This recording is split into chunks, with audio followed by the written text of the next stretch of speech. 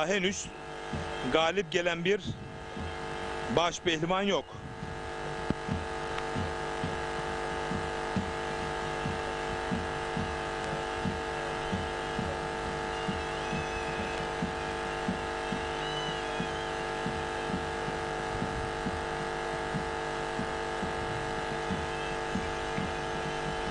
Sol üst kadrajda bir iç kazık arayışı içerisinde Yusuf Can Zeybek. Sol üst kadrajı tam ekran alabiliriz değerli yönetmenim. Mümkünse her an bir yeni çıkabilir çünkü evet. Yan kazık, yan paçada mı iç kazıkta mı? Evet, paçada bir eli de iç kazıkta. İç kazıkta mı, yan kazıkta mı? İç kazıkta gibi duruyor şu anki bizim gördüğümüz ekranda gördüğümüz kadarıyla. Yusuf Can Zeybek eğer oraya içe doğru, iç kazığa doğru yönelirse artık ters paçaya galibiyeti her an galibiyete ulaşabilir. Bakıyoruz. Bakalım deneyecek mi? Yaydıracak mı? Şu an eli dış kazığa gitti Recep Tosun. Evet. İç kazıkta değilmiş demek. Yan kazıktaymış. Yine dış kazığa doğru yöneldi. Yine yan kazığa doğru bir hamlesi var oradan. İç kazığı mı yoksa paçadan butlayacak mı Yusuf Can Zeybek? Evet, dörtlü de kalabiliriz tabii ki. Her an bir yeniş olursa. Evet, şu anda sol üst kadrajda her an bakıyoruz toparlandı. Başaltı pehlivanlarımız, başaltı pehlivanlarımız. Arkadaşlar lütfen anonslara riayet edelim. Kuralları düzeltmek için cephede kendine geliniz. Başaltı pehlivanları.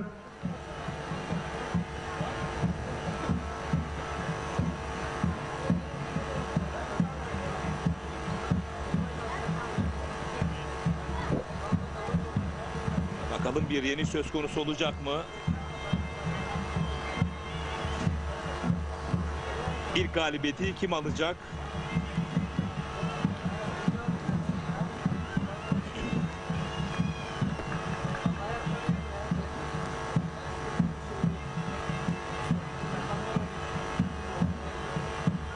Hüseyin Gümüşal'ın sağ alt kadrajda baskısı söz konusu. Serkan Sertürk'e düdüğü çaldı çayır hakemi.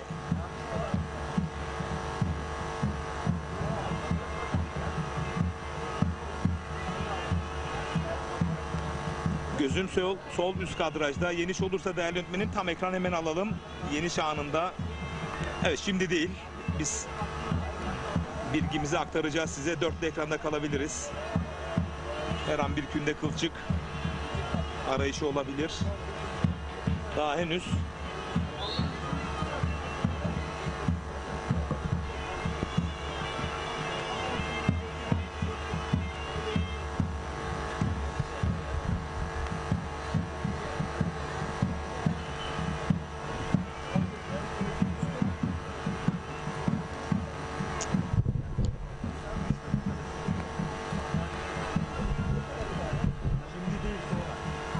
Dağcılar, evet değerli güreş severler, saygıdeğer misafirlerimiz, şu anda er meydanımıza Mustafa Kemal Paşa Ticaret Odası Borsa Başkanımız Sayın Saadettin Akkoyunlu er meydanımıza şeref vermiştir. Tertip komitemiz adına hoş geldin diyoruz Sayın Başkanımıza. sağ üst kadrajda Yollar devam edelim. Yalçın Öncül ve Cengizhan Şimşek, çok zorlu bir eşleşme. Geçen yıl burada baş pehlivanlığa uzanan Cengizhan Şimşek bu bölgenin öz ve öz evladı Yalçın Öncül ile kapışıyor. Bursa'nın tek baş pehlivanı. Bu güreş puanlamaya doğru evrilebilir benim kanaatim. Başaltı pehlivanları. Herhangi bir Başaltı ekstrem pehlivanlarımız. sürpriz bir Lütfen hamle gelmezse iki taraf kendinizi özelinde. beklemiyorsunuz. Yorumlarınızı, Cephede mesajlarınızı kendine gelip kurallarınızı Ekin çekiniz. Türk Başaltı TV Facebook pehlivanları. adresine yollayın değerli güreş severler.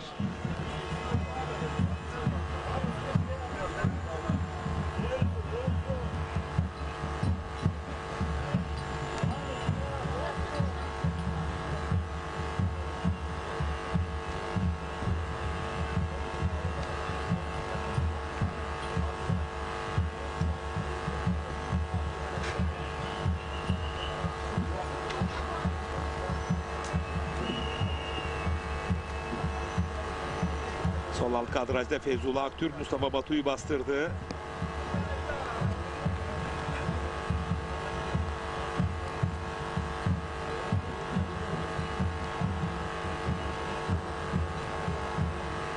pehlivanlık birinci turda Mustafa Doğan Özkaya ve Ali Yanatma arasındaki müsabakada Mustafa Doğan Özkaya galip. Feyzullah Aktürk sol alt kadrajda her an bir yeniş olabilir. Tam ekran alalım değerli öğretmenim. Baş pehlivanlık Sol alt kadrajda ikinci turda Feyzullah Aktürk ve Mustafa Batu arasındaki yükselmeye, müsabakada güçlenmeye devam ediyor. Feyzullah Ve Aktürk Mustafa galip. Batu'yu mağlup ederek adını ikinci tura yazdırdı. Değerli güreş severler. Diğer anons. Mustafa Doğan Özkaya Bakın iç kazık. Ters paçayla sırt aşağı yenerek Mustafa Batu'yu mağlup etti. Feyzullah Aktürk ve son ona adını yazdıran ikinci isim oldu. Kimden sonra? Aynen. Mustafa Doğan Özkaya'dan sonra. Daha hazırlar. Evet değerli güreş severler, saygıdeğer misafirlerimiz. Güreş ağamız Sayın Niyazi Dal'ın arkadaşları Akın gelmeye devam ediyor. Şu anda Kaburgama Er Meydanı'nda Bursa Büyükşehir Belediyesi Soltuoğlu Mehmet Beylivan güreşlerimizin efsane güreş ağası Zeynep Matal Yönetim Kurulu Başkanı, İş adamı Sayın Zeki Acar Er Meydanımıza şeref vermiştir. Güreş ağamıza da Bu arada tertip arka kuruluna kadrajda hoş geldin ya. Yusufcan Zeybek, Mustafa Kemal Karaboğa'yı Kaskanı doğumuyla mağlup ederek Birinci turda adını Yusufcan ikinci Zeybek, tura yazdırdı. Mustafa Kemal Ve Karaboğa Feyzullah Aktürk'ün o müsabakada İç kazık Yusufcan ters paçadaki Zeybek galip. son anlara ekranlara geliyor değerli güreş severler. Yine dörtlü ekrana devam edebiliriz. Ve Yusufcan Zeybek ekranlarda emin adımlarla yoluna devam ediyor.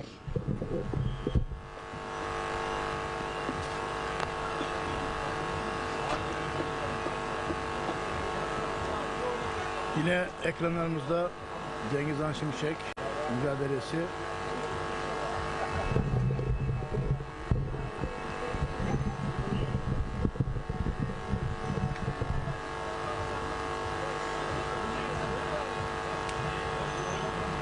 Sol alt kadraja değerli yönetmenim, pilot kameramızın tam solunda yerde bir güreş var. Furkan Durmuş Altın, Serdar Yıldırım. Sol alt kamerayı oraya alabiliriz. Bak, baş pehlivanlar Yerde güreş güreş. yapıyor. Devam edelim.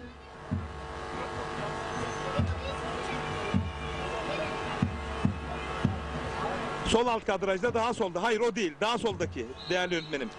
Sol alt kadrajdaki daha solda. Evet dönelim. Evet bu mücadeleyi alın. Teşekkür ediyorum değerli yönetmenim Turgut. Furkan Durmuş Altın, Serdar Yıldırım sol alt kadrajda. Hüseyin Gümüşalan, Serkan Sertürk sağ alt kadrajda. Sağ üst kadrajda Cengizhan Şimşek, Yalçın Üncül. Sol üst kadrajda da Osman Aynur, Ali Güngörek'in kapışması değerli güreş severler. Ediyorum. Minik 1 ve minik 2 boyunda galip olan pehlivanlar Er Meydanı'na geliyor. Feyzullah Aktürk, Yusuf Can Zeybek. Sol alt kadrajda bir künde kılçık tam ekran alabiliriz bakalım. Bir künde kılçık Serdar Yıldırım. Furkan Durmuş Altın'ı kılçıklayarak adını son ona ikinci tura yazdırdı değerli güreş severler. Serdar Yıldırım galip. Evet sol alt kadraja yine aynı mücadeleyi evet bakın künde arayış içerisindeydi. Serdar Yıldırım kılçığı Evet değerli güreş yetiştirdi. severler, saygıdeğer misafirlerimiz. Şu anda Er Meydanı'nda Sol alt kadrajdaki kameramızın tam önünde bir güreş var. Tam önünde yerde. Evet. Teşekkür ediyorum değerli öğretmenim. Er Meydanımızda. Bursa Büyükşehir Belediyesi Başkan Vekilimiz Süleyman değerli başkanım Aykırı. Sayın Metin Tunçer Er Meydanımıza şeref vermiştir. Rakibi Tertip Süleyman Komitesi'ne, Başelle. Sol alt güreş kadrajda. adına Sayın Başkanımıza hoş geldin diyoruz. Sağ olsunlar, var olsunlar. Yolcular devam edelim.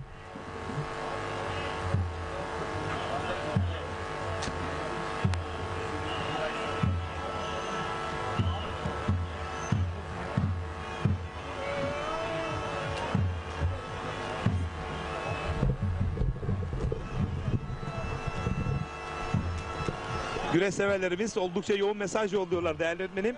Daha yakın kadraja sağ üst, sağ alt kadrajdaki mücadele sol üst kadraj mesela çok güzel, çok net Osman Aynur ve Ali Güngerek'in kapışması. Sol alt kadrajda da biraz daha gölgeliği tercih etmiş Süleyman Aykırı ve Süleyman Başar mücadelesi.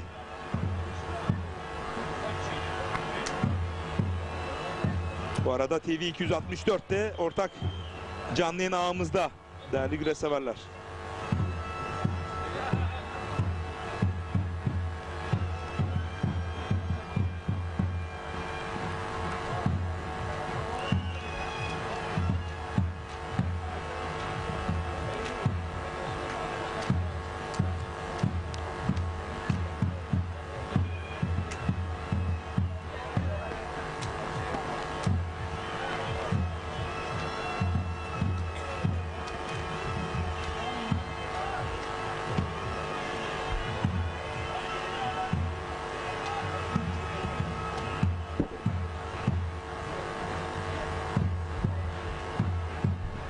Süleyman Aykırı, Süleyman Başar mücadelesi sol alt kadrajda.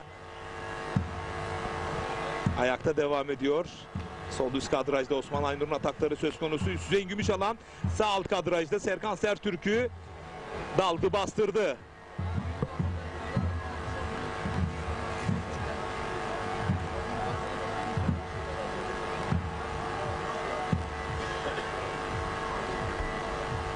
Evet değerli güreş severler, saygıdeğer misafirlerimiz, buyurun başkanım.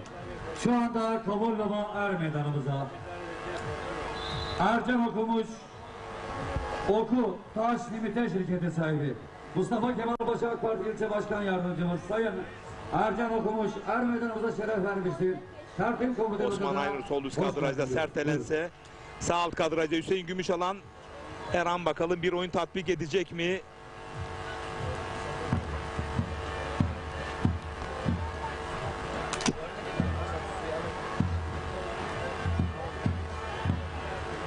Ali Güngörekin ve Osman Aynur sol üst kadrajda kıran kırana bir güreş söz konusu. Sağ alt kadrajda hakemimiz biraz eğer kıpırdarsa Hüseyin Gümüşalan mücadelesinde her an bir oyun tatbik edecekler mi bakıyoruz. Evet.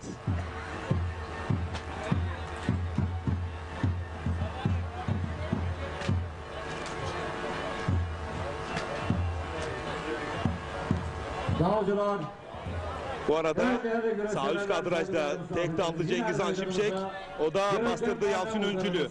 Sağ üst kadrajda, sağ alt kadraj. Güreş yerde. Her an sonuç çıkabilir. Dağcılar devam.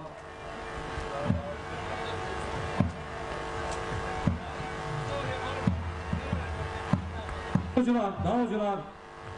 Yoğun programları nedeniyle şu an Osman Aynur çok sert bir elense.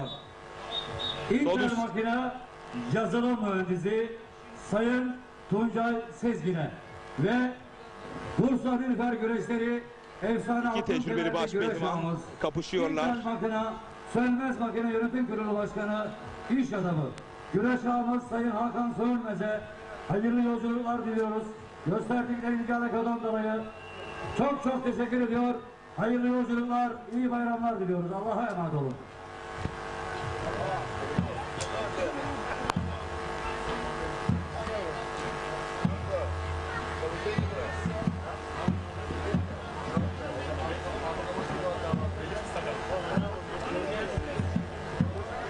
Evet, Hüseyin Gümüşalan sağ alt kadrajda. Serkan Sertürk'ü Taş pehlivanlık güreşlerinde mağlup ederek adını ikinci tura sonuna yazdırdı değerli güreş severler. Gümüşalan İlk kazık ters paçayla. İşte bakın bu da Cengiz Han Şimşek diğer mücadele değerli öğretmenim. Diğer yerdeki mücadele Cengiz Han Şimşek.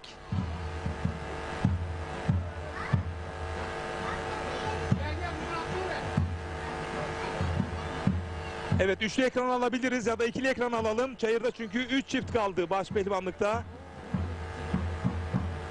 Değerli yönetmenim. Evet. Cengiz Han Şimşek ekranın solunda. Yan kazık yan paçada. Her an bir yeniş çıkartabilir mi? Baş pehlivanlık birinci turda Süleyman Başar ve Süleyman Aykırı arasındaki müsabakada Süleyman Evet. Aykırı baş pehlivana Yalçın Öncül bir bastırdı iptal edilmiştir. Cengiz Han Baş Şimşek'i. pehlivanlık birinci turda Ali Altun ve Semih Turgut arasındaki müsabakada Semih Turgut galip.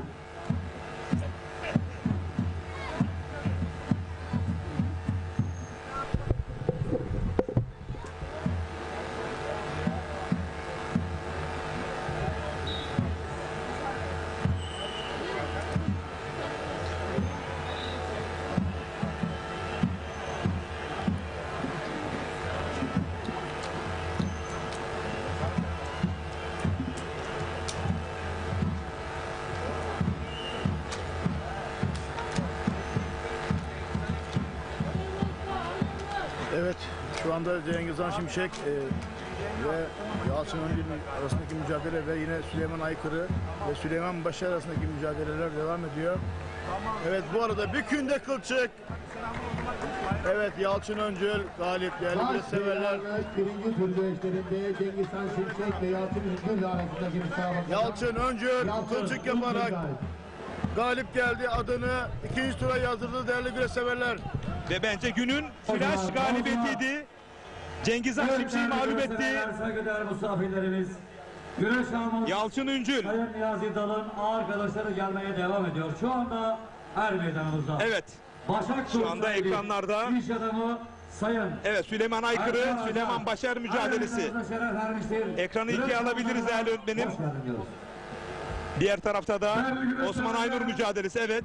Minik bir boyu. Hemen Yarı final müsabakası. arka kadrajda da Mecit Yıldırım, Fatih Koyuncu mücadelesi var. 3 çift kaldı çayırda. Bursa. Ama ikili ekranda devam edebiliriz değerli öğretmenim. Mustafa Bozbey başkanı. İkili ekranda devam edebiliriz. Bursa. Hamza Hatipoğlu. Sakarya Karapürçek.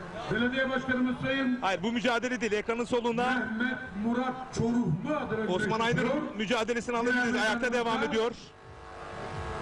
Memduh emlaklarının Ekranın sahibi, solundaki iş adamı kadraj alalım değerli öğretmenim. O mücadele kalsın Ali sağındaki. Osman Elben adına güreş yapıyor Sakarya Karapürçek. Ekranın solundaki mücadeleyi baş pehlivan mücadelesi koyalım değerli öğretmenim. Bursa Büyükşehir Evet, Belediye teşekkür ediyorum. Başkanımız Sayın Mustafa Bozbey Başkanımızın pehlivanı Arıska.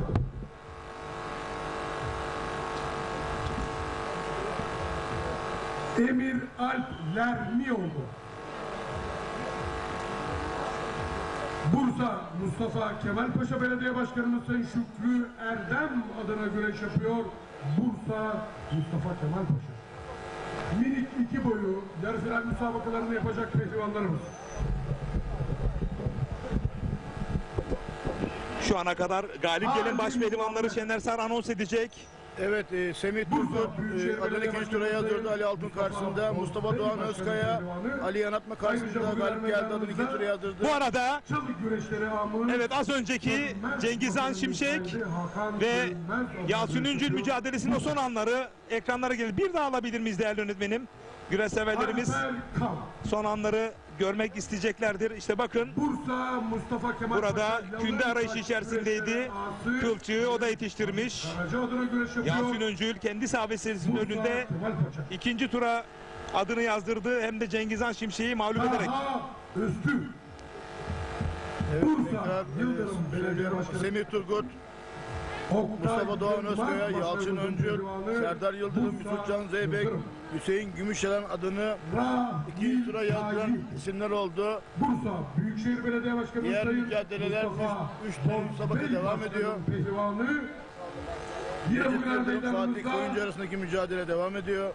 Bursa çalı güreşlerinin efsane Süleyman altın Başar, kemerli güreş Süleyman altı sönmez Aykırı arasındaki makinenin mücadele sahibi devam ediyor. Hakan Sönmez ağanın pehlivanı Bursa. Allah Allah. Osman Aynur, Ali Güngör Ekin arasındaki mücadele devam ediyor. 3 güreş kaldı, 3 müsabaka kaldı. Baş pehlivanlıkta. Alkışlarla diyelim maşallah. Bu arada Haydar. Bursa Allah derman versin. Nilüfer Çalı güreşlerinin altın kemerli güreş ağası Sayın Hakan Söğünmez tüm İslam aleminin ve güreş camiasının, ülkemizin mübarek Kurban Bayramı'nı kutluyor.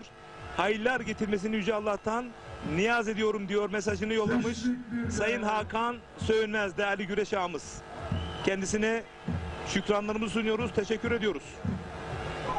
Baş pehlivanlarımızın puanlaması. Evet, baş pehlivanların puanlama anonsu geldi. Herhangi bir ithal söz konusu mu? Bu şekilde kalalım. Hiç pehlivanlardan ayrılmayalım değerli öğretmenim. Şu anda ithal söz konusu değil. Müsabakalar devam ediyor Recep Tosun. Bir sarı kart yok. Yok, kesinlikle bir sarı kart yok. Süleyman Başar, Süleyman Aykırı, Osman Aynur, Ali Güngör Ekin, Mecit Yıldırım, Fatih Koyuncu arasındaki müsabakalar puanlama evresine geçmiştir. Herhangi bir sarı kart veya ihtar söz konusu değil. Mücadeleler puanlama güreşiyle devam Daha o edecek. zaman Evet değerli güreş severler, Değerli yönetmenim, kameramanlarımız, pehlivanlarımızı lütfen kaçırmasın. Dernek Başkanımız Sayın Hüseyin Tokat'ın çok değerli misafirleri yakın akın gelmeye devam ediyor. Şu anda Daha yakın kadrajdan tam boy olarak alalım pehlivanlarımızı. Dernek Başkanımız Sayın Bayram Göçen er meydanımıza şeref vermiştir. Tertip komitemiz adına hoş geldin diyoruz. Ve yine Paşader Başkan Vekilimiz Sayın Kadir Şahin, Başkan Yardımcımız Sayın Fikri Çakır er meydanımıza şeref vermiştir. Hoş geldin diyoruz. Davulcular. Ekranın sağındaki kameramız sola doğru alabilir. Süleyman Aykırı, evet, solda, daha solda. Bakın yüzünü siliyor. Evet, daha yakın kadrajdan. Tam ortalayalım Süleyman Aykırı'yı. Ekranın solunda. Evet. Böyle ayrılmayalım. Evet.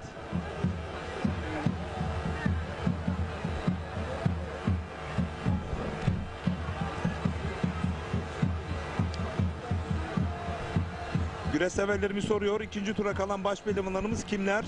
Bir kez daha anons eder mi Şener Sar? Evet, Semih Turgut, Mustafa Doğan Özkaya, Yalçın Öncül, Serdar Yıldırım, Yusufcan Zeybek, Feyzullah Aktürk, Hüseyin Gümüşalan, adını ikinci tura yazdıran baş pehlivanlarımız son rakipleri olarak 3 kişi daha belli olacak. Birazdan puanlama güreşindeler. Onları da hatırlatalım. Osman Aynur, Ali Güngör arasındaki mücadele puanlama güreşi. Süleyman Başar, Süleyman Aykırı puanlamada. Yine Fatih Koyuncu, Mecit Yıldırım arasındaki mücadele yine puanlamada. Puanlama güreşleri şu anda başladı. Değerli güreş severler.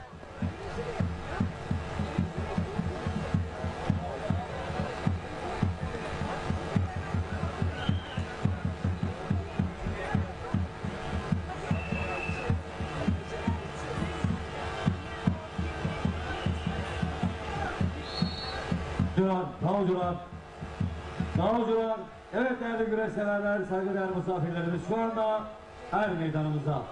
Polat Yapı Dekorasyon sahibi Sayın Mustafa Polat er meydanımıza şeref vermiştir.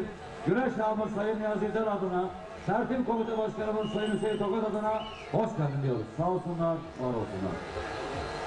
Davulcular. Evet değerli güreş severler. Çok sert enesi ekranın solunda. İki tecrübeli baş pehlivan Osman Aynur ve Ali Güngörek'in kapışması. Ekranın sağında da Süleyman Aykırı, Süleyman Başar mücadelesi.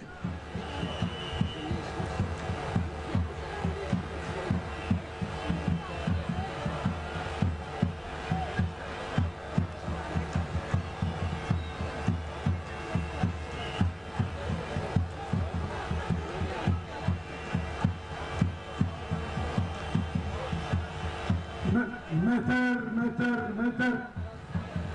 Davullar. Değerli güreş severler, teşvik bir boyu yarı final müsabakalarını yapacak pehlivanlar. Mansuroğlu. Tekli ekrana dönebiliriz değerli öğretmenim. Geleneksel çalı güreşleri ağamız, sönmez makinenin sahibi Evet. Sayın Hakan Sönmez ağanın pehlivanı. Bursa Büyükşehir Belediye Başkanımız Sayın Bu arada puanlama güreşinde Mecit Yıldırım galip geldi. Adını ikinci tura yazdırdı. Birinci tur güreşlerinde Mecit Yıldırım ve Fatih Koyuncu arasındaki müsabakada Mecit Yıldırım galip. Ömer Naci.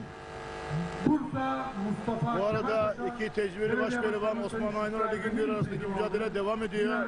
Karşılıklı sert elenseler gördüğünüz gibi. Fitness'larının sahibi Sayın Uğur Gökçeadına güreş yapıyor.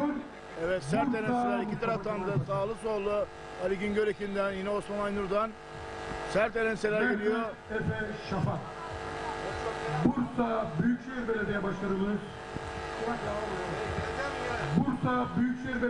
Çayır hakemi uyardı iki tarafı da. Bey Başkanımızın pehlivanı Dadaş Dardıyarı Erzurum. İlker Şahin. Koç Harfiyat İzzet Koç değerli iş adamımız adına güreş yapıyor. Bursa Çalı.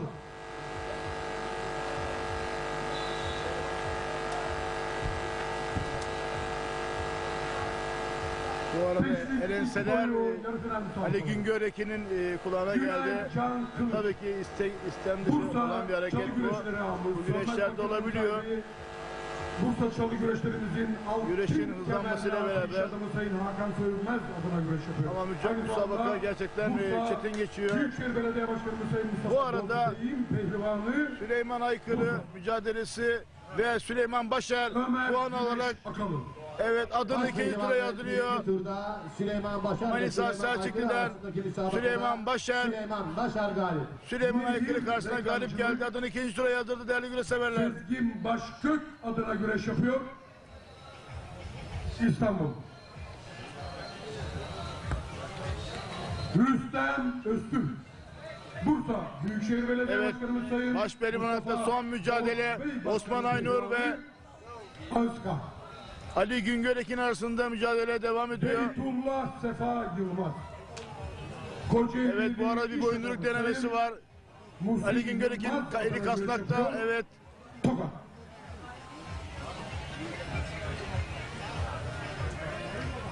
Evet yine sert elenseler Ali Güngörekin. İki taraftan da sert elenseler geliyor. Osman Aynur Ali Güngör arasındaki mücadele. Gerçekten iki tecrübeli başpehlivan. Osman Aynur Antalya Serik'ten. Başpehlivanlık birinci turda. Bu arada Osman Süleyman Aykırı ve Başar'ın Ali Güngör ikili almış arasındaki olduğu puan müsabakada Süleyman Aykırı karşısındaki puan mücadelesi ve Süleyman Başar adını ikinci tura yazdırıyor. Manisa Selçuklu'dan Süleyman Başar ve ekranlarınızda değerli güreş severler Osman Aynur ve Ali Güngör arasındaki mücadele kaldığı yerden devam ediyor. Her meydanına Sert geldi. elenselerle mücadele devam ediyor. Bir Güngör, Ali Güngör'ün boyunduruk denemesi. Yine tecrübeli Osman Aynur, Tarihi Kırkpınar'ın baş pehlivanlığını almış bir baş pehlivanımız, çok tecrübeli bir isim. Osman Aynur. İkisi de çok tecrübeli, ilerlemiş yaşına rağmen gerçekten müthiş mücadele sergiliyorlar.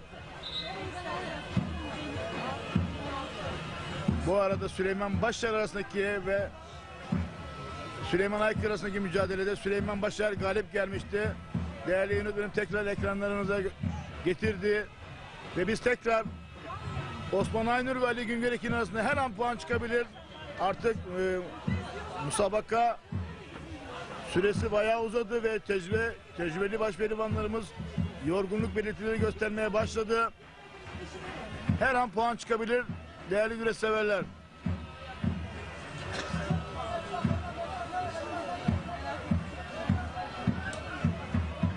Ayak boyu pehlivanları. Evet bir elenseyle rakibini bozma mücadelesi. Bir elense daha geldi. Karşılıklı sert elenseler geliyor. İkisine de tam manasıyla helal olsun. Buradan almış oldukları ücretin ne olursa olsun 2 katını 3 katını hak ediyorlar. Terinin son damlasına ikisi de kıran kırana güreşiyor. Helal olsun. Gençlere aslında burada ilham kaynağı oluyorlar. Evet kesinlikle katılıyorum. Şu güzel sahaya geldik. İnanın ki bu güreş sahasını yapmak için bu köyün kendi halkı, gönüllüler ordusu bu organizasyonu hazırladı. Bu sahayı hazırladı. Tüm her şeyiyle hazırlandılar ve gerçekten bir yıl aşkındır bu saha için mücadele etti. Ve bu arada Osman Aynur tecrübesini konuşuldu ve puan aldı.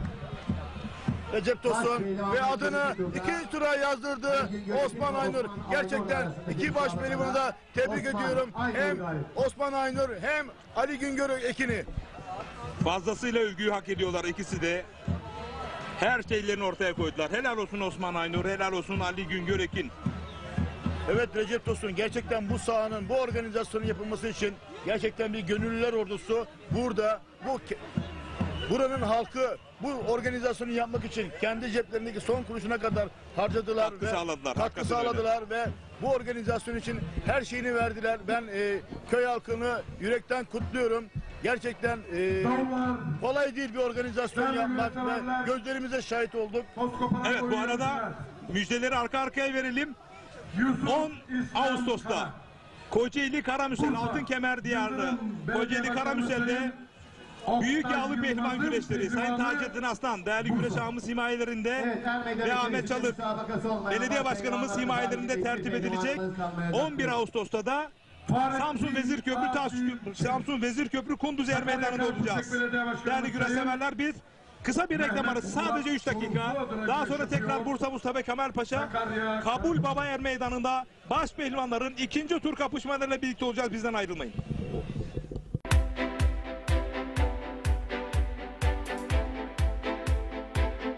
Efendim herkese merhabalar. Yine ben Emrah Binici, Ekin Grup Genel Müdürü. Şimdi bizler Gelibolu Ocaklı Köyü'ndeyiz. Şu anda burası bizim 4. projemiz. Daha yüksek ölçekte parseliniz var mı diyenler için işte sizlere müthiş bir fırsat. Ocaklı Köyü'nde Saros Körfezi'ne sadece 1,5 kilometre mesafede, kadastro yolunun hemen dibinde ve yine ana yola yakın mesafede muhteşem konumda parseller. 534 metrekare. Evet, isteyen ileride evini yapabilir, bahçesi olabilir, otoparkı olabilir. Gerçekten çok güzel konumda, gerçekten güzel konumda dediğim gibi. Su sorununuz yok. Evet, 7 metreden sondajla suya kavuşabiliyorsunuz. Buranın geleceği ileride çok parlak değerli izleyenler. Daha önceki satmış olduğumuz projelerde alanlar hep kazandı. Bizler de kazandırmaya devam ediyoruz. Ekin TV güvencesiyle Ekin Gayrimenkul olarak Ocaklı Köyü'ndeyiz, Gelibolu'dayız. Saros Körfezi'ne 1,5 kilometre mesafede 534 metrekare parsellerimizin de satışına başladık. Beton direkleri dikilmiş vaziyette. İsteyen etrafını çevirebilir gördüğünüz gibi. İsteyen bungalov ev koyabilir. İsteyen tin house koyabilir. İsteyen prefabrik koyabilir. Şunu belirtmek istiyorum. Burada toplam 12 parsel var. Tamamı 534 metrekare. Her bir parsel 534 metrekare. Önce tapunuzu alıyorsunuz, sonra ödemenizi yapıyorsunuz. Evet, kısmi vade seçeneğimiz var. Bunu da hemen açıklamak istiyorum. Emsalleri 1 milyon. Bakın buradaki değerler. Özellikle Güneyli sınırdayız biz. Güneyli'ye sınır parsellerimiz. Hemen yanı başında imarlı ifrazlı arsa vasfında yerler var. Güneyli'ye sınır. Güneyli'de metrekaresi 5.000-6.000 liradan satılırken bizler Güneyli'ye sınır olan bölgede Ekin TV izleyenlerine müthiş bir kampanyayı yeniden başlattık. 12 parsel var. Geç kalmadan sizler de yerinizi ayırttırın. Vereceğim telefon numarasını, ekran altındaki numarayı arayarak hangi gün müsaitseniz bize söylemeniz yeterli. Bizler sizleri Beylikdüzü'ndeki ofisimizden hareket ettiriyoruz. Servis aracımızla yaklaşık 2,5 saatte burada oluyoruz. Güzel bir yolculuk oluyor, güzel bir muhabbet oluyor ve muhtemelen de zaten genelde ben geliyorum. Sizlere ben eşlik ediyorum. 0212 594 4594 telefon numaramız. 0212 594 4594. Hemen kadastro yoluna cephe, hemen yanında 1,5 kilometre ileride Saros Körfezi var. Hatta Mavi Saros olarak geçiyor. En temiz bölgelerden bir tanesi. Saros Körfezi'nin özelliği kendi kendini temizleme özelliğidir değerli izleyenler. Yazın buraya geldiğiniz zaman böyle mis gibi pırıl pırıl suda yüzmek istiyorsanız, hayallerinizi gerçekleştirmek istiyorsanız ve ileride güzel kazançlar elde etmek istiyorsanız gelin burayı görün ve tercih edin. Biraz önce ne söyledim? Emsalleri evet 1 milyon 534 metrekare, yarım dönümden daha fazla. Dediğim gibi bungalov koyabilirsiniz, etrafını çevirebilirsiniz. Etrafta zaten görüyorsunuz. Bakın bağ evi yapmışlar. Hemen yan tarafında bir prefabrik var. Gerçekten güzel bir konumda. Peki biz ne yapıyoruz? Yine yapacağımızı yaptık ve indirimli fiyatı 1 milyon değil, bakın 750.000 TL ve bunun 500.000 TL'si nakit, geriye kalanı da sizlere vade seçeneği sunuyoruz. 0212 594 4594.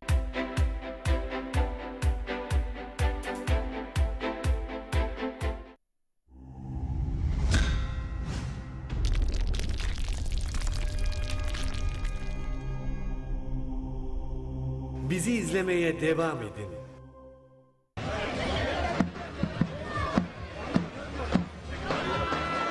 Evet, büyük orta ve başaltı pehlivanlarımız cetvel hakemine gelerek kurallarınızı çekiniz. Büyük orta başaltı, bu size yapılan son çağrıdır.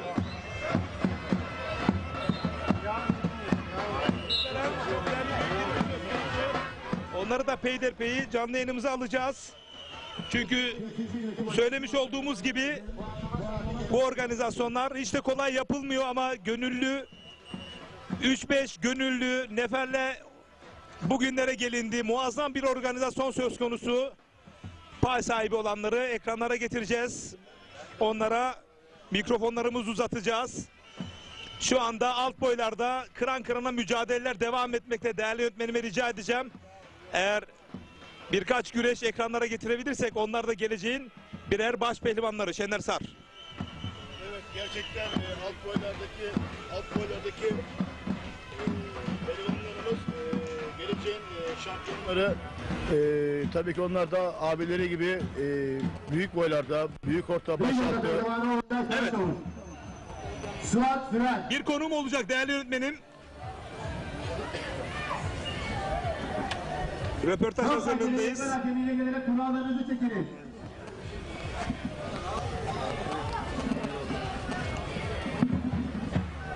Olcay Karaçavuş, Suat Süren. Çok acele edecekler, hakemiyle gelerek kurallarınızı çekiniz. Evet. Değerli güreş severler, canlı yayın kabinimize kim geldi biliyor musunuz? Bu güzel Kabulbaba ilçesinde bu muazzam atmosferin baş mimarlarından çok değerli güreş ağamız Niyazi Dal. Hoş geldiniz. Hoş bulduk. Sayın ağam. Teşekkür ederim. Bu ambiyansı bir bayram şöleninde muazzam bir atmosfer söz konusu. Şimdi bu güzel atmosferin baş mimarları olarak duygularını öncelikle alabilir miyim efendim? Buyurun. Öncelikle tüm halkımızın bizi seyreden, burada bulunan Evet. Buyurun. herkesin Kurban Bayramı'nı en içten dileklerimle kutluyorum. Ekranı ikiye bölelim. Güreşleri de verelim değerli yönetmenim. Bu yıl 348'si düzenleniyor ve güreş ağamız Sayın Niyazi Dal, Kırmasti Kerman Mobilya Yönetim Kurulu Başkanı. Bu organizasyon 3-5 gönüllünün üzerinde şekillendi ama siz de onları yalnız bırakmadınız. Evet. Bu doğrultuda bu sinerji birlikteliğini nasıl tanımlar ekranları başında güreş severleri Sayın Niyazi Dal efendim? Öncelikle burada çok büyük bir emek var. Çok tarihi bir yer. Değerli bir dualar var burada. Kabulbaba Köyü'nün öncelikle Evet. Tertip Komite Başkanı ve ekibine, muhtarıma ve Kabulbaba halkına bu teveccühü bana gösterdiklerine dolayı onlara çok teşekkür ediyorum. Gece gündüz demeden el ele vererek burada çok değer katarak, çalışarak, alın terini dökerek onlara şahit oldum. Birlikte yaptık, beraber geldik, beraber yürüdük.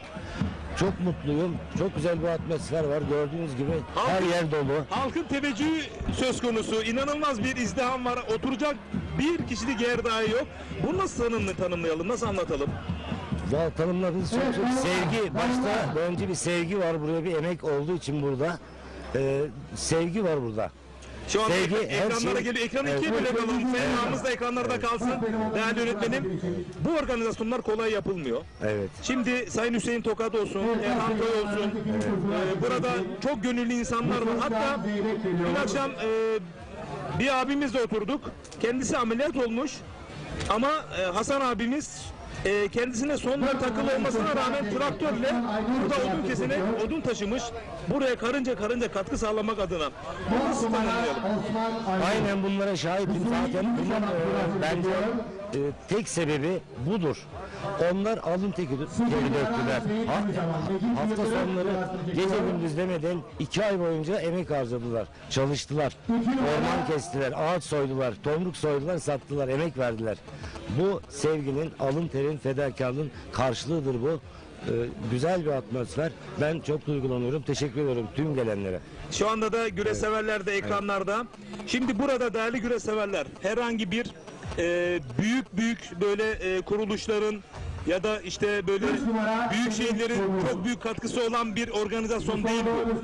Tamamen bu bölgenin öz evlatları, iş adamları bir araya geldiler ve Yusufcan Zeybek gibi, Cengiz Han Şimşek gibi, Serdar Yıldırım gibi birçok yıldız isimleri buraya getirdiler ama buradaki her güreş sever Kırkpınar'a gelemiyor.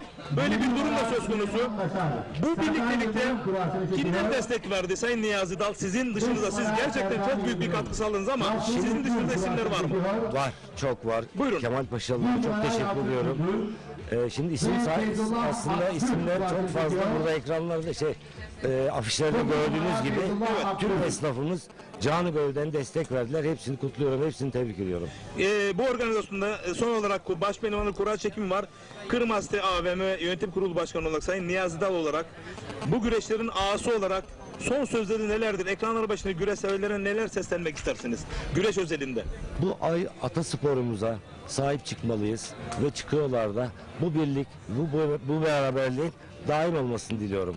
Az sonra da zaten 349. ağalık ihalesi yapılacak. Ben de katılacağım. Bakalım kısmet. İnşallah devam etmek istiyorum. Çekilsem bile her zaman burada olacağım. Harika. Ekranlarda da rakam da söyleyeceğim. Şimdi Harika. burada utanıyorum. İnşallah Estağfurullah. hep beraber. Ama bir şey daha ekleyebilir miyim? Ömer Dal, mahkumunuz hakikaten o da dün gece yarına kadar buradaydı ve değerli güreş severler. Her ayrıntıyı burada gözden geçirdi ve içi sindi, o şekilde ayrıldı buradan. Ömer Dal'a da ayrıca teşekkür ederim camiam adına. Ben de çok teşekkür ediyorum oğluma. Gerçekten 3 yıldır, daha önceki yıllarda da vardı. Hep arkadaşlarıydı. Yönetim kurulu olsun burada. Canı gönülden çalıştı. Gece gündüz çalıştı. Onunla gurur duyuyorum bir baba olarak ve evladımı da tebrik ediyorum. Teşekkür ederim ona. Ben teşekkür ederim Sayın Niyazi Dal size, camiamız adına, çünkü burada çok ciddi ve büyük bir katkı ortaya koyuyorsunuz. Gönülden teşekkürler. İyi ki Ben varsınız. teşekkür ediyorum. Var olasınız. Hoşça kalın. 349. bu etkinliklerde buluşmak üzere herkesi saygıyla selamlıyorum. Evet değerli güreş severler, canlı yayın konuğumuz bu muazzam atmosferin baş mimarlarından Kırmastı AVM Yönetim Kurulu Başkanımız çok değerli Sayın Niyazi Dal'dı. Bu güreşe omuz vermeliyiz, destek vermeliyiz mesajını verdi. İnşallah bu yılda ağlı alacağım dedi ama oğlu Mahtumu Ömer Dal inanın sizden sonra bu güreşleri omuzlayacak ve destekte bulunacak. Gönülden teşekkür ediyorum ve kendisini protokoldeki yerine uğurluyoruz. Teşekkür ederim. Çıkarıyorum mu? Evet. Tamam. Çok teşekkür ederim.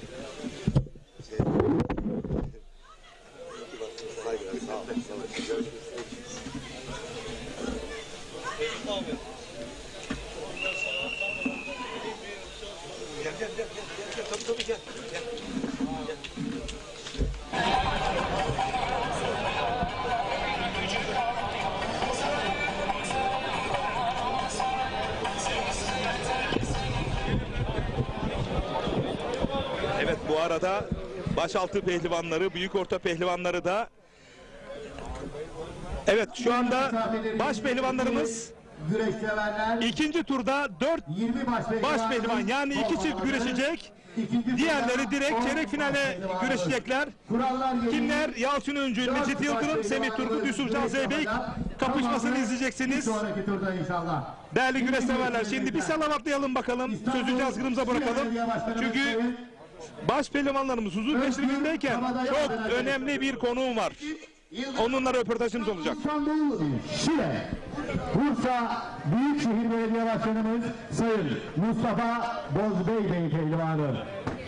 Bugün meydanımızda Soktuoğlu Yağlı Pehlivan güreşleri göreceğimiz. Zemine Metallerler Kurulu Başkanı Sayın Bilgi Acar'la güreş yapıyor. Yalçın Ürcün Bursa.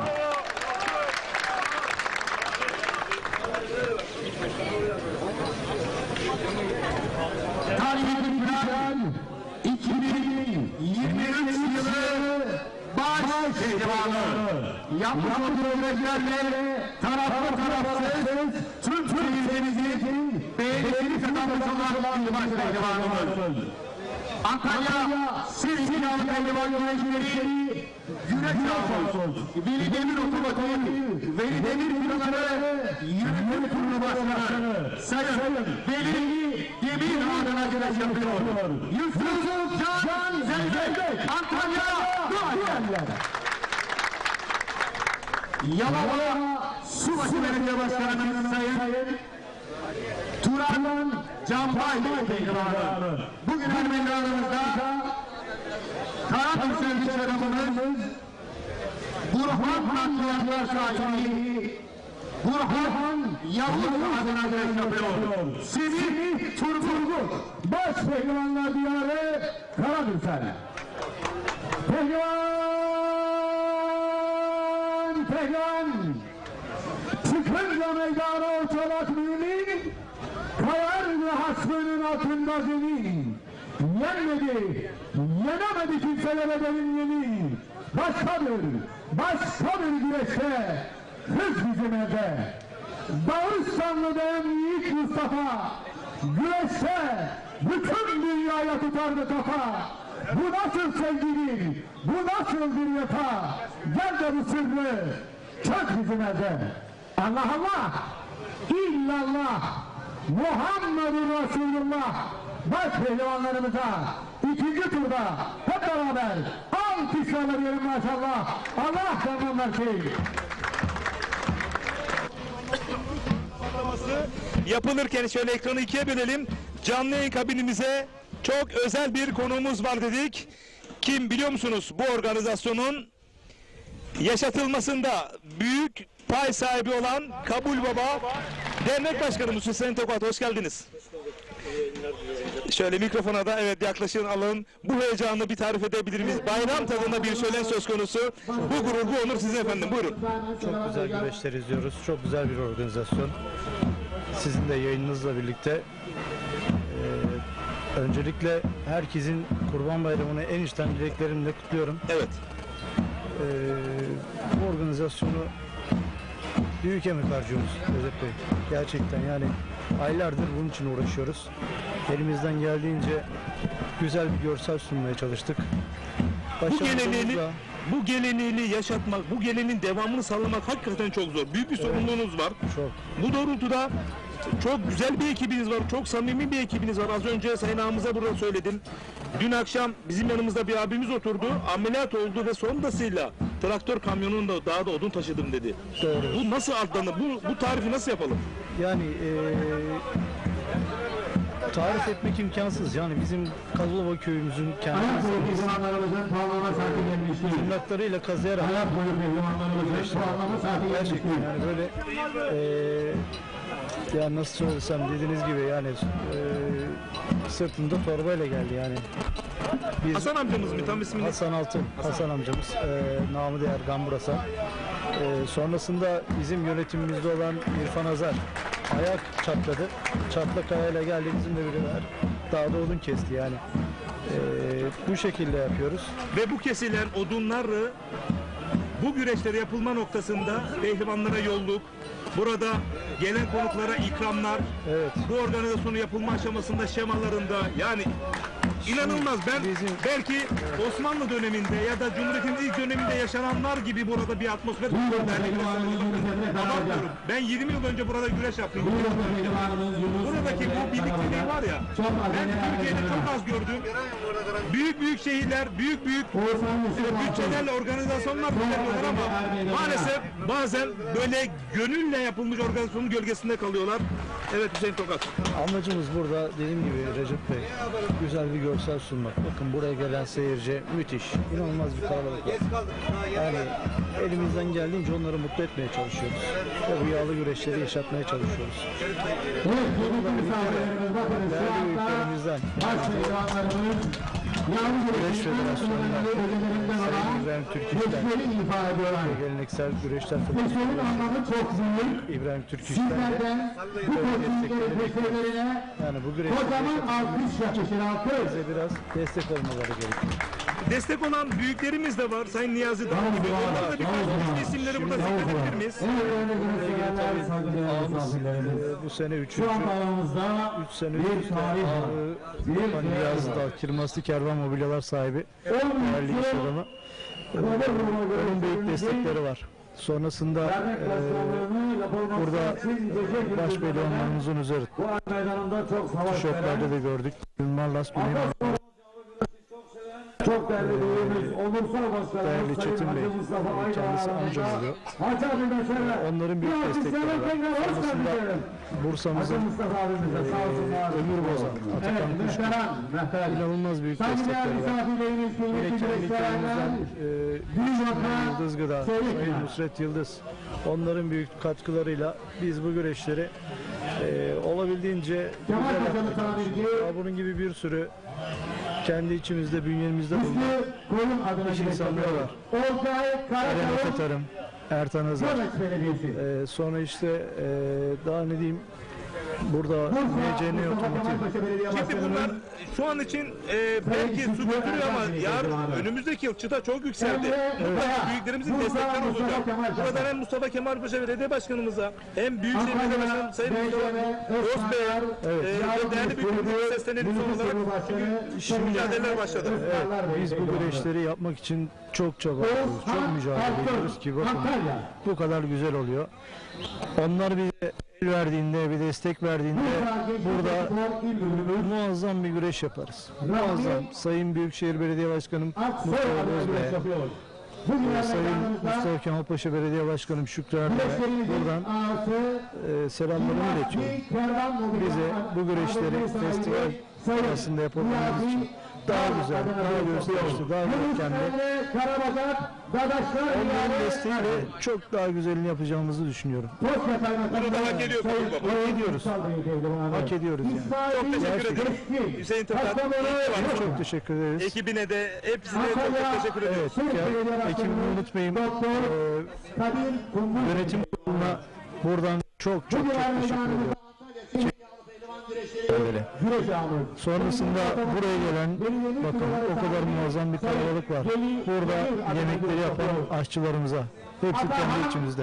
Sonsuz teşekkürlerimi sunuyorum. Burada bu güreşlerin yapılmasında adaklar oluyor, adakları kesen. Sabaha kadar burada çalıştılar. Sabaha kadar. Gördünüz, sabaha kadar buradaydılar. Büyük emek. Bu insanına, Kavur halkına çok teşekkür ediyorum. Büyük saygı hak ediyorlar gerçekten. Yani gönüllerinden veriyorlar. Yani öyle muazzam bir şey. Öyle muazzam bir şey. Çok gururlanıyorum. Ve burada birçok güreşler belki Kırkpınar'a gelemiyorlar ama siz Kırkpınar'ın yıldızlarını buraya getiririz. Bu da büyük bir hizmet olarak. Evet, yani burada bizim bu güreşleri seven insanları görüyorsunuz. Civar köylerimizdeki bütün herkes. Bozağaç Yaylası. Herkes görüyor. Yani çok sağ olsunlar. Biz de elimizden geldiğince onlara İyi ki varsınız Hüseyin Tokat. Çok sağ olun, var olun. Protokolde de özgürce konuklarımız var. Dilerseniz sizleri uğurlayalım oraya. çok sağ olun. Evet, Çok biz teşekkür teşekkür ederiz. Evet değerli güreş severler, mücadeleye devam ediyoruz. Sayın Hüseyin Tokat, Kabul Baba Dernek Başkanımız canlı yayında duygularını paylaştı bize. İyi ki varlar. Avrupa'dan asalet belası. İmkanımız var. Güreş sanatının düşman görme. Sadistliğe, zorbalığa asla değer verme. Yensen de yenilsen de hatır gönül kırma. Çünkü sen Evet değerli güreş severler, 10 baş pehlivanımızdan 2 çift güreşiyor. 6 baş pehlivanımız direkt tur atladılar. Maşallah. Allah derman versin.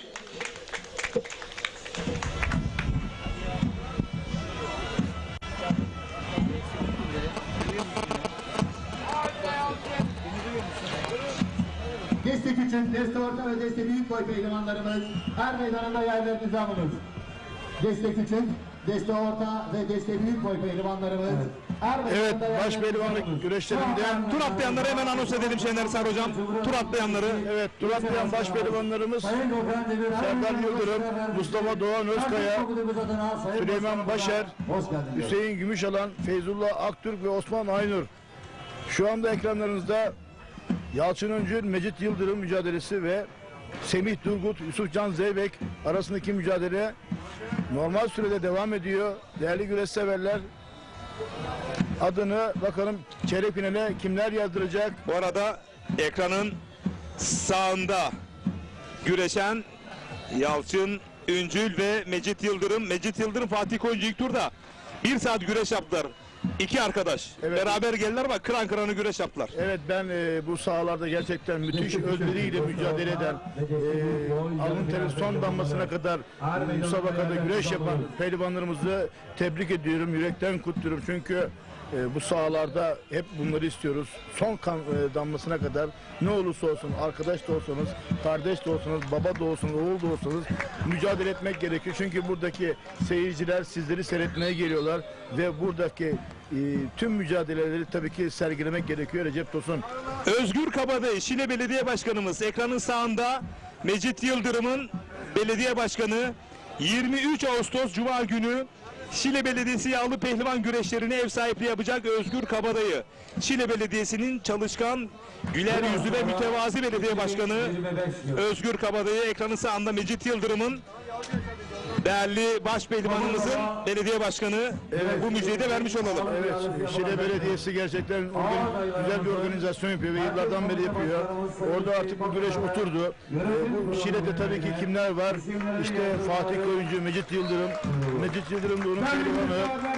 Hem antrenörlük yapıyorlar hem ustalık yapıyorlar. Sahip çıkıyorlar Atasporu güreşimize. Mecit Yıldırım arasında geçen müsabakada Mecit Yıldırım pehlivana kulak emniğimizce Evet, bir ithal geldi ekranın sağında Mecit Yıldırım'a. Evet, burada genç ve tecrübeli başpehlivanın mücadelesi var. Mecit Yıldırım ve Yalçın Öncü arasındaki mücadelede. Diğer tarafta da Semih Turgut ve Yusufcan Zeybek arasındaki mücadelede müsabakada devam ediyor. Burada da bir söz konusu olabilir, iddia söz konusu. Yusufcan Zeybek ve Semih Turgut arasındaki mücadelede her an kuleden bir ihtar söz konusu gelebilir. Recep Tosun. Evet, katılıyorum. 6 başpehlivan direkt tur atladı değerli güreş severler. Çeyrek finale 2 çift mücadele ediyor. Yusufcan Zeybek'in ekranın solunda baskısı söz konusu. Ekranın sağında da Yalçın Öncü'nün baskısı söz konusu. Evet, bir fotoğraf var, ekranlara alalım. Mücadeleler devam ederken Merkez Hakem Komitesi üyemiz Ekrem Yavuz. Geçmiş olsun Ekrem Yavuz. Küçük bir sağlık problemi yaşadı. Gıda zehirlenmesi, şu anda Eyüp Ünlü ile birlikte istirahat ediyorlar. Geçmiş olsun değerli şampiyonum Koca Yusuf'um.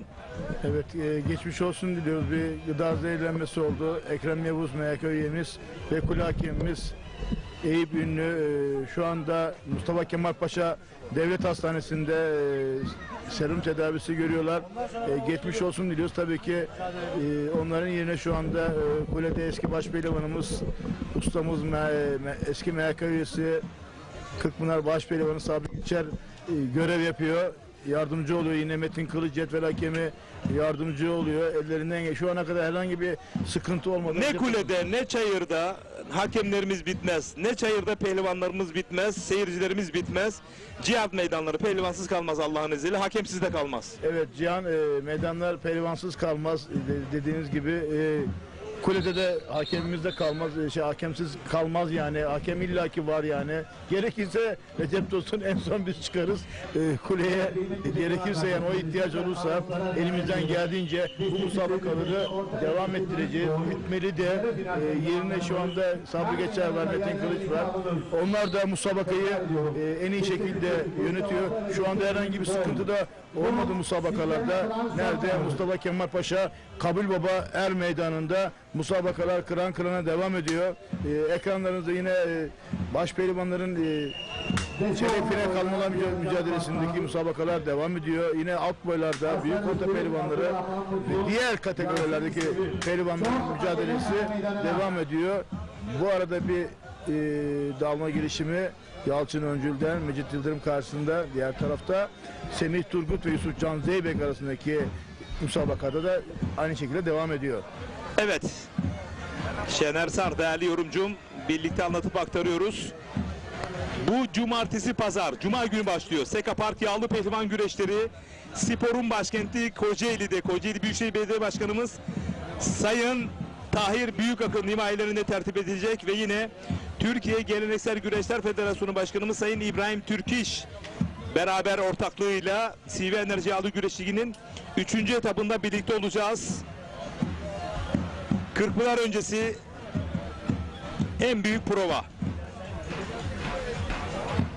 Evet Recep Tosun gerçekten 21, 22, 23 Haziran'da Kocaeli Seka Park Er Meydanı'nda CV Enerji Yağlı Güreş Ligi 3. etabı müthiş mücadelelere sergi olacak. Tabii ki kıran mücadeleler olacak burada. Hepsi birbirinden ayrı başpehlivanlarımız var.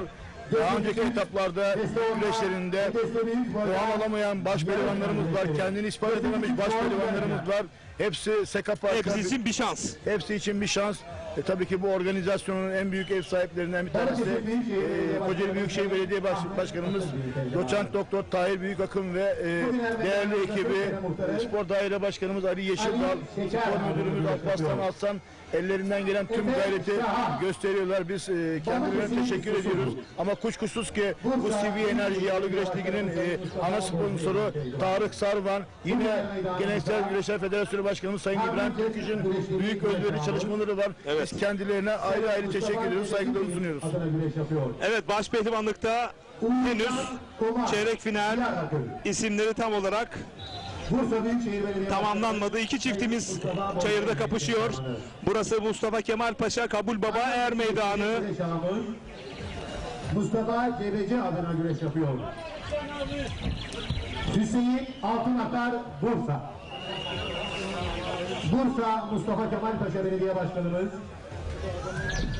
Sayın Şükrü Erdem Bey pehlivanı. Evet, bir dakika. Başpehlivanlık ikinci tur müsabakalarında Evet. Yusuf Can Zeyrek, Semih Turgut'a bir ihtar değerli güreş severler. Semih Turgut Pehlivan'a kulak emrimizce bir Ne diyorsun? Evet, zaten söylemiştim, ihtar her an gelebilir demiştim. Kuleden bir ihtar geldi. Semih Turgut'a daha çok aktif çalışan Yusuf Can Zeybek, pozisyon arayan, oyuna giren, oyun denemesi yapan bir Yusuf Can Zeybek vardı. Tabii ki de Semih Turgut'a kuleden bir ihtar geldi.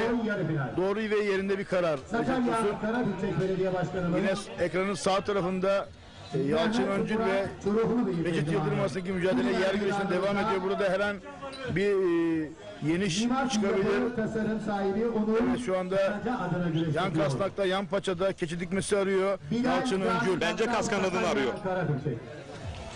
Bursa Büyükşehir Belediye Başkanımız Sayın Mustafa Bozbey Bey'in pehlivanı. Bugün Er Meydanımızda Harmancık güreşleri güreş ağamız Mustafa Evet, şimdi Cebeci keçi adına dikmesine güreş doğru yapıyor. paçaları arıyor. Diğer güreşi kaçırmayalım. Ekranın solundaki mücadeleyi Kocaeli kaçırmayalım Büyükşehir değerli Belediye öğretmenim. Başkanımız Doçent Doktor Tahir Büyükakın Bey'in pehlivanı. Yasin Sevim. Aynı mücadele değerli öğretmenim, aynı güreş. Sakarya Karabükçek Belediye Başkanımız Mehmet Murat Çoruhlu Bey'in pehlivanı. Hayır, bu güreş değil. Diğer meydanımızda Mücadele başladı. Onur Karaca. Bak, ekranın sağında arka kadrajda değerli öğretmenim. Abdurrahman Ekranın Soylu. sağındaki arka Sakarya kadrajda. Adapazarı. Desteğe büyük boy yarı final. Bursa Büyükşehir Belediye Başkanımız Sayın Mustafa Bozbey Bey'in pehlivanı. Biraz daha sağa doğru gelirsek bulacak. O güreş değil yani. Evet, tamam, bu güreş tamam. Şimdi tamam. Harmancık güreşleri güreş ağamız Teşekkür ediyorum Sayın değerli Mustafa öğretmenime. Cebeci Bey'in Bu şekilde pehlivanı. kalalım. Lütfen kameramanlarımız, pehlivanlarımızı kaçırmasın değerli öğretmenim. Samsun Lütfen. Alasan. Bu arada Yalçın Öncül ile Mecit Yıldırım arasında Kocaeli Büyükşehir müsabakada Belediye Başkanımız Doçent bir ters Doktor bir hareket Tahir geldi. Büyükakın Bey'in pehlivanı. Alnına geldi sanırım. Orada Muhammed bir Faruk Gökçe Kocaeli. sakatlanma söz konusu. Kocaeli Büyükşehir Belediye Başkanımız Doçent Doktor Tahir Büyükakın Bey'in pehlivanı. Berkay Ok, Kocaeli. Bursa Büyükşehir Belediye Başkanımız Sayın Mustafa Yusuf Can Zeybek'in baskısı devam ediyor. Birazdan sanırım Bursa Harmancık güreşleri güreş ağamız yaklaşık 5 dakika sonra bir puanlama anonsu gelebilir mi? Benim kronometreme göre biraz yaklaştı sanki. Evet. Puanlama söz konusu olabilir çünkü süre Allah Allah! bayağı bir ilerledi. İllallah! Her an anons gelebilir. Muhammedur Resulullah! Güreşin kalbi Ekin Türk TV ekranlarındasınız. Değerli güreş severler. Bakalım Mecit Yıldırım devam edebilecek mi? Davulcular, bir dakika, davulcular. Benim tanıdığım Mecit Yıldırım devam eder. Değerli güreş severler, saygıdeğer misafirlerimiz. Davulcular, 2025 yılı Kabul Baba Yağlı Pehlivan güreşlerinin ağır ihalesi başlamak üzeredir. Ağabey varsa tertip komite başkanımız Sayın Hüseyin Tokat Bey ve yönetim kuruluna isimleri yazdırmaları önemli rica olunur. Evet. Yusuf Can Zeybek'in baskısı devam ediyor. Ağabey varsa tekrar tertip komite başkanımız Sayın Hüseyin Tokat'a yazdırmaları önemli rica olunur. Evet, güreşlerimizin güreş ağası. Ekranın solunda Yalçın Öncül baskı uyguluyor Mecit Yıldırım'a. Kurulu Başkanı, iş adamı Sayın Niyazi Dağ alkışlarla ağır ihalesi için davetini arz ediyorum. Yine bu güreşlerin yapılmasında maddi manevi çok büyük emeği olan Hiçbir fedakarlık Bu arada yapılmayan Başaltı Pehlivanı Aykut Işık, muhterem hanımefendi, annesi ve babası Lütfü ve Necla Işık iyi yayınlar diliyorum. Evet, biz de Lütfü abimize kucak dolusu selamlar. Ailesine de Kurban Bayramı mübarek olsun diyoruz. Necla ablamız da sadece oğluna değil tüm pehlivan kardeşlerime, evlatlarıma başarı dileklerinde bulunuyorum demiş. Bursa Büyükşehir Belediyesi Teşekkür ediyoruz. Soğukluğu Mehmet Pehlivan, Yağlı Pehlivan güreşleri güreş ağası. Zema Metal Yönetim Kurulu Başkanı İş Adamı Osman bir dakika. Sayın Şükrü Acar'a davetini arz ederim. Başpehlivanlık ikinci tur müsabakalarında Evet. Yusufcan Zeybek ve Semih Turgut'a Turgut arasında geçen müsabakada kule hakemliğimiz Semih Turgut'a ikinci hisleri vermiştir. Ve yine ilk turu tarım ve hayvancılık adına Sayın Fırat Yıldız Bey davetini arz ediyorum.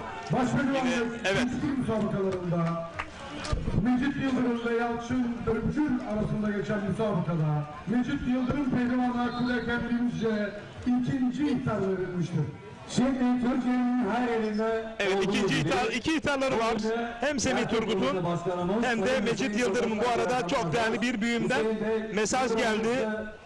Bizi bayramda yağlı güreşten mahrum bırakmayan Ekin Türk TV'ye çok teşekkür ediyoruz. Bu vesileyle ahilik geleneği destansı bir fedakarlık ile yaşatan sevdası büyük Kabul Baba halkının ve sizlerin mübarek Kurban Bayramı'nı tebrik ederler, saygılar sunarım demiş. Doçent Doktor Sayın Harun Şahin. Değerli hocama kucak dolusu sevgiler yolluyorum Ankara'ya. Çok özel bir mesajdı.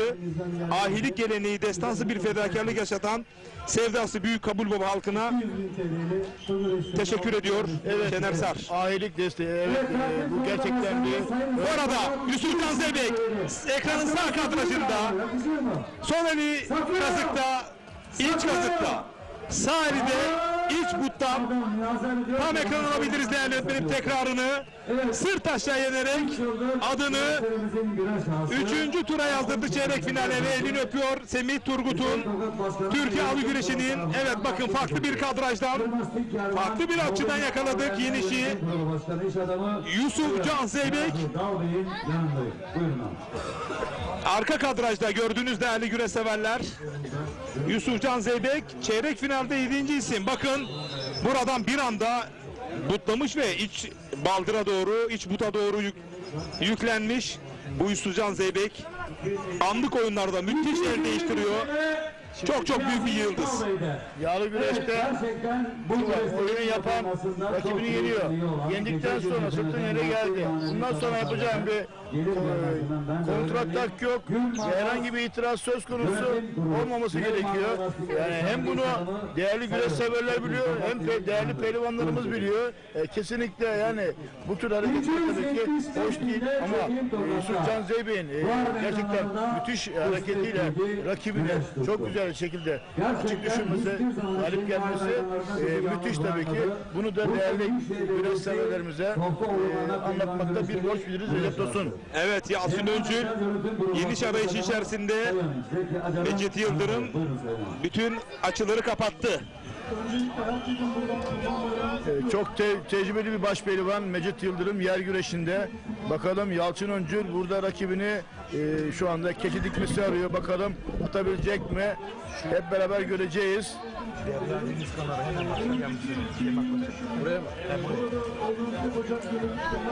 Her an burada bir yeniş söz konusu olabilir Recep Tosun. 25.000 TL bağış yaptı Zekabi'ye katkılarından dolayı teşekkür ediyoruz. Ve kurtardı tecrübeli Mecit Tarım ve Yıldırım. hayvancılık adına değerli bir kardeşimiz Sayın Fırat Elinden gelen Yıldız'ın tüm yanında. mücadeleyi sergiliyor. Kanının son damlasını bir kol sarması denemesi. Bir kol sarması denemesi ve kol sarmasıyla evet. Ve Yalçın Öncül kol sarmasıyla Mecit Yıldırım'ı yenerek adını çeyrek finale yazdırıyor Recep Tosun. Hemen çeyrek finalistleri anons ediyor Şener Sar. Evet, çeyrek finalistler Yalçın Öncül, Yusufcan Zeybek, Serdar Yıldırım, Mustafa Doğan Özkaya, Süleyman Başer, Hüseyin Gümüşalan, Feyzullah Aktürk, Osman Aynur. Teşekkür ediyorum değerli Şener Sar. Sayın Niyazi Dalday'ın yanındayım. Buyurun Niyazi abi. 350 bin Niyazi Dalda. Ve yine Güney Marmara lastiklerin sahibi, güreşlerimizin olmasında maddi manevi çok büyük emeği olan Sayın. Evet, baş pehlivanlar birazdan çeyrek final kurallarını çekecekler. 365.000 TL çekim Tokat'ta. Zeki Acar abimiz 25.000 TL özel tebarruda bulundu. Onu da teyit geçiyorum. Yine intro tarım ve hayvancılık adına Fırat Yıldız'ın yanındayız. Canlı yayın konuğumuz söz konusu. Siz tribünleri şu anda takip ederken Evet. canlı yayın kabinimize çok özel bir konuğumuz geldi. Başpehlivanların çeyrek final kuralları çekilmeden önce Bursa Mustafa Kemal Paşa Belediye Başkanımızın başkan vekilimiz Sayın Derya Deniz Kanar. Hoş geldiniz Sayın Başkanım. Hoş bulduk. Nasılsınız, iyi misiniz? Teşekkür ederiz. Şöyle mikrofonu da yanımıza biraz da yanaşabilir miyiz değerli başkan vekilim? Tekrar hoş geldiniz. Kabul Baba Er Meydanı'ndayız. Bir bayram tadında, bayram şöleninde kıran kırnanı güreşleri var. Öncelikle bayram özelinde ve güreş severler nezdinde neler söylemek istiyorsunuz? Güreş camiasının Kurban Bayramı'nı kutluyorum. Kestikleri kurbanlarının Allah kabul etsin. Amin. Amin başkanım. Biz de bugün kurbanımızı kestik. Alelacele koşa koşa geldik güreşlere. Ben eskiden kısa bir süre güreş de yapmıştım. Eski bir pehlivan başkan vekilimiz. Evet. Çok az bir süre. Bizim o zaman şey vardı. Ömer Sakızcı vardı babamın arkadaşı. O bize biraz güreşi sevdirmişti. Reşit abi vardı. Reşit Karabacak. O da bizim Allah rahmet eylesin. Mekanı cennet olsun. Mekanı cennet olsun. Nur içinde yatsın kendisi. O da bizi çocukken böyle omzumuzu sıkardı, ense çekerdi falan. Güreş aşkı oradan gelmekte. Oradan bir güreş aşkımız var. Bugün de geldim. Çok güzel bir organizasyon. Vallahi çok mutlu oldum. Yani karınca kararınca 3-5 gönüllü kahramanın bu muazzam atmosfere pay sahibi olması özelinde neler söylersiniz? Tebrik ediyorum. Organizasyonu yapan muhtarım, dernek başkanları, Erhan kardeşim var. Gecesini gündüzüne kattı bu organizasyonlar için. Biz de belediye olarak elimizden geldiğince karınca kararınca. Gerek lojistik destek olsun, gerek yakınlığınız hep sizle beraberler zaten. Hep beraberiz. Beraber hareket ediyoruz. Sağ olsunlar geldiler. Gönül vermişler bu işe. Onlar gönül verince biz de bu isteği, arzuyu görünce biz de elimizden geldiğince yardımcı olmak biz de mutlu ediyoruz. İmkanlarımız çerçevesinde daha da iyi, daha da fazla yardımcı olmaya çalışacağız. Kabul Baba'yı seviyoruz, güreşleri seviyoruz. Herkese hayırlı uğurlu olsun diyelim güreş. Evet, ağırlık da şu anda bitti. Kaça gitti ben yapamadım. Çok da aslında fiyat önemli değil biliyor musunuz? Evet. Burada bu gönüllü ortaya koymak. Kırmasti AVM Yönetim Kurulu Başkanı Sayın Niyazi Dal tekrardan ağamız. Evet. Hayırlısı olsun. Güreş aşkı bunu tanımlamak, maddi ölçülerde sınırlamak bu er meydanlarında olmuyor. Burada tamamen gönüllü esas dayalı. Kırkpınar'ın sayesinde Selim Kırkpınar'da 15 yıldır damgasını vurdu. Evet. Ekranlara gelebilir değerli yönetmenim. Şimdi Sayın Bursa Mustafa Kemal Paşa Belediye Başkanı Şükrü Erdem eski bir spor bakanımız. Bunun avantajlarını Kemal Paşa Bey bu bölgeye hissedecek efendim. Şimdi kendisi de bu sporu zaten kendisi de çok seviyor. Spor Bakanlığı'nda da destekleri oldu Kabul Baba'ya. Spor zaten Türkiye biliyor bakanımız. Evet. Kemal Paşa'ya yaptığı hizmeti.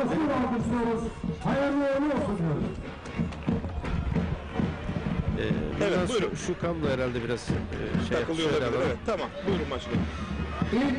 Yani elimizden geldiğince bakanım da zaten Kabul Baba'nın güreşlerinde özellikle özel ilgi göstermemiz ve ilgilenmemizin emrini verdi. Dedi ki Kabul Baba güreşlerine, spora elimizden gelince destek olacağız. Beni o konuda görevlendirdi kendisi.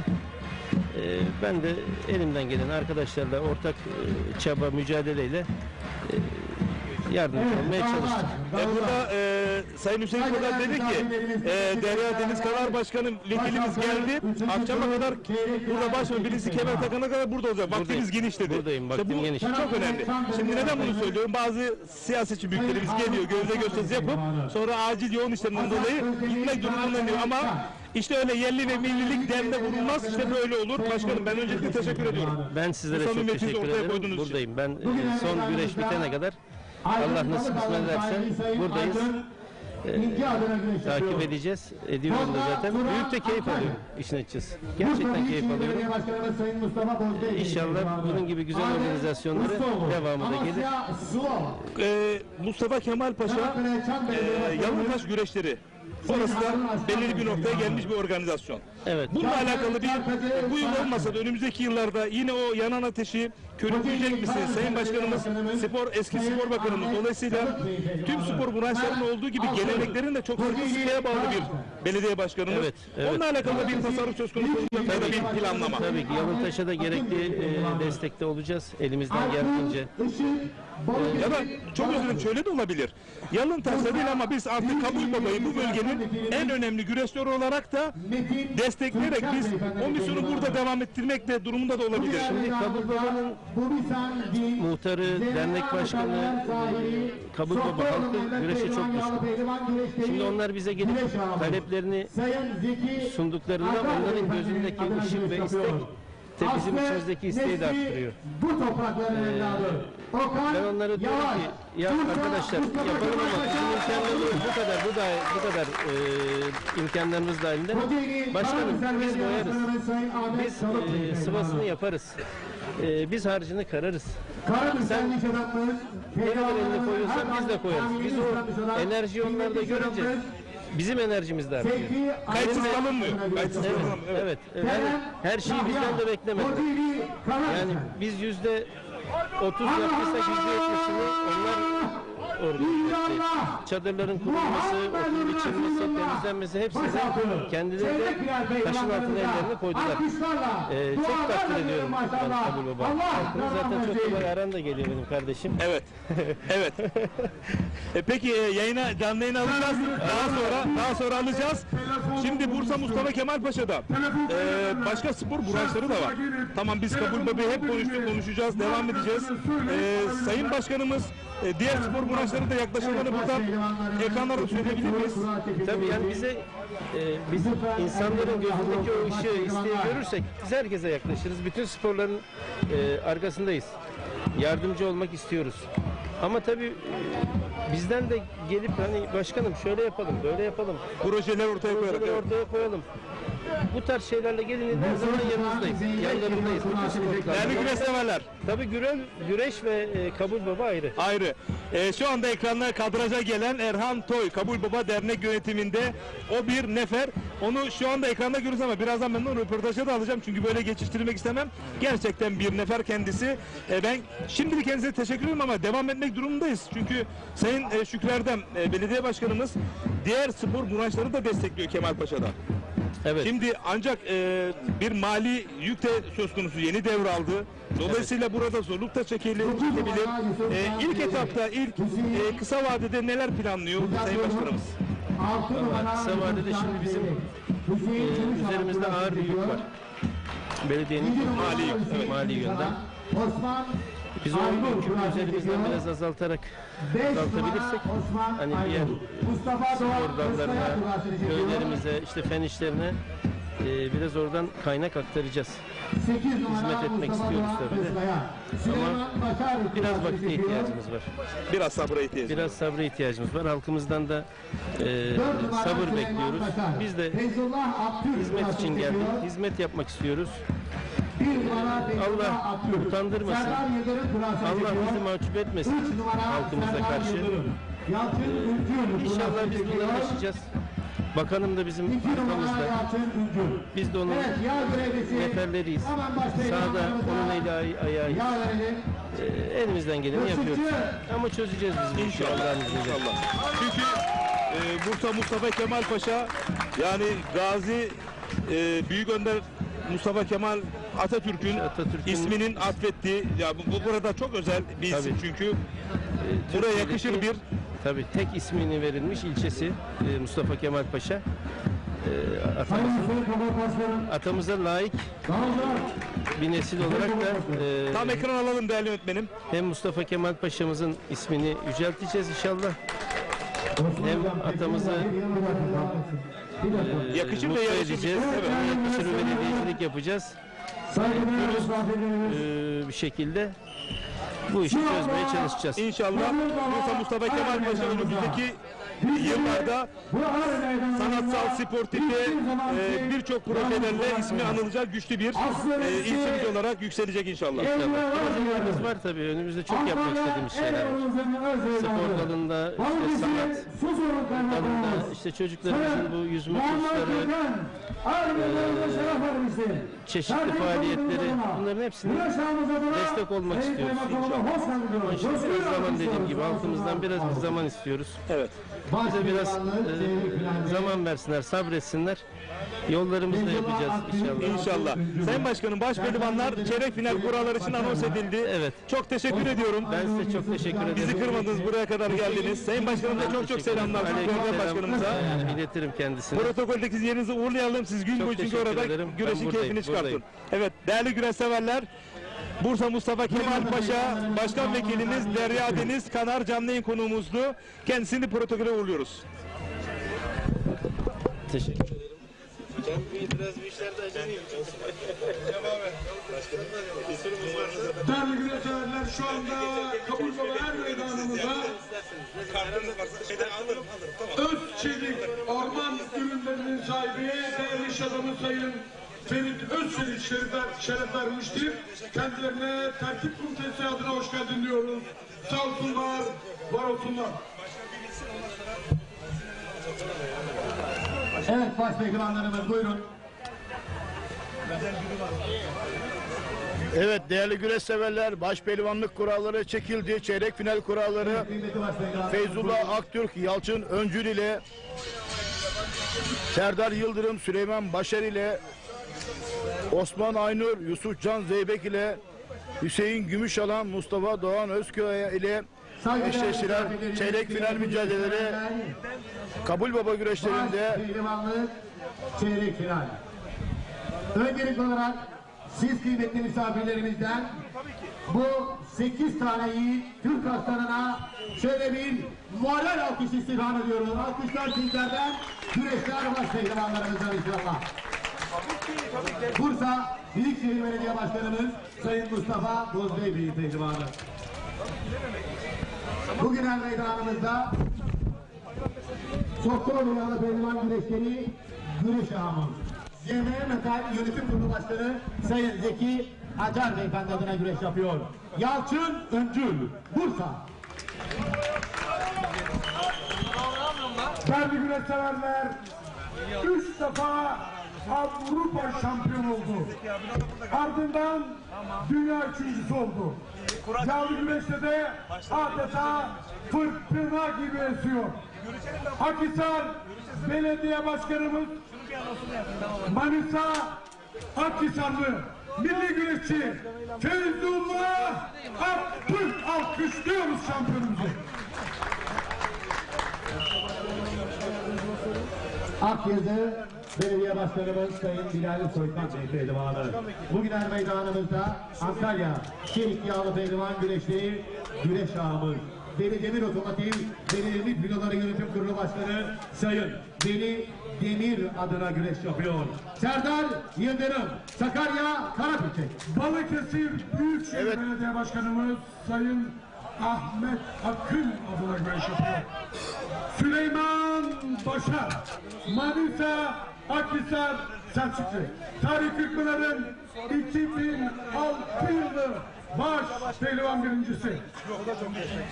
Antalya Büyükşehir Belediye Başkanımız Sayın Muhittin Böcek Başkanımızın pehlivanı. Ford dizi tasarımlarının sahibi iş adamı Sayın Süleyman Alkan adına güreş yapıyor. Osman Aynur Çelik Antalya. Tarihi Kırkpınar 2023 yılı Cumhuriyetimizin 100. yılı baş pehlivanı. Antalya Silik Yağlı Pehlivan Güreşleri güreş ağamız. Veli Demir Otomotiv, Veli Demir Filoları Yönetim Kurulu Başkanı Sayın Veli Demir adına güreş yapıyor.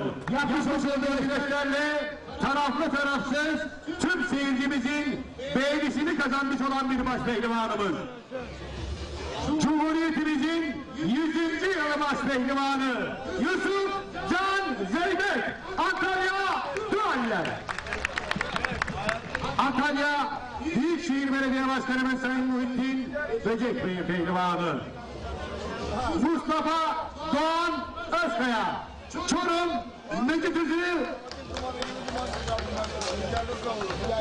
Değerli güreşseverler, Kocaeli Büyükşehir Belediye Başkanımız Sayın Doçent Doktor Tahir Büyük Akın adına güreş yapıyor. Allah nasip ederse tüm güreşseverleri Sivri Enerji Yağlı Güreş'teki 3. etabı Seka Park Er Meydanı'na tüm güreşseverleri davet ediyorum diyor. Abdülkemalli Baş Pehlivanlar Diyarı Karamürselli Hüseyin Gümüşalan Karamürsel. Pehlivan, Türk'ün kuvvetini, Türk'ün gücünü onurla, gururla taşıyan şandır pehlivan. Belinde altın kemerini, başında tacını dünyaya, cihana tanıtan candır pehlivan. Pirimiz Hazreti Hamza'nın aşkını hak için yapar meydanda güreşini. Kolunda kuvveti, imanından kurar köşkünü. Yaralara doğru, hakka doğru yandır pehlivan. Allah Allah, illallah, Muhammedur Resulullah.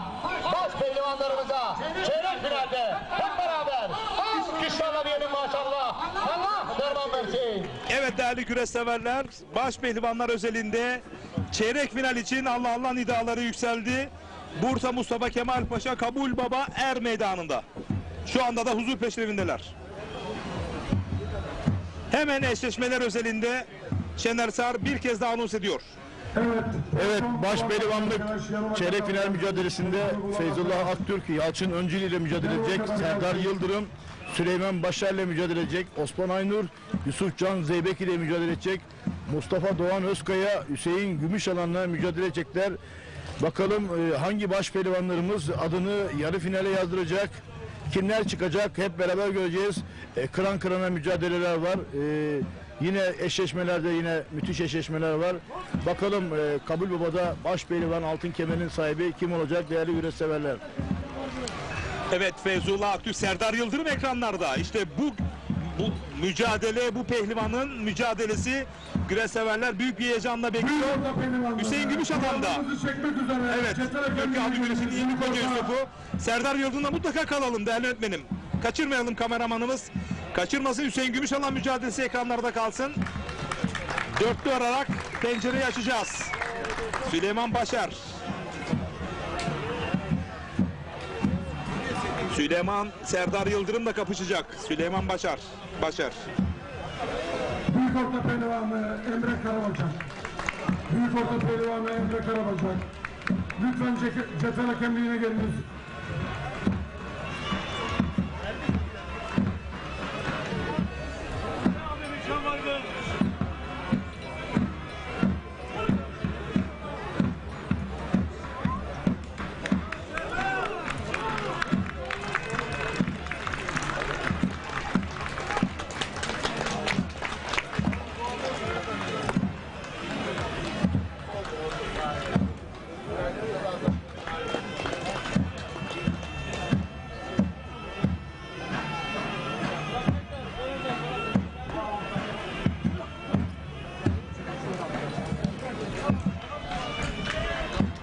Görüntüde Serdar Yıldırım ve arka kadrosunda Yusuf Can Zeybek ve Mustafa Doğan Özkaya ekranlarınızda.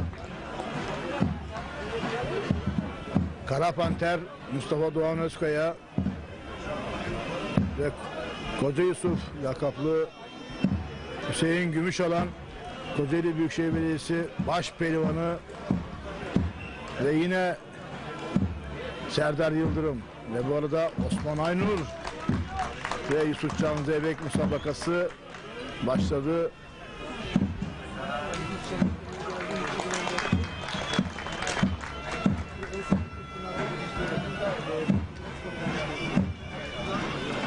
Evet, ilk başlayan mücadele Hüseyin Gümüşalan mücadelesi de başladı.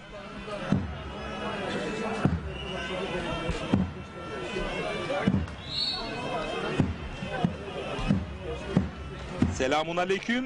Kurban Bayramımız mübarek olsun. Minikten baş pehlivanlara başarılar. Yağlı Güreş Camiası'nın Kurban Bayramı mübarek olsun demiş. Kim? Ramazan Seren Balıkesir'den. Kucak dolusu sevgiler. Evet, Bazılar, selamlarımızı iletiyoruz Ramazan evet Seren'e. değerli güreş severler, saygıdeğer misafirlerimiz. Kabul Baba Ara Meydanı'na misafirlerimiz gelmeye devam ediyor. Şu anda Kabul Baba Er Meydanımızda. Özçelik Orman Ürünleri Yönetim Kurulu Başkanı İş Adamı Sayın Ferit Özçelik Er Meydanımıza şeref vermiştir. sol üst kadrajda Osman Aynur. Tertip komutanımız adına kendilerine hoş Mücadelesi geldiniz. sağ kadrajda Hüseyin Gümüşalan. Küçük Üst orta, kadrajda küçük Süleyman boy, küçük orta büyük boylar. Başar, sol alt Yarı kadrajda değerli Feyzullah müsabakalarımızda Akgül. pehlivanlar, lütfen er meydanına giriniz. Zafer Girgin iyi yayınlar diliyor. Tüm pehlivanlarımıza başarılar demiş. Kurban Bayramı'nda kutluyorum demiş. Teşekkür ediyoruz ama sana kırgınım. Çünkü Türkiye'de gezmedik yer bırakmadın ama Küçük orta, küçük şu boy, kardeşine küçük orta, uğramadık büyük Kocaeli'ye. boylar. Canın sağ olsun. Yarı final müsabakalarında Kırgın olduğumu yapacak belirtmek istedim. pehlivanlar, lütfen er meydanına giriniz.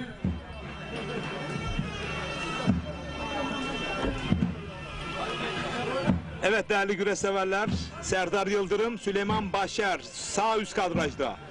Osman Aynur, Yusuf Can Zeybek sol üst kadrajda. Yalçın Öncü, Feyzullah Akgül sol alt kadrajda.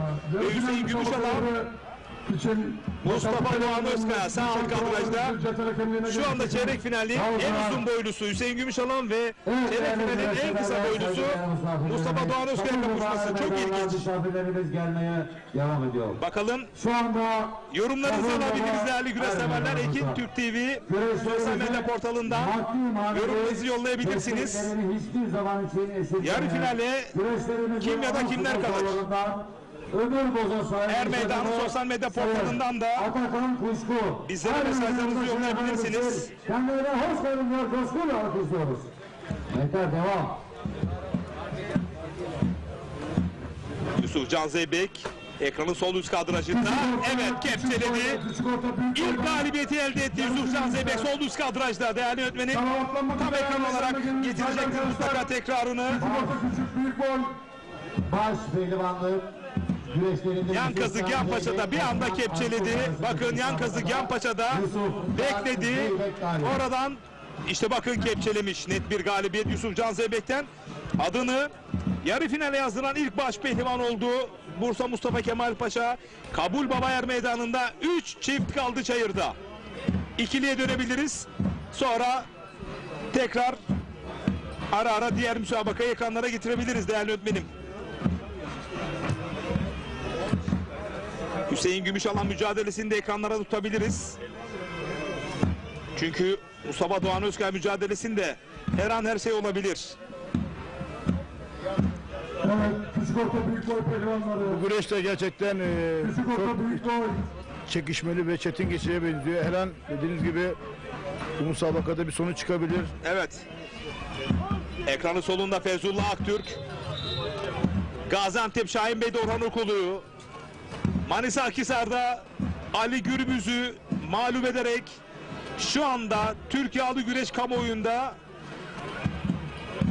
inanılmaz derecede kendisi takdir görmekte ve Kırkpınar'ın belki de altın kemere bile favori olarak gösterebilecek bir performans ortaya koyduğunu dile getiriyorlar. Kimler? Güreş otoriteleri.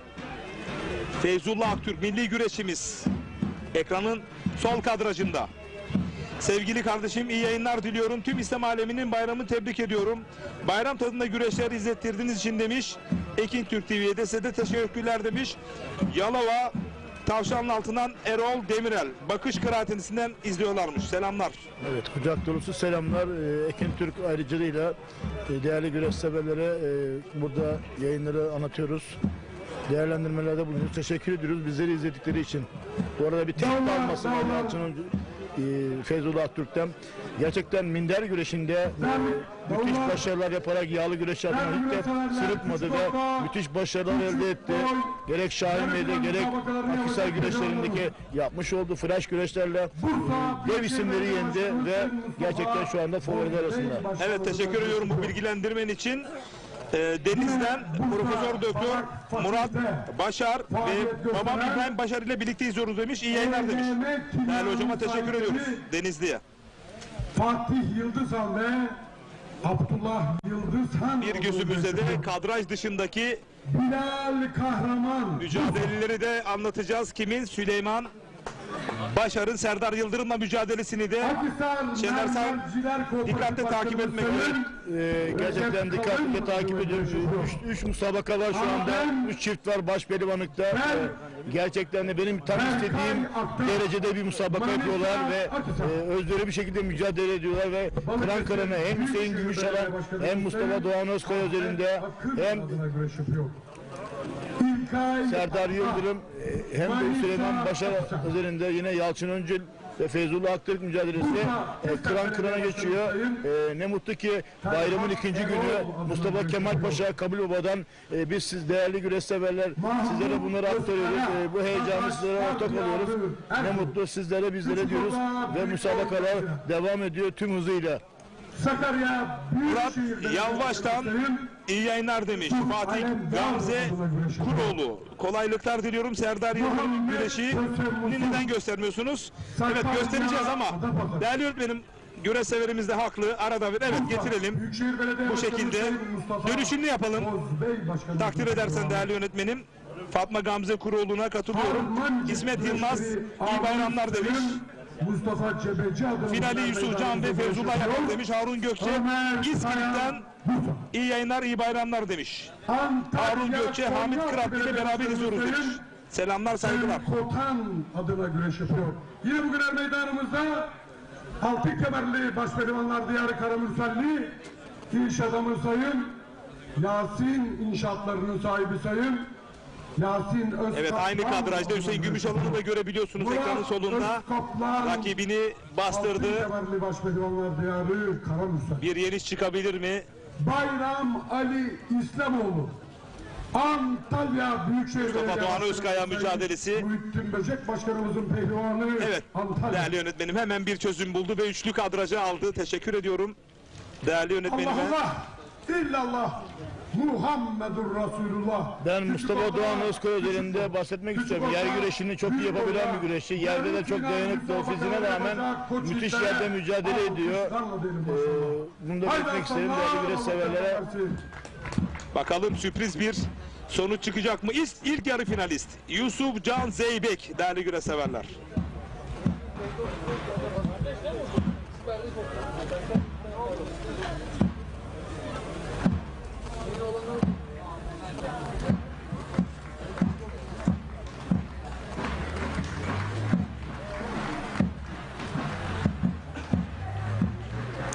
Yorumlarınızı ve mesajlarınızı Ekin Türk TV Facebook adresine yollayabilirsiniz. Oradan yer vermeye gayret edeceğiz. Ekranın sağında, hayır, ekranın sağındaki kameramız, evet, güreşi kaçırmasın. Evet.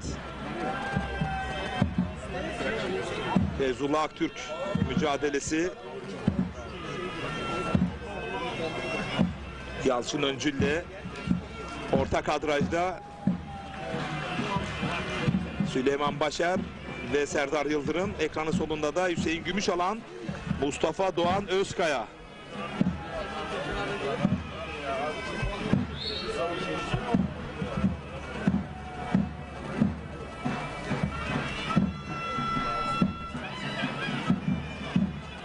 Antalya Finike'den Meydan Hakim Arif Cabbar'ın sana selamı var. Evet, biz de Arif Cabbar'a selamlarımızı iletiyoruz. Finike'ye kucak dolusu selamlar. Hüseyin Gümüşalan Soldan dış kazık yan paçadan yaydırdı Mustafa Doğan Özkaya'yı. Oradan toparlanmak istiyor Mustafa Doğan Özkaya. Bu turun en sert kapışmalarından birine sahne alıyor. Yer güreşini benimsedi Mustafa Doğan Özkaya ekranın en solunda. Ekranın en sağında da üçlüde kalalım değerli yönetmenim. Evet, üçlüde kalalım. Evet, bir anda Mustafa Doğan Özkaya kılçık oyununa tam ekran yapalım değerli güreş severler. Bugünün sürprizine imza attı Hüseyin Gümüşalan'ı, Çayır'ın en uzun boylu baş pehlivanını, Çayır'ın en kısa boylu baş pehlivanı Mustafa Doğan Özkaya açık düşürerek adını yarı finale yazdırdı değerli güreş severler. Kabul Baba Ermeydan. Bir kez daha tekrarını izleyeceksiniz. Misafirlerimiz gelmeye devam ediyor. Değerli güreş severler. Kabul Baba Ermeydan'da. İkili ekranda kalabiliriz artık. Mustafa Kemal Paşa Belediye'siz Başkan. İkili ekranda kalalım değerli yönetmenim. Sayın Nail Kalkandere. Beklenmedik bir anda Mustafa Doğan Özkaya hücum yapan dış kazık yan paçadan sonuca gitmek isteyen Hüseyin Gümüşalan'ı adeta avladı.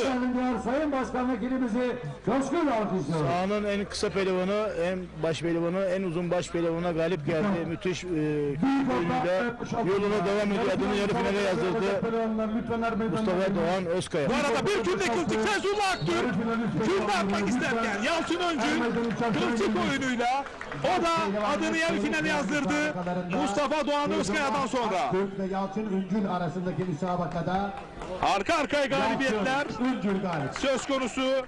Bursa Mustafa Kemal Paşa Kabul Baba Er Meydanı'nda Çayır'da tek bir mücadele kaldı. Serdar Yıldırım mı yoksa Süleyman Başer mi? Tekrarlarını değerli yönetmenim ekranlara getirecek son anlarını. İşte bakın biraz daha geriden alabilir miyiz değerli yönetmenim? Tam oyuna giriş yaptığında oradan tekrarını alabilecek miyiz? Mustafa Doğan Özkaya, işte Feyzullah Aktürk bir anda kündeye yöneldi. Kılçığı sol kazığında, bakın çok net bir kılçık oyunu. Yalçın Öncül'den affetmedi. Çayır'da tek bir mücadele kaldı. Sen buradasın.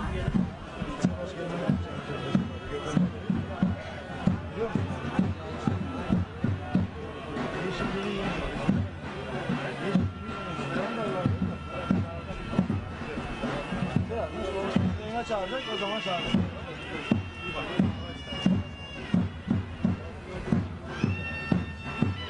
Bakın Hüseyin Gümüşalan dış kazıktan yaydırmak istedi. Sol eli kasnakta bakın Mustafa Doğan Özkaya boşluğunu aradı işte bakın. İnanılmaz bir denge merkezini dağıtmış. Hiç beklenmedik yerden hamlesini yapmış ve Hüseyin Gümüşalan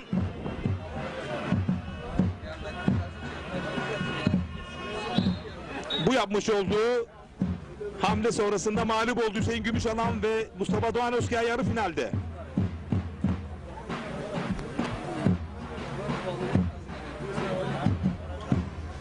Evet, isimler Serdar Yıldırım, Süleyman Başer. Baş pehlivanlıkta son çeyrek final güreşçileri Yusufcan Zeybek, Mustafa Doğan Özkaya ve Yalçın Öncül'den sonra bakalım son yarı finalist podyuma kim bir ayağını atacak.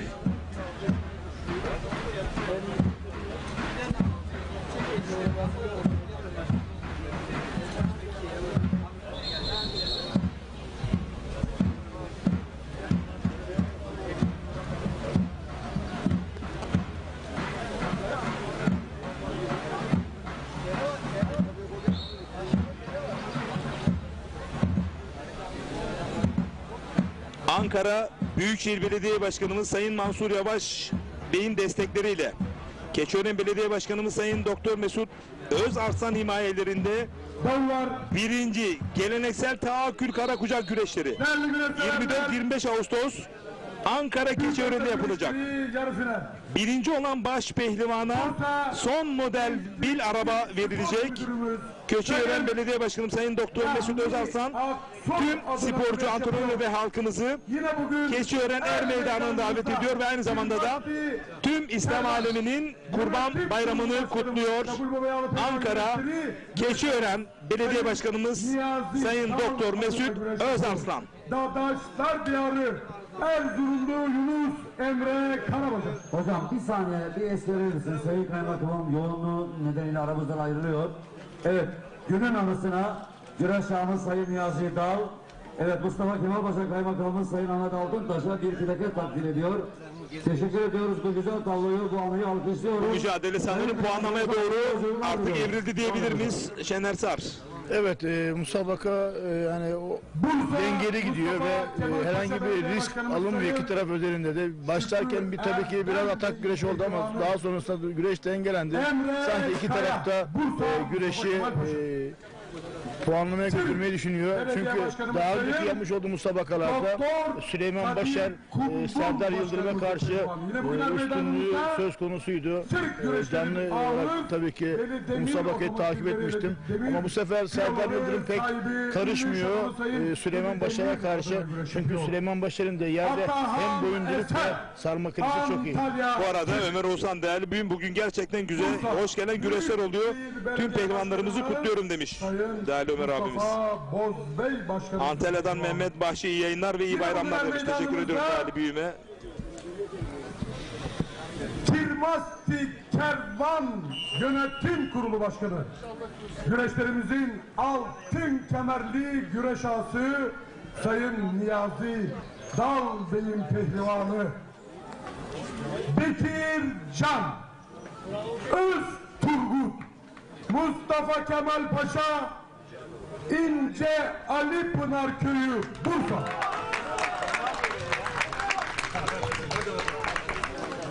Allah Allah, illallah, Muhammedur Resulullah. Yiğit aslanlara dualarla diyelim maşallah. Haydi aslanlar, Allah derman. Evet değerli güreş severler, saygıdeğer misafirlerimiz. Kabul Baba Er Meydanımıza misafirlerimiz gelmeye devam ediyor. Şu anda Kabul Baba Er Meydanımızda Bursa Mustafa Kemal Paşa Belediyesi Meclis Üyemiz Sayın Murat Dönmez Er Meydanımıza şeref vermiştir. Tertip Komite Başkanımız Sayın Hüseyin Dokaz ve Güreş Ağabey Sayın Niyazi Dal adına hoş geldin diyoruz. Evet, Süleyman Başar ve Serdar Yıldırım mücadelesi. Evet, muhtarımız Sayın Sarsar Bey davetini arz ediyorum. Sayın Muhtarım buradayız. Günün anısına güreş ağamız Sayın Niyazi Dal, Sayın Muhtarımıza plaket takdim ediyor.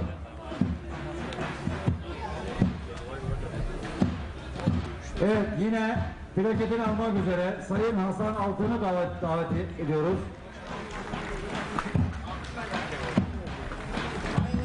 Hocam hemen salı var, ben seni bekliyorum. Hiçbir zahmet. Değerli güreş severler, baş altı boyu yarı final müsabakalarını yapacak pehlivanlarımız. Bursa Büyükşehir Belediye Başkanımız Sayın... Değerli öğretmenim, eğer ekranı ikiye bölersek başaltı boyunun da yarı finali salamatlanıyor. Adem Ustoğlu, Amasya... Onları da ekranlara getirebilirsek. Davet ediyoruz. Serdar Yıldırım, Süleyman Başar. Büyükşehir Belediye Çeyrek final kapışması. Sayın Böcek Başkanımızın pehlivanı.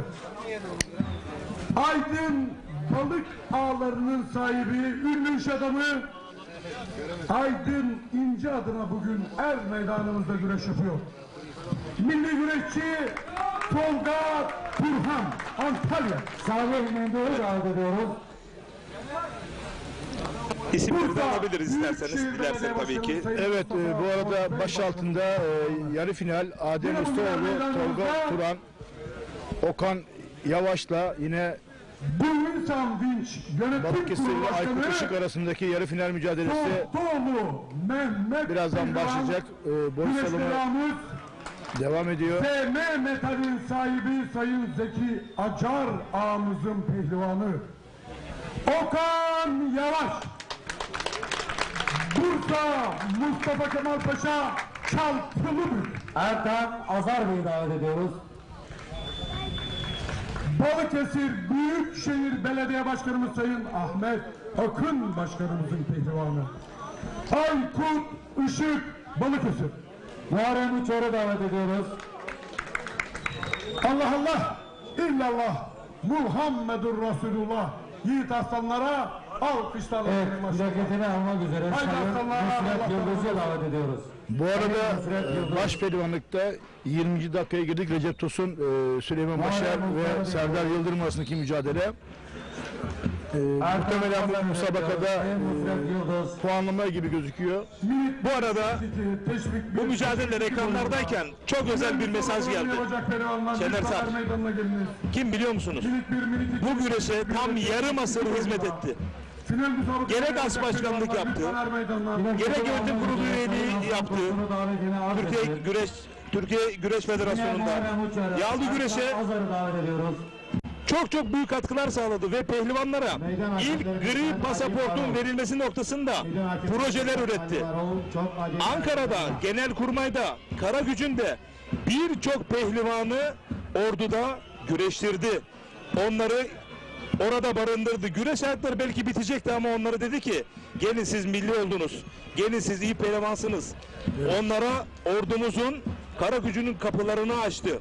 Mehmet Ayhan hocam, sana çok selam var ve Türkiye'deki ve tüm dünyadaki Müslümanların Kurban Bayramı'nı kutluyor değerli üstad. Bu güreşlerin Bunlar da Büyük Orta'nın iddialı isimleri. et ihalesi yapılacaktır biraz sonra. Kırkpınar'da da iddialı isimler. Yemekhanenin önünde et Hem Bekircan Öztürk hem Atahan Eser'de önemli arz olur. Büyük Ortada iddialı isimler. CV Enerji Güreş Ligi'nde olsun, Kırkpınar'da olsun. Bakalım arz olur. Buyur hocam. ne olacak onları da göreceğiz. Ekranlarımızdaki güreş Büyük Orta mücadelesi, yarı final mücadelesi. Final müsabakası yapacak pehlivanlarımız. Minik bir boyu final müsabakası. Evet, şu anda son hazırlıklar yapılıyor. Değerli yönetmenim, baş puanlama güreşi Serdar Yıldırım ve Süleyman Başar arasındaki mücadeleye ekranımızı verirsek, kameramızı yönlendirirsek daha iyi olur. Bugün her meydanımızda Serdar Yıldırım ve Süleyman Başar kulenin tam önünde. Mustafa Şu anda puanlamayı bekliyorlar değerli yönetmenim. Kulenin tam önünde, pilot kameramızın hemen önündeki güreş. Buyur anne, oldu mu? Bursa Büyükşehir Belediye Başkanımız Şu anda soluklanıyorlar. Puanlama mücadelesi başlayacak. Bursa Harmancık Güreşleri ağamız Sayın. Evet, şu anda Süleyman Başar ekranlara geldi, ekranın solunda. Birazdan evet, teşekkür ediyorum değerli yönetmenime. Bakalım kazanan kim olacak? Son yarı finalist Süleyman Başar mı yoksa Serdar Yıldırım mı? Başkanımız Sayın Mustafa Bozbey adına güreş yapıyor. Ayrıca bugün her meydanımızda Bursa Çalı Güreşleri'nin altın kemerlası Sönmez Makinenin sahibi Sayın Hakan Sönmez ağamız adına güreş yapıyor. Tabii Şahin Bey güreşlerinde Serdar Yıldırım'ın bir sakatlığı söz konusuydu. Recep Tosun biliyorsun tam olarak atlatamadığını söyledi hocası, ustası Mustafa Çelik. Bakalım göreceğiz. Bir tek kaldı. Süleyman Başar tek kaldı. Uzak kaldı Serdar Yıldırım. Yine tek kaldı, paçaya uzandı. Dış kasnakta Serdar Yıldırım. Bugünün çeyrek finaldeki en zorlu kapışması değerli güreşseverler. Efe Şafak. Bursa Büyükşehir Belediye Başkanı Sayın Mustafa Bozbey Başkanımızın pehlivanı. Yine bugün her meydanımızda Bursa Harmancık. Bu arada değerli Mehmet Ayhan hocama bir kez daha selamlar yolluyoruz. Mustafa Cebeci. Allah nasip ederse 27 Temmuz Cumartesi günü Çankırı Yapraklı Er Meydanı'nda olacağız. Allah nasip ederse. Bursa Çalı Güreşleri Mehmet Ayhan hocam, Çankırı Yapraklılı öz evladı. Hakan Sönmez ağamızın pehlivanı. Evet. Herhangi bir itham söz konusu değil. Yok, kesinlikle. Herhangi bir sarı kart yok. Süleyman Başar mı yoksa Serdar Yıldırım mı? Yarı finale dördüncü isim bakalım kim olacak? Yalçın Öncül, Yusuf Can Zeybek ve Mustafa Doğan Özkaya'dan sonra. Büyükşehir Belediye Başkanı Sayın Mustafa Bozbey Başkan'ın pehlivanı. Yine Kasnağı hamlesi söz konusu Serdar Yıldırım'ın. Bursa Harmancık Güreşler ağası Sayın Mustafa Cebeci adına güreş yapıyor Bursa. Elenselerle dağıtmak istiyor Süleyman Başar. Bursa Serdar Yıldırım'ı. Bakalım bir koltuk altı arayışı yapacak mı Serdar Yıldırım? Süleyman Başar sert boyunduruk oyunlarıyla ünlü baş pehlivanımız hemen hemen uyutmadığı bir rakibi yok boyundurukta. Sayın Hakan Sönmez adına güreş yapıyor Bursa.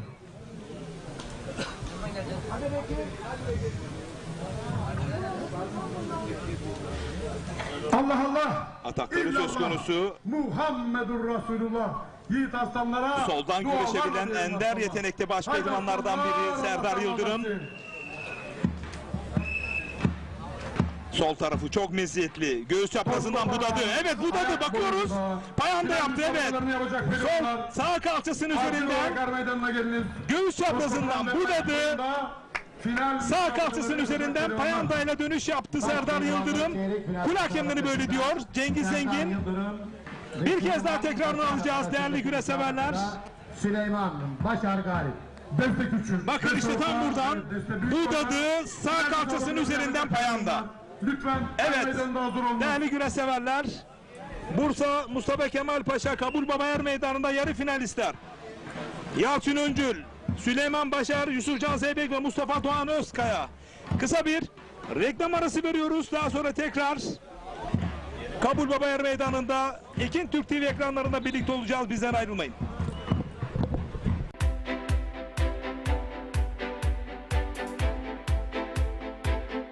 Efendim herkese merhabalar. Yine ben Emrah Binici, Ekin Grup Genel Müdürü. Şimdi bizler Gelibolu Ocaklı Köyü'ndeyiz. Şu anda burası bizim 4. projemiz. Daha yüksek ölçekte parseliniz var mı diyenler için işte sizlere müthiş bir fırsat. Ocaklı Köyü'nde Saros Körfezi'ne sadece 1,5 kilometre mesafede, kadastro yolunun hemen dibinde ve yine ana yola yakın mesafede muhteşem konumda parseller.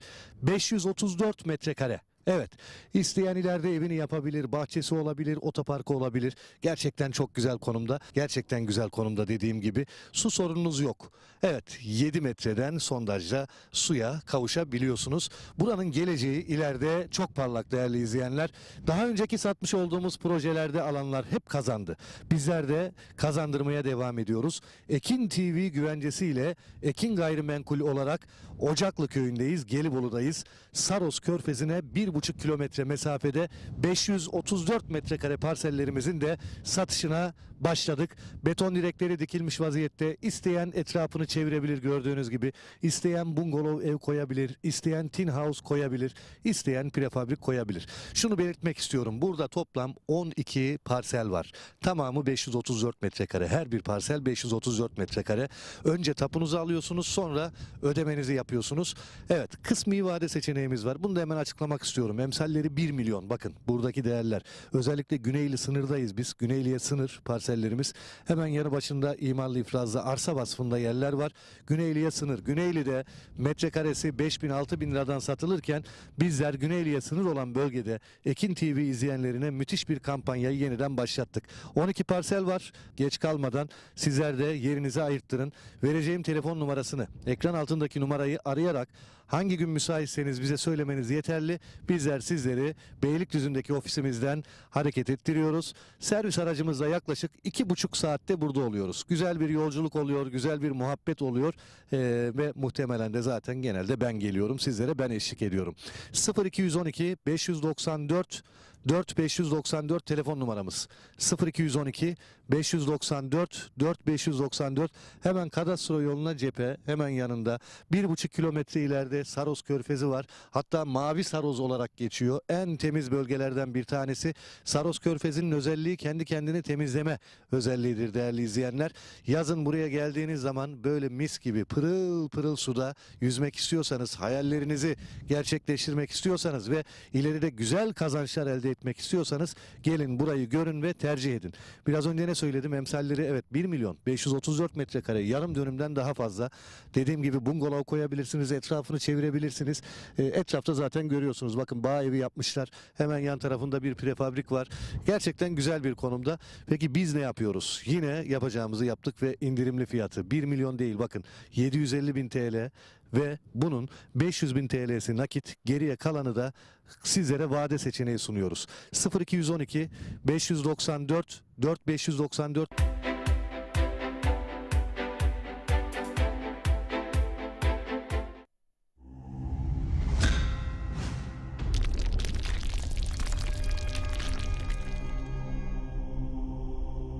Bizi izlemeye devam edin.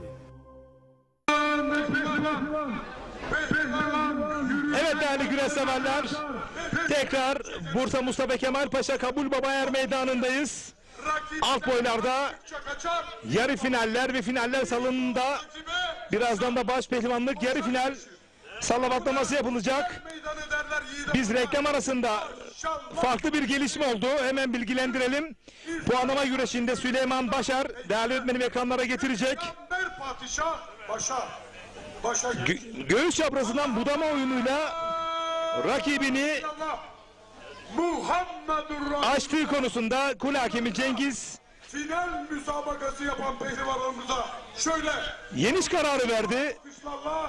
Değerli dostum eski baş pehlivan Cengiz Zengin. Ancak VAR'a gitti biz reklam arasındayken, çünkü kul hakemlerin vermiş olduğu karar bu yöndeydi ama VAR'a gitti güreş ve VAR'dan da Sabri Geçer izledi. Bugün gözlemciydi kendisi. Evet, Mikail Bilen ve Onur Keskin. VAR'da bakıldığında güreşin devam etmesi noktasında bir tasarruf ortaya kondu. Buna da kızan Süleyman Başar çayırdan çekildi ve yarı finale Serdar Yıldırım kaldı değerli güreş severler. Böyle bir durum söz konusu oldu. Bilginize aktaralım. Boylarında ilk 3 dereceyi alan pehlivanlarımız güreş kıyafetiyle, yani pırpıt veya kısmetle kürsüye çıkmak zorundadırlar. Hiçbir mazereti bulunmaksızın kürsüye çıkmayan pehlivan... Bir röportajım olacak değerli yönetmenim. Bu güreşler böyle kalsın, biz tekrar ediyorum. ekranlarda da bu güreşleri tutalım. Canlı yayın konuğum var. Ödül ve madalya seremonisi. Evet, Bursa Mustafa Kemal Paşa İlk 3 dereceyi alan... Cumhuriyet Halk Partisi İlçe Başkanı Gökhan Demir, hoş geldiniz efendim. Üst boylar ise sağ olun. Muazzam bir atmosfer söz konusu. çıkmak zorundadırlar. Madalya törenine herhangi bir mazereti bulunmaksızın çıkmayan pehlivanlarımız... Muazzam bir atmosfer söz konusu. Duyguları alabilir miyiz?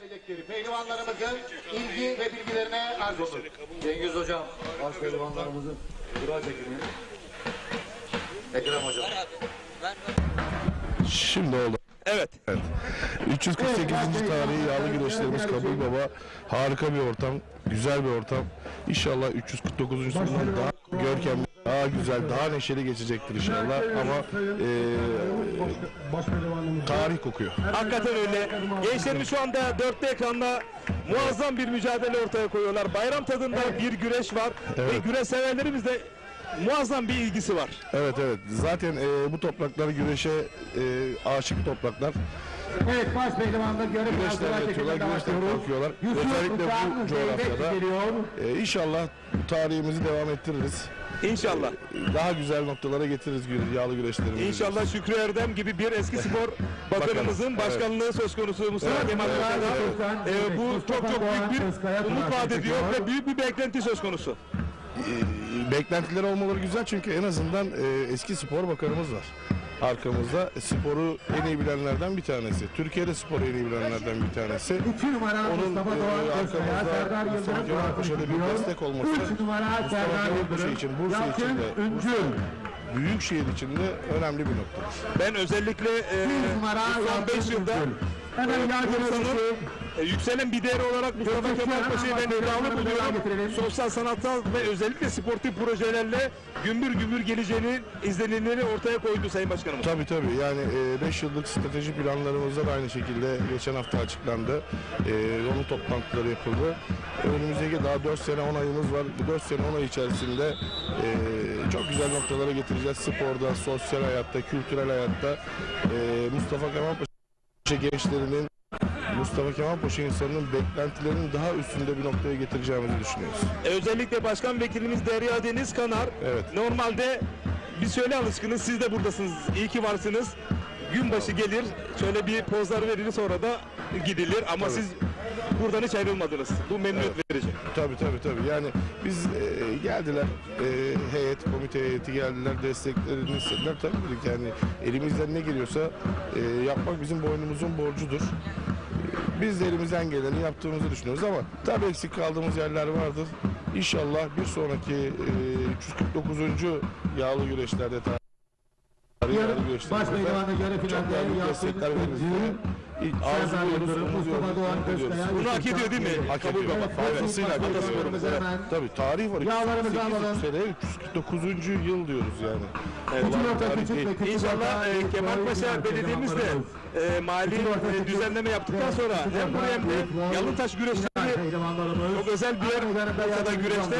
İnşallah Sayın Başkanımız da oradan ivmeyle devam edecek inşallah. Tabii. O da belediye başkanımız da şehir dışındaki kendi başka bir program vardı. O yüzden katılıyor. Yoksa burada Şükrü'nde Tabii Şükrü'den burada olmadan olur mu? Ama işte daha önceden programlanmış bir durum söz konusuydu. O yüzden Pekala sizler varsınız. evet bizler buradayız. Ayağınıza sağlık. İyi ki geldiniz. Hoş geldiniz. Sağ olun. Siz Evet de değerli hoş güreş geldiniz. severler, Mustafa Kemal Paşa Cumhuriyet Halk Partisi ilçe başkanımız Sayın Gökhan Demir canlı yayın konumuzdu. Kendisini protokolde yeni uğurluyoruz. Evet, baş pehlivanların eşleşmeleri Şener Sar hocam anons edecek. Birazdan yarı final kuralları çekildi. Değerli güreş severler. Evet, küçük orta büyük boy, koç yiğitler. Büyük orta pehlivanlarımızın puanlama saati gelmiştir. Evet, küçük orta büyük boy. Pehlivan kardeşlerim.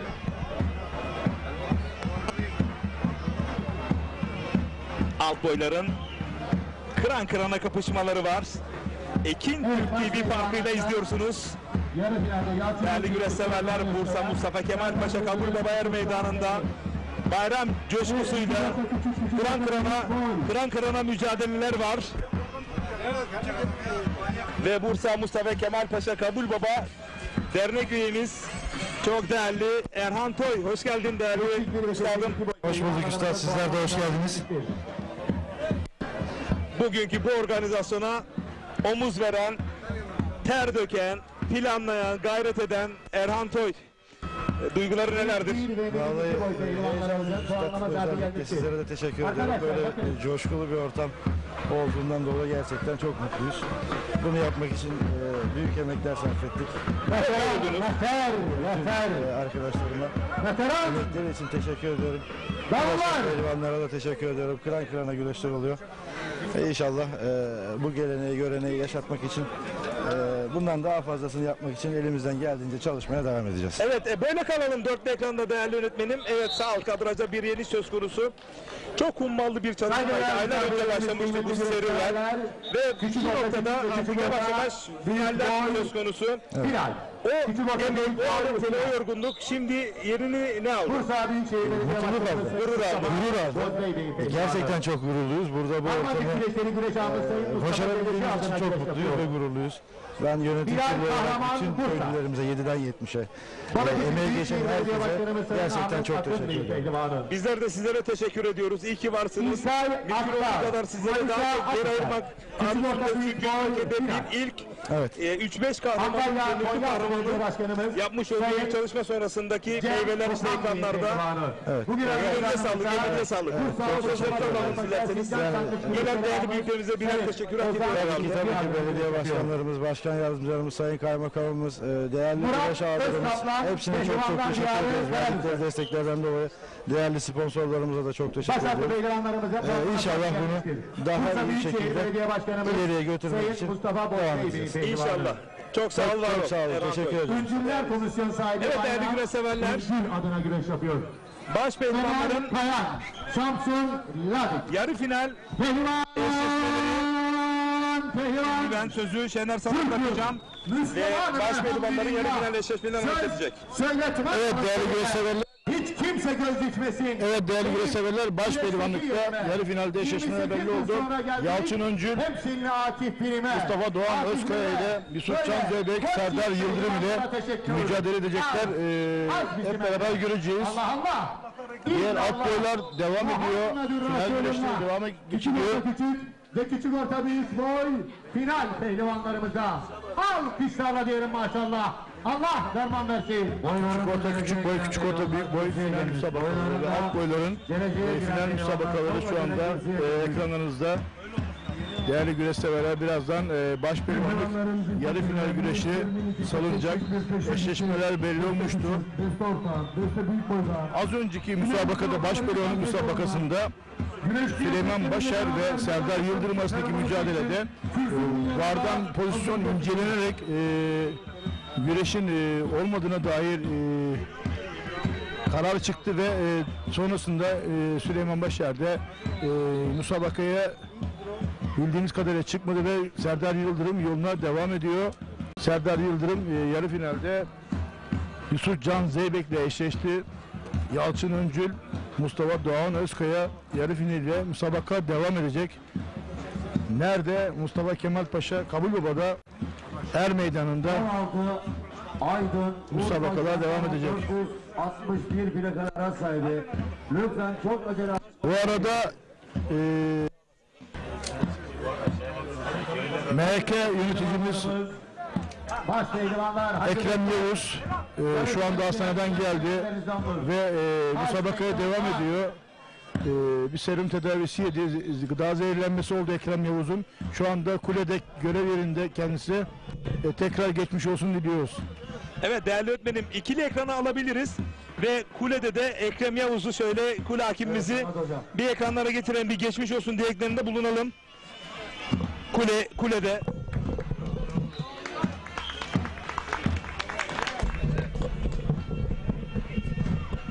Merkez Hakem Komitesi üyemiz.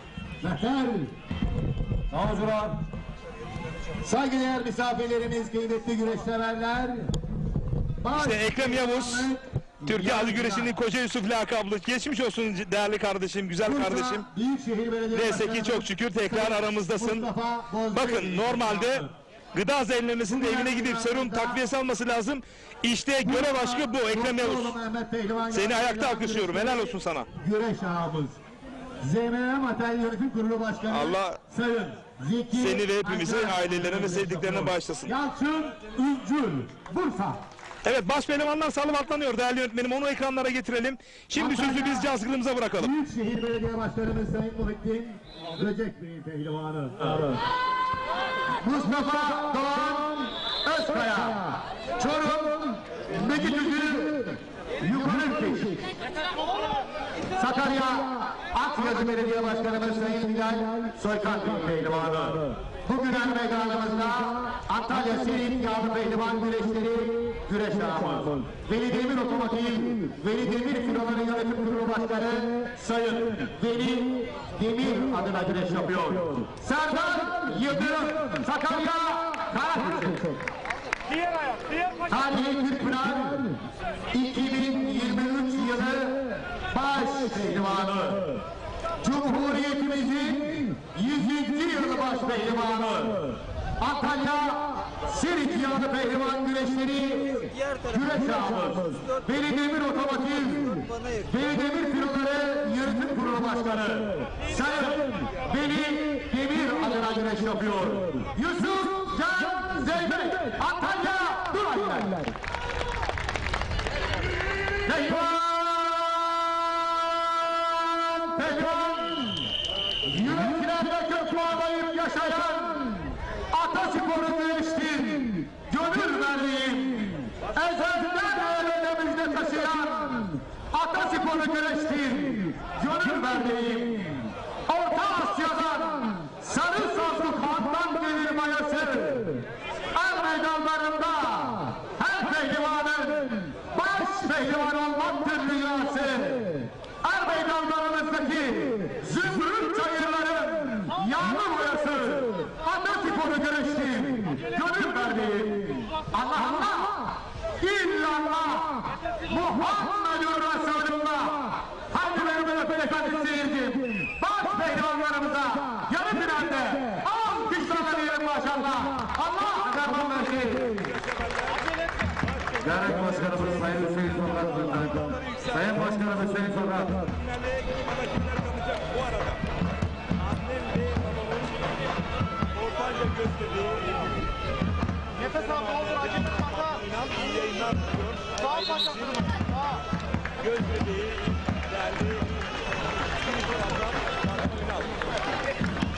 Top koparan ve ayak boyu pehlivanlarımızın puanlama saati gelmiştir.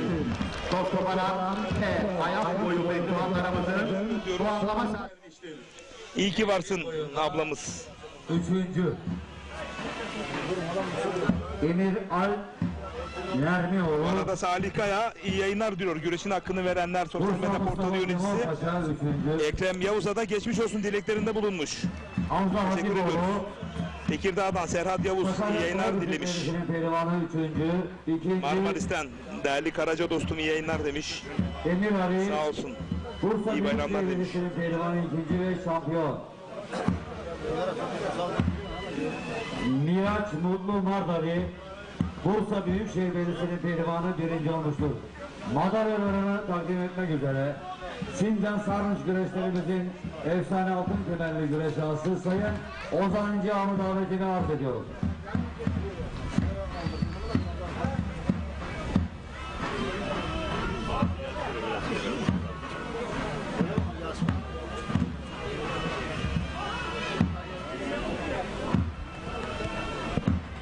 Evet, Şener Sar.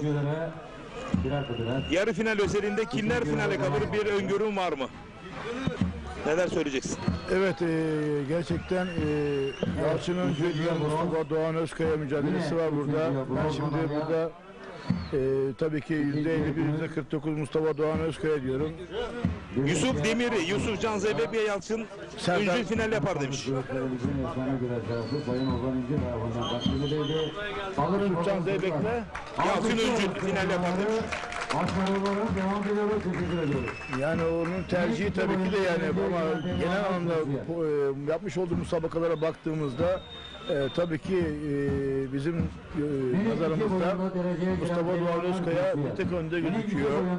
Yine Yusufcan Zeybek, Serdar Yıldırım özelinde de yine Yusufcan Zeybek bir adım önde gözüküyor. Tabii bu müsabaka bu. Tabii ki nasıl bir maç çıkaracakları, nasıl mücadele edecekleri çok önemli burada.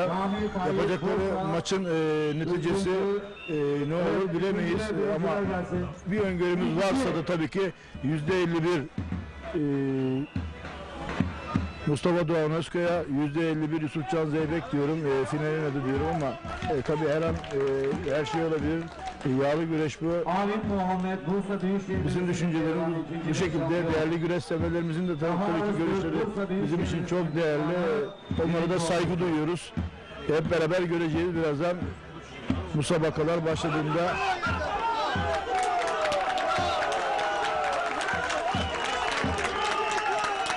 Sağlık Belediyesi, doktorun devam edenle müdahale edelim. Madalyalarını takdim etmek üzere.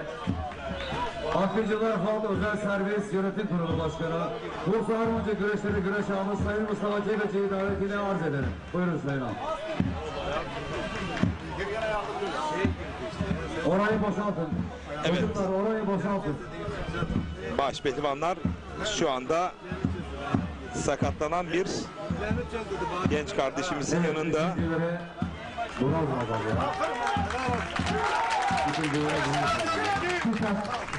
Bekircan Özturgut büyük ortada rakibi Atahan Eser'i yenerek Evet, ekranı ikiye bölelim değerli öğretmenim. İki yarı finalistleri de ekranlara getirelim. Salih Kaya, Yusufcan Zeybek, Mustafa Doğan Özkaya finalini bekliyorum demiş. Bakalım öngörüsü yer bulacak mı? Salih Kaya'nın. Alkışlıyoruz pehlivanları. Başarılarının devam ediyoruz. Teşekkür ediyoruz. Kesinlikle pehlivanlarımızın dikkatine. Şu anda er meydan içerisinde müsabakası olmayan sivil veya kısmetli hiçbir pehlivanımız kalmasın. Bakınız, Kırkpınar öncesi, lig güreşleri öncesi ceza almayalım lütfen. Lütfen. Teşvikli oyunda 3. Ömer Naci, Deste küçük, deste orta ve deste büyük boy pehlivanlarımızın puanlama saati. Evet değerli güreş severler, 26 Haziran'da Afyon, Şuhut, Karaadilli yağlı pehlivan güreşleri olacak. Orhan Okulu başta olmak üzere Mustafa Taş, Hasan Cengiz, birçok yıldız isim orada kol bağlayıp güreş tutacak. Tam 28 yıl aradan sonra tekrar güreşin ateşini yakacak. Kim? Karaadilli Belediye Başkanım Sayın Hüseyin Şahin himayelerinde tertip edilecek. Kırkpınar öncesi son prova olacak. 26 Haziran Çarşamba günü İkinci ve şampiyon. Afyon Şuhut Kara Adilli Yağlı Pehlivan Güreşleri. Bursa Büyükşehir Sayın Hüseyin Belediyesi Şahin, Kara Adilli Belediye Başkanımız himayelerinde tertip edilecek. Madalyalar- Orhan Okulov başta olmak üzere birçok yıldız baş pehlivan o gün orada gol bağlayıp güreş tutacak. Ve güreşin kalbi Ekin Türk TV ekranlarından da canlı olarak izleyeceksiniz değerli güreş severler. Bu müjdeyi de vermiş olalım. Tanıtım lansmanımızda hafta içerisinde yayınlanmaya başlayacak. Üçüncülere bronz madalya. Ve yine üçüncüye bronz. İkinciye gümüş. Birinci altın madalya. Abi bak, Bu arada baş pehlivanı güreşleri başladı. Yusufcan Zeybek, Serdar Yıldırım, Yalçın Öncül, Mustafa Doğan Özkaya mücadeleleri ekranlarda. Şu anda müsabakada pek bir hareket yok. İki rakipler birbirlerini tabii ki yokluyorlar. Aslan ve paşalarla yokluyorlar. Hep beraber göreceğiz müsabakanın seyri nasıl gidecek. Evet, et ihalesi, et mezatı başlamıştır. Et ihalesine katılmak isteyen aziz seyircilerimiz, evet, Aşevi'nde et mezatı ve et ihalesi başlamıştır. Güreşlerimize katkı için bu yapılmaktadır. Seyircilerimizin ilgi ve bilgilerine arz olur. Teşvik 2 boyunda. Sonra geleceğe giren pehlivanlar kürsüye. Yusuf Can Zeybek ve Serdar Yıldırım ekranın sağında. Güneş atalım. Yalçın Üncül ve Mustafa Doğan Özkaya ekranın solunda. Beytullah Sefa Yılmaz. Kocaeli Büyükşehir Belediyesi'nin pehlivanı 3. 2. Güneycan Kılıç. Bursa Büyükşehir Belediyesi'nin pehlivanı 2. ve şampiyon. Rüstem Öztürk Bursa Büyükşehir Belediyesi'nin pehlivanına 1. olmuştur.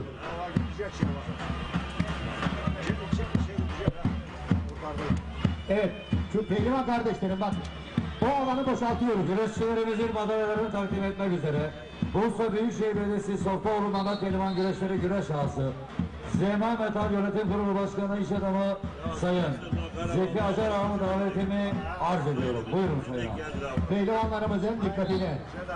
Boylarında ilk 8 dereceyi alan pehlivanlarımız, yolluklarınız şu anda pehlivan giriş kapısının arka tarafında vezneden dağıtılmaktadır. Evet. Boylarında ilk 8'e giren pehlivanlarımız vezneye giderek yolluklarını alabilirler. Üçüncülere bronz, ikinciye gümüş, birinci altın madalya ve Zeki Ağam her zaman olduğu gibi özel para ödülü kürsüye çıkan pehlivanlarımıza özel para ödülü. Evet, ikiye bölerek yayınlayabiliriz. Ekranlara Kaldırın kollarını çocuklar. Süleyman Başar çeyrek finalde göğüs safhasından budamadan rakibi Serdar Yıldırım'ı Zeki Ağam'a da çok teşekkür ediyorum. sağ kalçasını açtığı noktada. Bu arada bakıyoruz Mustafa Doğan Özkaya yan kazık yan paçada. Arkadaşlar madalya alanlar burayı terk ediyor. Hocam lütfen gönderir misin? Her an bir tırpan gelebilir. Ayak boyunda Doğan Özkaya'dan ekranın solunda. Arkadaşlar madalya alanlar sahayı terk etsin. Güreşin kalbi Ekin Türk TV ekranlarındasınız değerli güreş Ayak severler. boyunda dereceye giren pehlivanlar Yalçın Öncül ekranın solunda bir kontra hücum yapar mı? Ekranın sağında Yusufcan Zeybek'in baskısı söz konusu. Soldaki yazıyı sağa almamız gerekiyor değerli yönetmenim. Mehmet Akif Kara. Bursa yine üçüncü. Evet, Mustafa Doğan Özkaya zorluyor. Ekranın solunda. Üçüncü, ikinci. Kemal Ağrı'stır. Evet, bir anda göğüs çaprazı beline girdi, kavradı. Her an bir gücünü bükme gelebilirdi ama toparlandı Serdar Yalçın Öncül.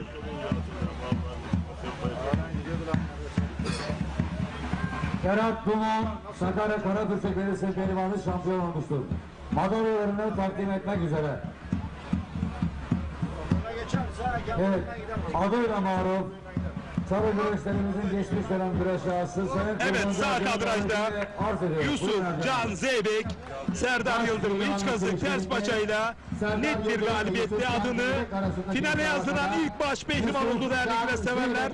Kabul Baba Er Meydanı'nda, Bursa'da, Kemal Paşa'da. Yine üçüncüye bronz.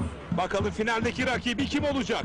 Bakın dış kazıktan yaydırdı. Bir anda iç paçaya doğru yöneldi. Altın madalya. Dış kazık iç paçadan net bir galibiyet söz konusu.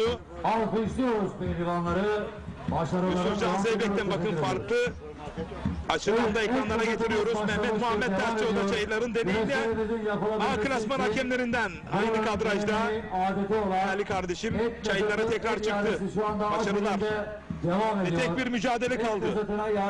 Yalçın Öncül mü, Mustafa Doğan Özkaya mı? Et mezatına ihalesine katılabilirler.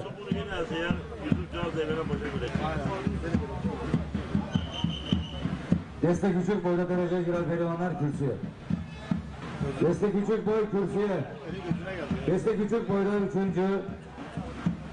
Hüseyin Altunakar Bursa Büyükşehir Belediyesi'nin pehlivanı 3. Öbür 3. nerede?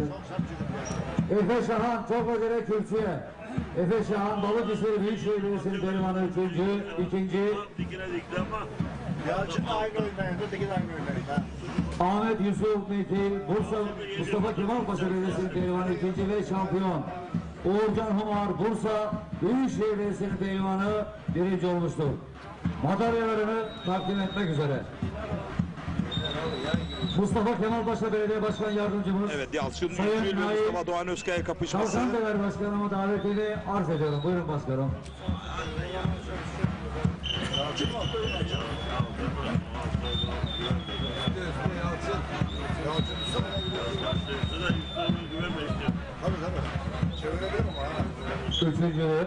Üçüncüye bronz madalya.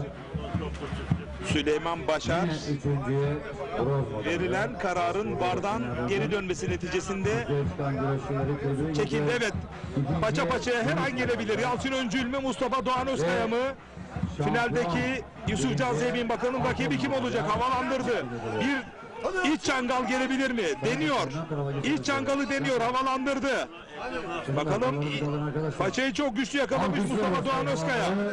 Başarılarına devam ediyoruz. Paça kazık deneyecek mi? Mehmet Muhammed Taşçı bu mücadeleyi yönetiyor. Pür dikkat. Bu kez Mustafa Doğan Özkaya paçaladı. Paça paçaya, kasla kasla.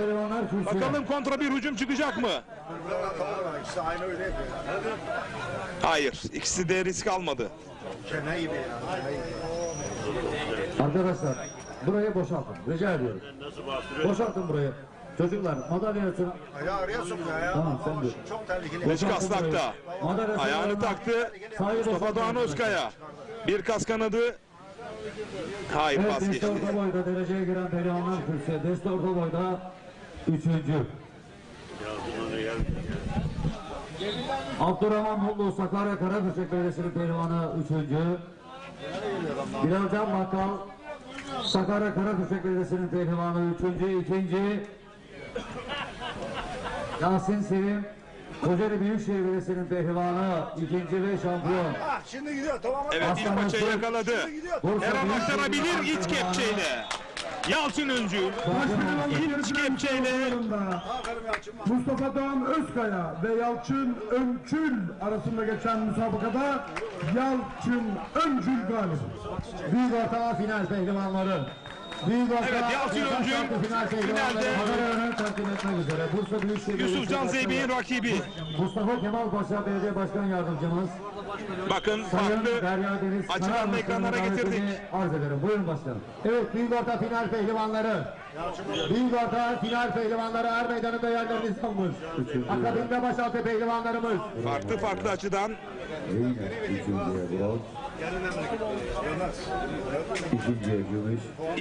Bir anda paçadan iç kepçelimiz sanki Ali Gürbüz'ü izler gibiydik.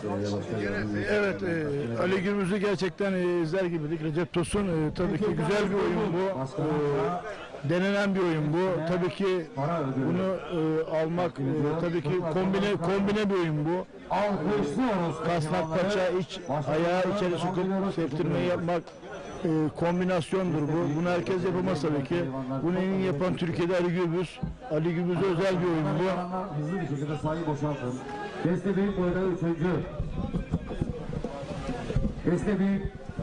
Evet, alt boyların finalleri başladı. Birazdan da baş pehlivanların final olacak. Şu anda ki final Kocaeli Büyükşehir Belediyesi'nin pehlivanı. Küçük orta büyük boyda Murat Özkaplan. Evet, Murat Özkaplan'ın mücadelesi. İkbal Bilen. Yine Mustafa Kayar'la mücadelesi. İkizine şampiyon. Onur Keskin. Bursa. Balıkesir'den Murat Özkaplan. Arkadaşlar bir taraf yanıyor. Yine alt boylarda Duman gidiyor, bir bakalım. Zekircan Özturgut. Mücadelede mutlaka kalalım. mücadeleler devam ediyor. Final için er meydanına. Bu arada büyük orta başaltı finalleri çağrıldı. Beste büyük boyun madalyalarını takdim etmek üzere Mustafa Kemal Paşa Cumhuriyet Halk Partisi ilçe başkanımız Sayın Gökhan Demir Başkanımı davetini arz ederim.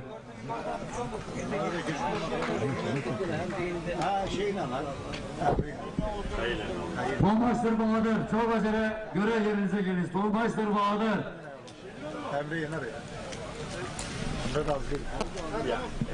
Evet, devam ediyoruz. Üçüncülere bronz madalya. Başkanım, Gökhan Başkanım tarafından takdim ediliyor. Yine üçüncüye. Evet, canlı yayın. İkinciye gümüş. Birinciye altın madalya. Başkanımız Sayın Gökhan Başkan tarafından. Şu anda alt boyların finalleri devam ederken canlı yayın kabinime başarıların devam ediyoruz. Teşekkür ediyoruz. Bir adet araç anahtarı bulunmuştur. Kaybeden tarafından anahtarı alabilir. Renault bir adet Renault marka araç anahtarı bulunmuştur. Küçük orta, anahtarı kaybeden küçük orta, büyük boyun finalleri, destenin de ayağının da finalleri devam ederken canlı yayın kabinime Bursa Büyükşehir Belediyesi Softaoğlu Mehmet Yağlı Pehlivan güreşlerinin güreş ağası çok değerli büyüğümüz Zeki Acar, hoş geldiniz. Hoş bulduk Sayın Recep Tosun. Yine er meydanındayız, yine birlikteyiz. Bir bayram tadında, öncelikle bayram özelinde neler söylemek istersin? Buradan sizin aracılığınızla bütün güreş camiasının mübarek Kurban Bayramı'nı kutluyorum. Herkesin kesmiş olduğu kurbanları Allah kabul eder inşallah diyorum. Güreş camiasına buradan çok selam söylüyorum. Şu anda bölgemde bulunan Bayram Musavkısa köyüme geldim. Köyüm buraya 3 kilometre bir uzaklıkta. Zamanla çok güreştim buralarda, bu sahalarda. Eski bir pehlivan olarak. Evet, eski bir pehlivan olarak şu anda işte buraya pehlivanlarımızı seyretmeye geldik. Antalya desteklemeye geldin. Tabii. Pehlivan seyretmeye ve desteklemeye geldik. Buradayız. Yanınızdayız inşallah. Harika. Geçen yıl, bir yıl çok çabuk geçti. Geçen yıl da birlikteydik burada. Evet. Bir de bizleri misafirin değerli büyüklerime hürmetle ederiz. Hem muhterem babana, muhterem annene. Bir selam yollayalım mı şuradan ekranlardan? Evet. Buradan babama ve anneme çok selam söylerim. Mahtumların izliyordur, mahtumun. Evet. Onlar izliyordur inşallah. Onlara da selam söylüyorum. Buradan güreş camiasındaki ağalarımıza değinmeden de geçmek istemiyorum. Tabii ki. Hepsine tek tek selam ediyorum buradan. Hepsinin bu Kurban Bayramlarını tekrardan kutluyorum. Özellikle Seyfettin ağamızın, işte Hamdi ağamızın, Seyhan ağamızın olsun. Evet. Aklımıza şu anda olup da sürekli söylemekte değil de herkese çok ağalarımda buradan tekrar bayramlarını kutlarım. Bugün yine geldin. Evet. Bu er meydanlarındaki bu yağı özledin kokusunu. Evet, çimle yağ karışınca bir kokusu başka oluyor. Bir koku, o çim ve yağın kokusunun buluşmasındaki o kokuyu biz yıllardır açtığım için koklamadan duramıyoruz. Hakikaten yani. Mutlaka öyle. güreşlere katılıyorum. Evet. Zeki Acar ağam bu er meydanlarında kol bağlayıp güreş tutmuş bir değerimiz ve genç yaşta iş hayatına atıldı, iş insanı olarak ciddi manada kazanımlarını atılmış güreşe de pehlivanlara da aktarıyor. Dolayısıyla camiam adına bir kez teşekkür ediyorum, camiamız adına. Tabii. Buradan özellikle de pehlivanlara seslenmek istiyorum. Haliyle geçen sene de Balıkesir'deki pehlivan camiasının toplandığı yerde de bir konuşma bir çalıştayımız vardı. Evet. Tabii çalıştayımızı yaptım. Burada pehlivanlar tabii ki güreşmek önemli bir konu. Güreşmek, ben de hala içimde öyle bir heves var güreşme ama baktım olmuyor güreş. Güreş camiasına hizmet etmek sadece güreşte olmuyor. Evet. Güreş camiasının yanında bulunmak sadece güreşte değil de güreş seyircisi de bir güreş camiasının destekte bulunuyor. Siz yayıncılık noktasında. Tabii bizi televizyonlara ve insanlar taşımak noktasında faydalı oluyor. Biz de Baktık güreşçi olamadık, başaramadık. Çünkü güreş işi gerçekten çok zor bir iş. Kolay bir iş değil. Başaranlar da gerçekten de tebrik ediyorum. Biz başaramadık ama ne yaptık? Pes etmedik. Çalışacağız. Güreş yapamadık. Garibanlıktan, yokluktan güreş yapamadık. Dedik ki çalışacağız, çabalayacağız. Güreşçiye destek olacağız. Güreşçinin yanında olacağız dedik ve elimizden gelen kazançlarımızla güreşçilerin yanında olmaya çaba ve gayret gösteriyoruz inşallah diyelim. Atasporumuza hizmet ediyoruz. Bu Visan Yönetim Kurulu Başkanı Zeki Acar ağamız hakikaten özellikle ciddi manada kaynak aktarırken öyle sadece gösterme amaçlı değil, 7/24 ve yılın 365 günü hep güreşin içerisindesin.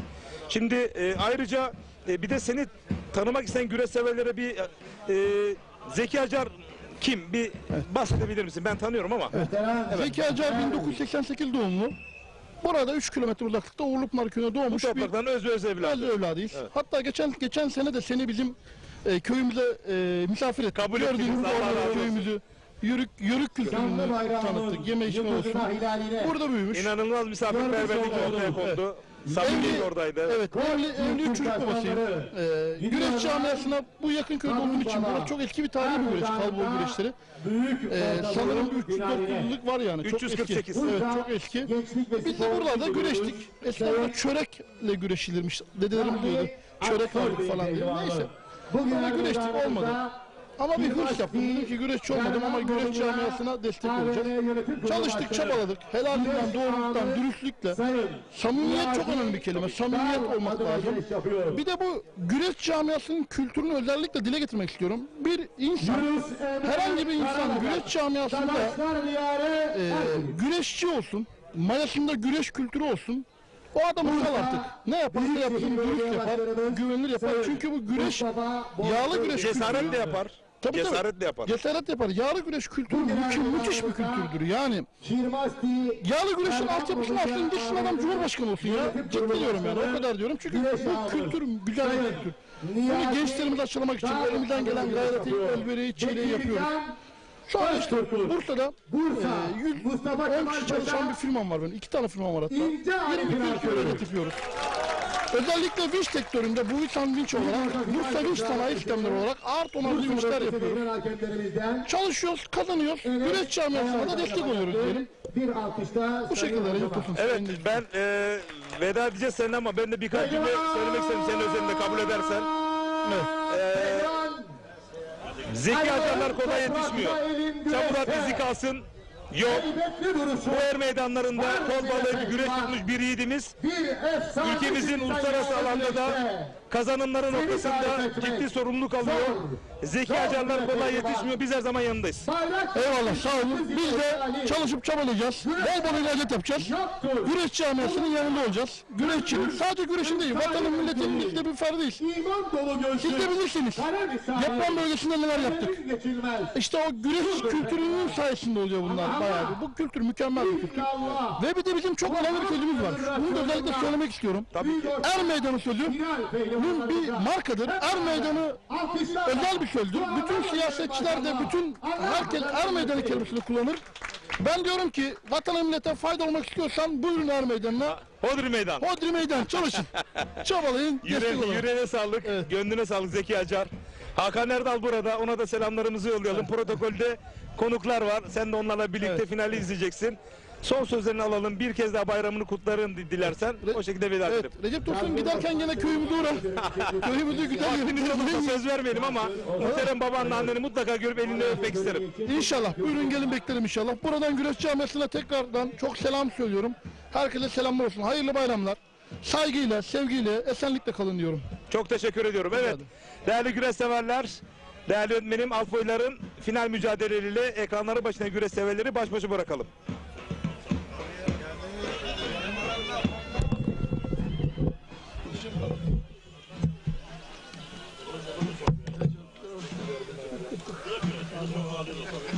İyisin değil mi Recep abi? Oturalım şöyle. Toplumların boyunda dereceye giren beyefendiler, Sayın Hüseyin Ozan Başkanım, Sende Kurulu Başkanımız Sayın Hüseyin Ozan. İyiler abi elhamdülillah. Recep abi. Toplumların boyunda 3. Biliyorsunuz cezaevinde Yusuf İslam Kara, Bursa Yıldırım Belediyesi Pehlivanı 3.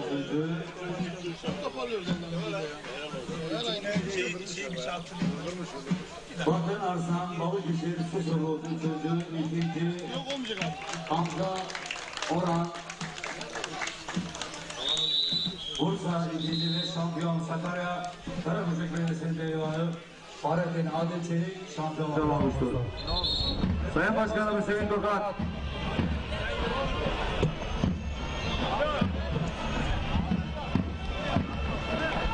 Türkiye Yıldız Gıda sahibi Sayın Nusret Yıldız'ı davetimi arz ediyorum.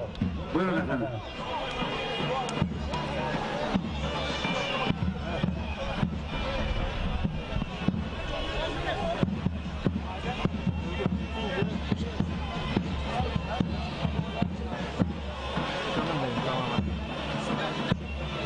Evet, Düşen Gıda sahibi Sayın Nusret Yıldız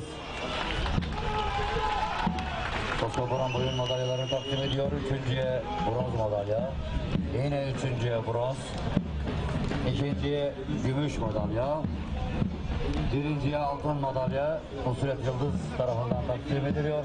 Yan tarafa geçelim. Çocuklar kollarınızı kaldırıp hareket etsin. Alkışlıyoruz pehlivanları, başarılarının devamını diliyoruz, teşekkür ediyoruz.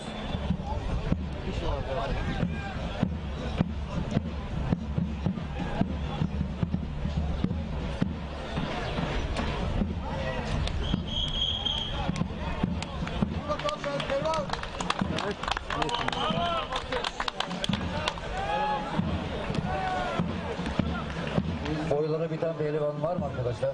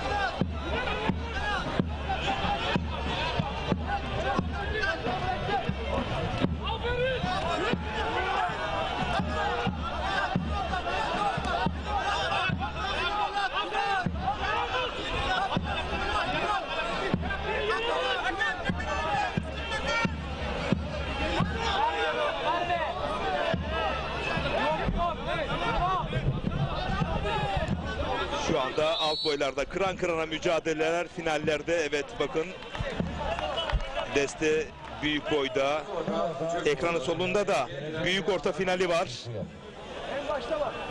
Ayrıca Fatih Bedir değerli dostum bizleri izliyorlarmış. İyi yayınlar diliyorum. Teşekkür ediyorum değerli yol arkadaşım.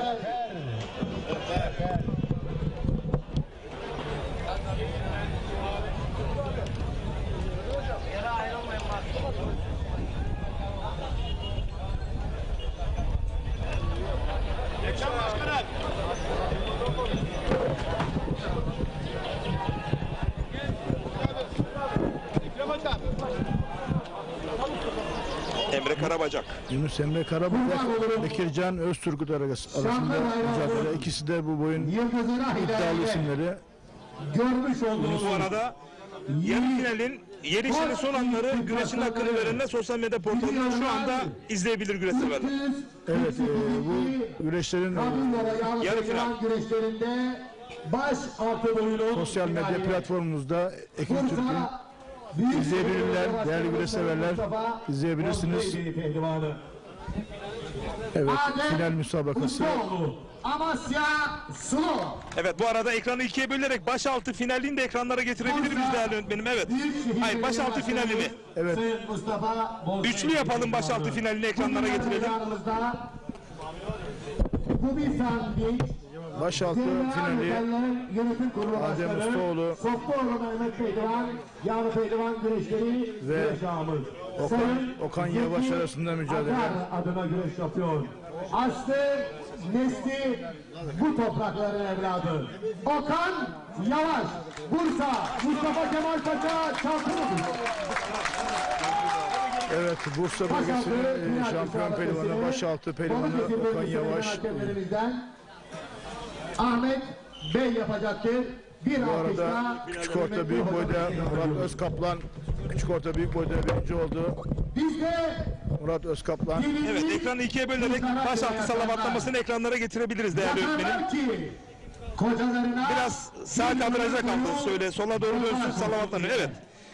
Bir pehlivanımız geldi, biraz daha tam ekran alabiliriz.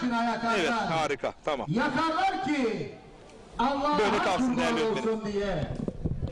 Biz de şimdi sözü Cazgır Mehmet Tokur'a bırakıyoruz. Kınalı kuzular Mehmetçiklere kına yakarlar. Yakarlar ki icabında vatan ay yıldızı bayrak uğrunda kurban olsun diye. Biz de bu er meydanında peygamber sünneti icra eden böyle koç yiğit pehlivanlara kına yakarlar. Yakarlar ki onlara alkış yapan aziz seyircimin öpülesi ellerine kurban olsun diye. Allah Allah! İllallah! Muhammedur Resulullah! Kalbimin öyle fezat seyircim. Başaltı final pehlivanlarımıza alkışlarla diyelim maşallah. Allah vermemesi. Evet, ağırlık koçu geldi. Biraz sonra o da mezat için, ihale için Aşefer'in önünde ihaleyi çıkaracaktır. Şu anda koçumuzun evet, başaltı pehlivanları salavatlandı Allah Allah nidalarıyla. Bu demek oluyor ki baş pehlivanlarında final salavatlanması birazdan. İhaleye katılabilirler. Teşekkür ediyoruz. Küçük orta küçük boyda dereceye giren pehlivanlar kürsüye. Bilal kürsüye. Evet, büyük orta güreşleri nihayete erdi. Bekircan Özturgut. Tam ekran verelim, evet. Rakibi Yunus Emre Karabacak'ı yenerek şampiyon oldu. Bekircan Özturgut'u tebrik ediyoruz. Başarılarının devamını diliyoruz. Bu arada başaltı peşrevleri final güreşi Adem Ustaoğlu ve Okan Yavaş arasında olacak. Şu anda pehlivanlarımız huzur peşrevindeler. Birazdan baş finali gerçekleşecek. Yalçın Öncül ve Yusufcan Zeybek arasında baş pehlivanlık final güreşi olacak değerli güreş severler. Ekranlarınızdan ayrılmayınız. Neredeyiz? Mustafa Kemal Paşa Kabul Baba güreşleri er meydanındayız. Kemal Paşa'dayız. Kabul Baba'dayız.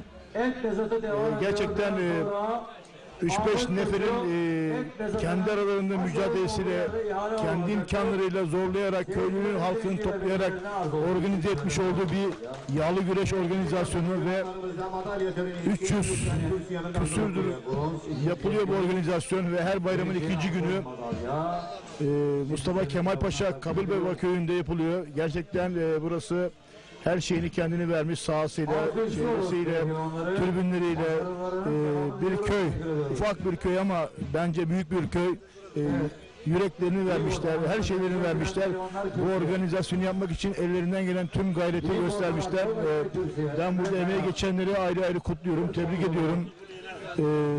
Öncelikle tabii ki iki baş pehlivan eski kule hakemimiz, MHK yöneticimiz Sayın Ekrem Yavuz'un zehirlenmesi ve sonra tekrar kuleye geldi, görevine devam ediyor. Yine iyi bir ustamız kule hakemi, o da bir gıda zehirlenmesi yaşadı. Şu anda tabii ki o yok. Onun belki rahatsızlığı biraz daha yükselmiş olabilir. Ama herhangi bir sıkıntı olmadı musabakalarda. Organizasyonlar gerçekten çok güzel bir yerinde geçiyor. En iyi şekilde temsil ediyor. Bir alkış yapalım final yapan başarılı pehlivanlarımıza. Sağ olun, var olun. Teşekkür ediyoruz. Evet, Cazgır'ın anonsları. Boyda dereceye giren pehlivanlar çok acele kürsüye. Gerçekten müthiş bir atmosfer var burada. Buram buram kokuyor. Buranın halkı gerçekten güreşi çok seviyor. Bu tür güreşler yaşamalı, yaşatmalıyız. Atasporuna daha çok destek vermeliyiz. Bu tür organizasyonun yaşaması demek, sporcuların musabakalara daha çok katılması demek. Onların katıldığı musabakalar kendilerini daha çok geliştiriyorlar.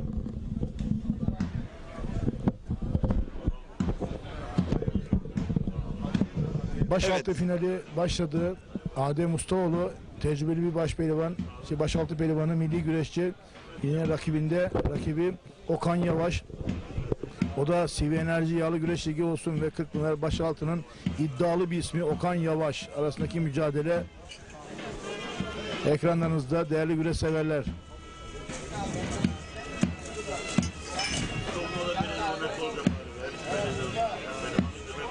Birazdan baş pehlivanlık finali yapılacak. Yalçın Öncül Bursa bölgesinden ve yine rakibi kim? Yusufcan Zeybek arasındaki mücadele. Evet, birazdan final anonsu yapılacak. Bu arada Hakan Çoban İskenderun'dan iyi yayınlar diliyor. Tüm İslam aleminin Kurban Bayramı'nı kutluyorum demiş. Teşekkür ediyoruz.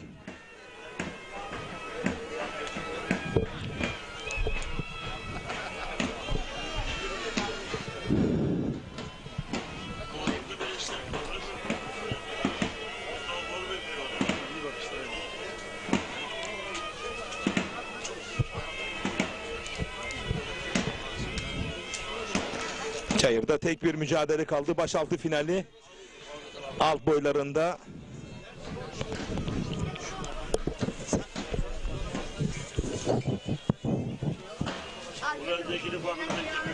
Alt boylarında madalya seremonisi, küçük orta büyük ve büyük ortanın madalya seremonisi olacak. Ekranı ikiye bölerek madalya seremonisini de ekranlara getirebiliriz değerli yönetmenim.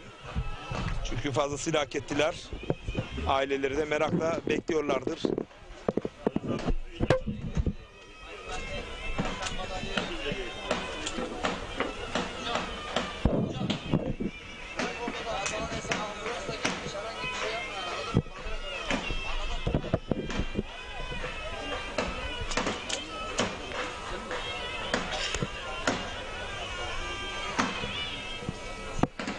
Büyük orta boyunda 3.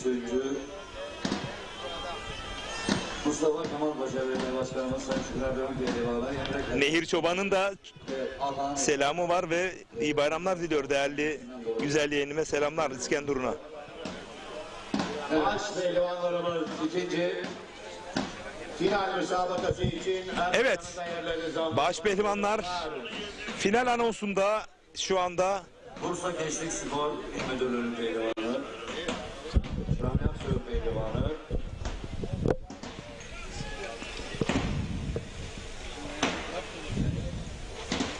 yine güreş ağamız Sayın Niyazi Dalon pehlivanı, ikinci ve şampiyon. Aslı nesli hemen yakın mahallemizde İnce Ali Pınar mahallemizin evladı Bekircan Özturgut Bursa Büyükşehir Belediyesi pehlivanı şampiyon olmuştur. Madalyalarını takdim etmek üzere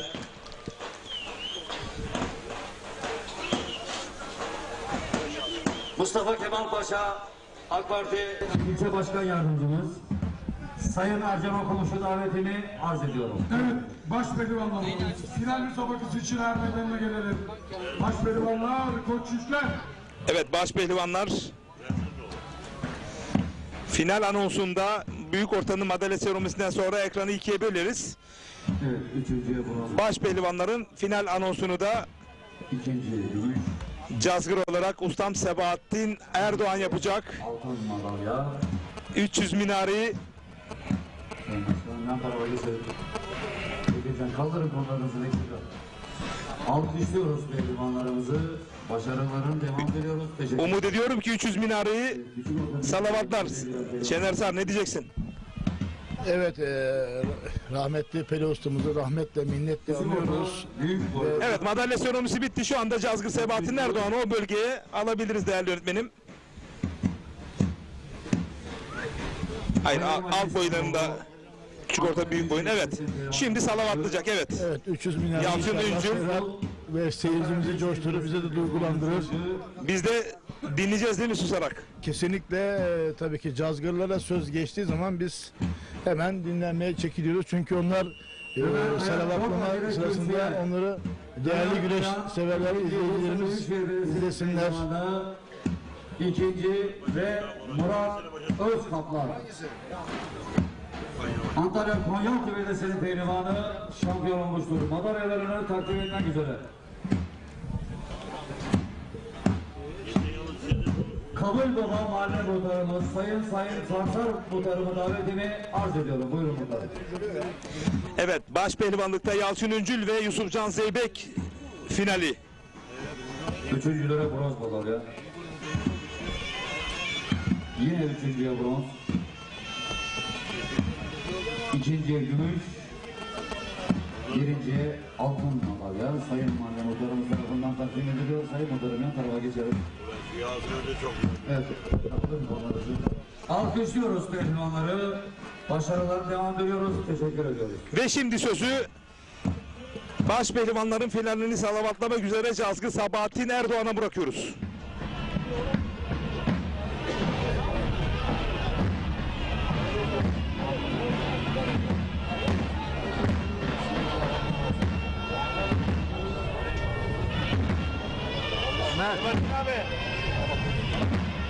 Şimdi Dağlar. Sevgili severler, kurban olduğumuz ay yıldızlı bayrağımızın hilaline görmüş olduğunuz Koçhi'de 348.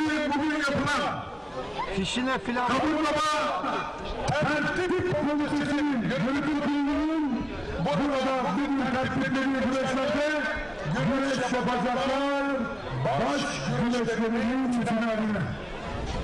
Bursa Büyükşehir Belediye Başkanımız Sayın Mustafa Bozbey Başkanı'nın pehlivanı. Yine Bursa Sosfor Mühendisleri Arası değerli iş adamı Zeyne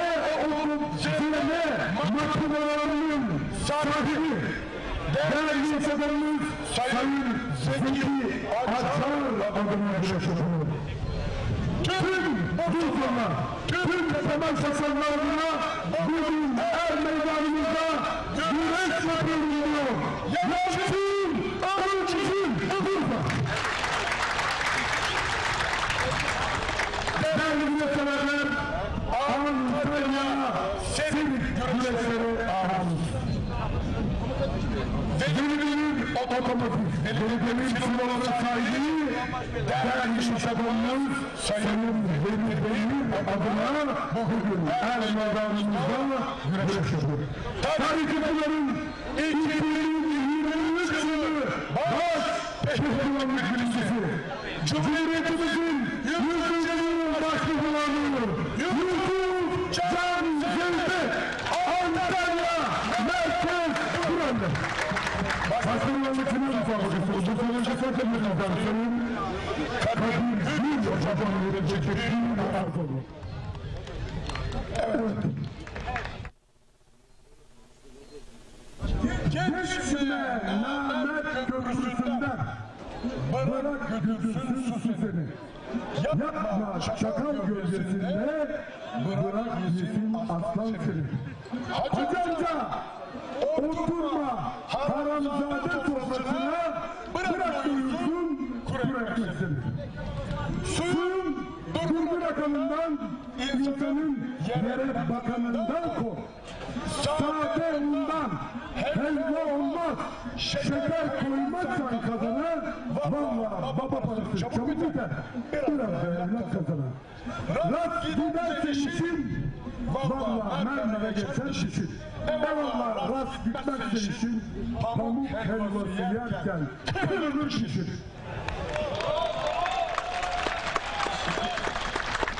Mala, mülke, mağrur olma deme var mı ben gibi, sert bir rüzgar eser, savrulur birer olursun arman gibi. Güvenme güzelliğine hanım Allah'ım, bir sürücü yeter, güvenme zenginliğine Berla'm, bir sürücü yeter. Haline şükret dostum, yoksa olursun mesleter, tarihi kültürel güneşleri Bahçeşehir'de balıkçısı o. Sen de ortalığı boş buldun bu kadar, besle yeter. Evet, son halinde bitiriyoruz. Türklere Anadolu'nun kapısını açan, ordusuyla beraber en önde dolaşan, dağlara, taşlara, destanlar taşıyan, Alparslan'ın kurdu, Türk oğlu, Türk'üm ben.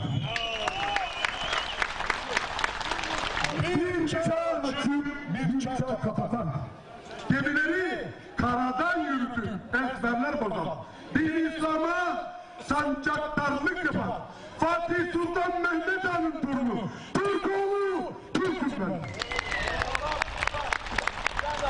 19 Mayıs 1919'da İstiklal Savaşı'nın direniş ateşini Samsun'dan yakan, İzmir'de düşmanı denize atan, Türkiye Cumhuriyeti'ni kurup Anıtkabir'de yatan Gazi Mustafa Kemal Atatürk'ün torunu, Türk malı, Türk'üm ben. Allah Allah, illallah, Muhammed Resulullah, haydi aziz seyircim, baş pehlivanların son turuna, hep beraber alkışlarla diyelim maşallah. Allah devam versin. Severler bugün son kez Allah Allah nidaları yükseldi. Bursa Mustafa Kemal Paşa Kabul Baba Er Meydanı'nda. Kırkpınar Başyazgır adaylarından ustam Sabahattin Erdoğan yine eşsiz doyumu yüksek bir baş pehlivanlık final salavatlamasında bulundu. Tam 45 yıldır bu çayırlarda. 46 yıldır.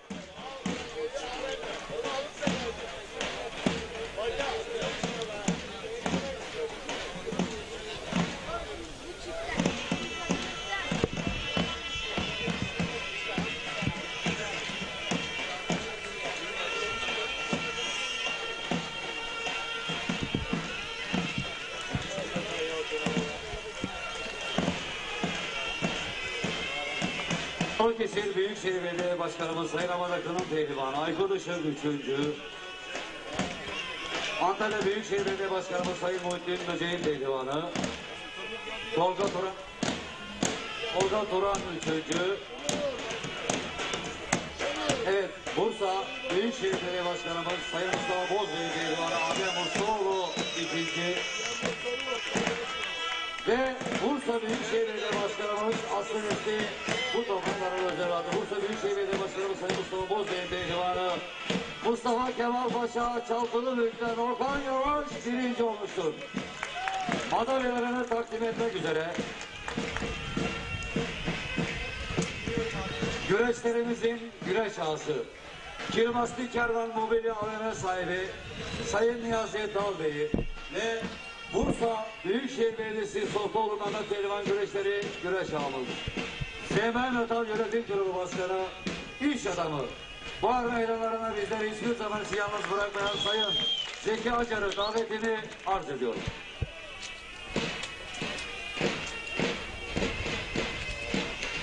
Tamam, 3.'ye buyurun Niyazi abi, devam edelim. 3.'ye.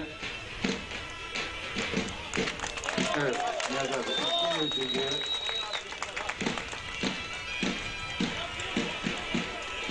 Niyazi abi en ikinci yere takdir edelim. Evet, özel istek. Bu arada İzmir Karşıyaka'dan Mehmet Aykas ve ailesi bizleri izliyorlarmış. iyi yayınlar diliyor. Mübarek Kurban Bayramı'nı da kutluyorum demiş tüm İslam aleminin. Değerli yorumcumuz Volkan Bulut da iyi yayınlar diliyor. Mustafa Bakırcı hayırlı bayramlar, iyi yayınlar diliyor. Mustafa Bakırcı, teşekkür ediyoruz.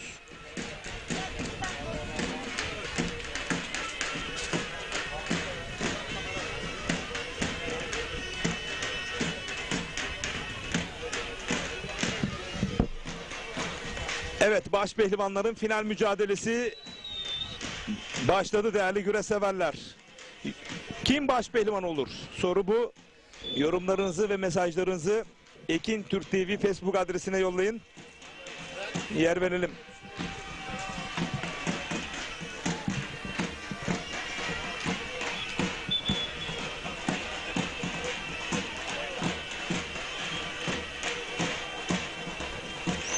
Evet değerli güreş severler, Yalçın Öncül ve Sultan Zeybek arasındaki baş pehlivanlık final güreşi başladı.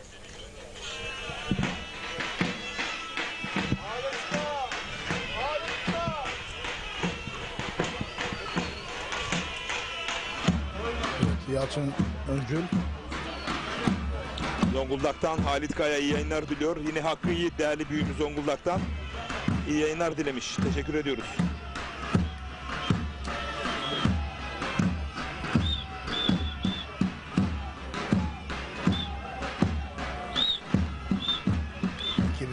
Yılı Kırkpınar baş pehlivanı Cumhuriyet'in 100. yılında baş pehlivanı olan Sultan Zeybek ile Bursa Büyükşehir Belediyesi'nin pehlivanı Yalçın Öncül arasındaki mücadele devam ediyor.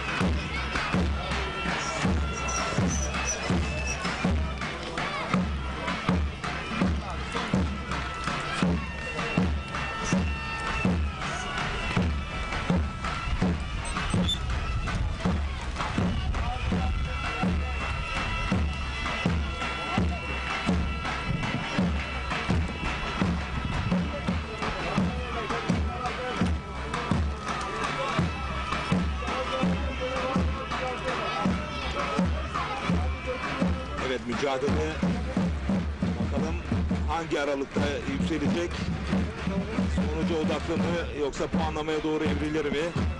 Yalçın Öncül kendi saha ve seyis önünde Bursa'da, Mustafa Kemal Paşa Kabul Babayer Meydanı'nda, Yusuf Can Zeybek de son Kırkpınar baş pehlivanlık ünvanıyla finalde kapışıyor. Geçen yıl Orhan Okulu'yla Seka Park Er Meydanı'nda finalde kapışmışlardı. Kocaeli güreş sahalarını seviyorum diyor Yusuf Can Zeybek. Orhan Okulu'da hava sıcaklığı 35-36 santigrat derecede olması muhtemel. Seka Park Er Meydanı. Bu ikilinin performansı çok büyük bir merak konusu. Kocaeli Seka Park Er Meydanı'nda.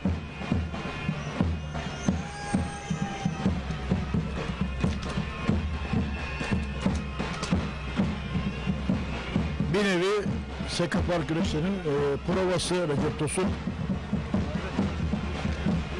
Son antrenmanı diyebiliriz.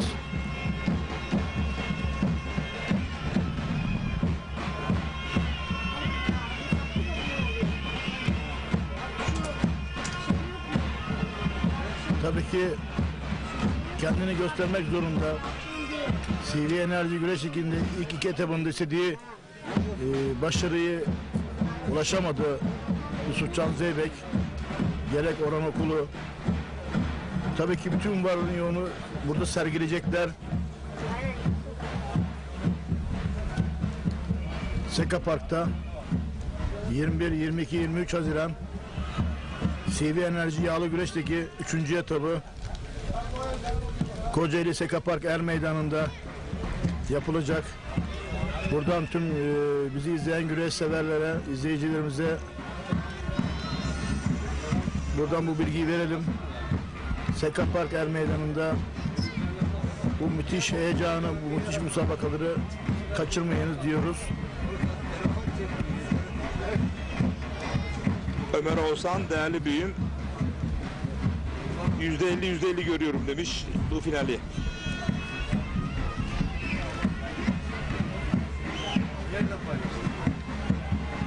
Değerli güreş severlerimiz, sizler yorumlarınızı Ekin Türk TV Facebook adresine yollayabilirsiniz.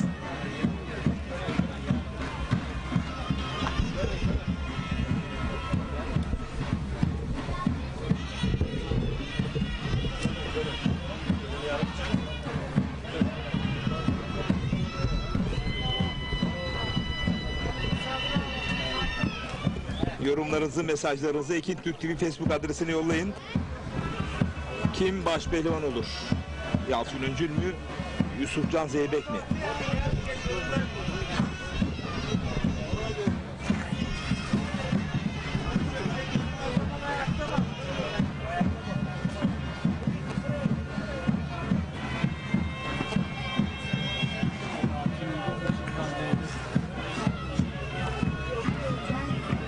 Bu organizasyonun yapılmasında emeği geçen Kabul Baba Yağlı Güreş Tertip Komitesi'ne, muhtarına, tüm köylü ekibine yürekten teşekkür ediyorum, tebrik ediyorum.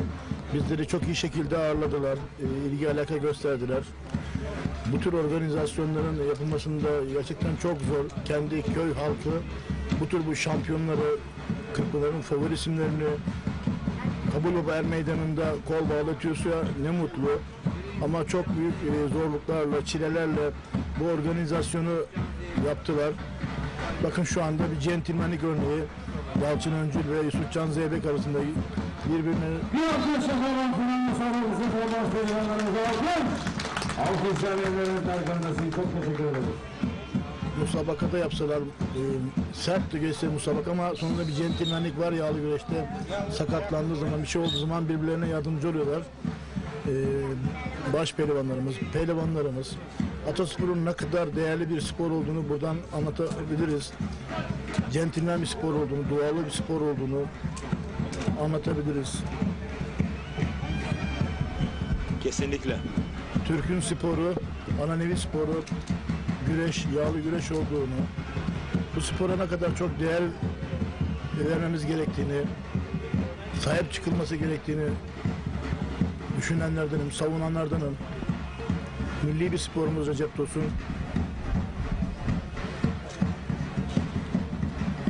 Bu arada değerli yorumcumuz Volkan Bulut'un sana çok selam var İzmir'den. Evet. Mustafa Bakırcı ile birlikte izliyormuş. Mehmet Volkan Aykas. Bulut'a selamlarımızı iletiyoruz. Sekapark'ta görüşmek üzere sevgili Volkan. İnşallah özledik onu. Evet, senin muhabbetini çok özledik. Keyifli muhabbeti. Evet, keyifli muhabbetini. Kesinlikle Sekapark'ta buluşacağız inşallah. Bu arada Sekapark yağlı pehlivan güreşlerinde pazar günkü finaller gününde inşallah hem Ekin Türk TV'de hem de TRT Spor Yıldız ekranlarından güreş severlerimiz takip edecek. Ayrıca World Türk TV'de canlı yayın ağının içerisinde olacak. Nokta TV'de orada olacak inşallah. Kesinlikle. Tabii ki bizlere bu imkanı sağlayanlara ayrı ayrı teşekkür ediyoruz. En başta tabii ki yani spor müdürümüz var. Türkiye Geleneksel Güreşler Federasyonu Başkanımız Sayın İbrahim Türkiş. Pardon, yani şunu anlatmak istiyorum. O zaten başımızın tacı Sayın Federasyon Başkanımız İbrahim Türkiş. Bu olanakları sağlayan, bu ortamı oluşmasında tabii ki büyük pay sahibi. Kesinlikle. Yönetim kurulu üyeleriyle birlikte. Bu CV Enerji Güreş Ligi'nin var olmasının tek sebebi İbrahim Türkiş'tir. Yani projesinin mimarı da İbrahim Türkiş'tir. Tabii ki bunun ana sponsoru CV Enerji Tarık Sarvan Bey. Kesinlikle teşekkür ediyoruz ama yine bu organizasyonun yapıldığı yerdeki gizli kahramanlar var. İşte dedik ya, Alparslan Arslan'dan bahsettik. Bu arada güreş tarihçisi Mehmet Büyük hayırlı bayramlar diliyor Rize'den. Değerli güreş tarihçisi Mehmet Büyük. Biz de selamlar yolluyoruz Rize'ye. Kucak dolusu selamlar. Dün akşam bir güreş severimiz bizi köyde çay söyledi. Ne dedi? CV Enerji Ligi'ni kim planladı, tasarladı, Allah ondan razı olsun dedi. Eyvallah, kesinlikle Allah razı olsun. Güreşsever çok memnun çünkü. Kesinlikle CV Enerji Ligi, Güreş Ligi güreşe çok büyük değer verdi. Yani katkı sağladı, tavan yaptı. CV Enerji Yağlı Güreş Ligi yapılan organizasyonlarda, musabakalardaki kalitesini üst seviyeye çıkarttı. İnşallah bu CV Enerji Yağlı Güreş Ligi ayakları tabii ki 6'dan 10'a çıksın isteriz tabii ki. Organizasyonları ne kadar daha büyük olursa, daha büyük belediyeler sahip çıkarsa organizasyonlara tabii ki hem sporcular hem biz anlatıcılar, televizyoncular, işte tüm kamuoyu, spor kamuoyu, güreş kamuoyu tabii ki takdirle karşılanacaktır. Tek temennimiz tabii ki bu şekilde organizasyonların CV Enerji Güreş Ligi'ne büyük katılması. Ahmet Ersöz, Abdullah Aslaner, Ankara Sincan Gazi Osman Paşa Mahallesi muhtarı Abdullah Aslaner tüm pehlivanlara başarı dileklerinde bulunmuş. Ünal Sürer Ankara'dan iyi yayınlar demiş.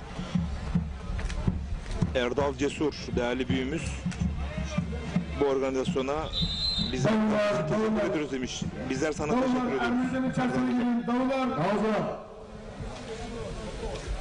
Evet, bir anons gelecek sanki. Evet, davullar. Arkadaşlar, Meydanı içerisine gelelim. Evet, başpehlivanlık finalinde davulcularımızın mutlaka çayırda olması ve o cenk havasında mutlaka çalmaları gerekir. Evet, geldiler. Evet.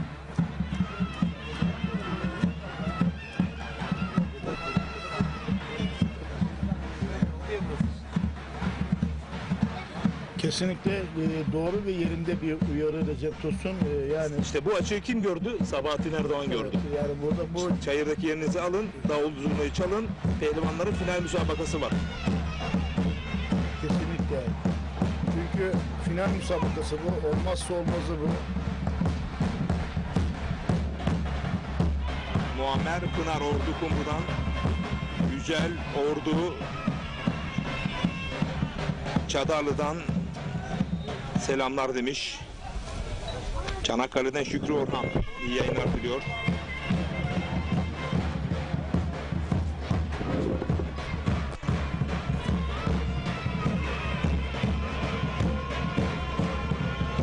Kasnaklara gömüldü Yusuf Can Zeybek. Karşılıklı kasnak arayışları söz konusu iki başpehlivanın da.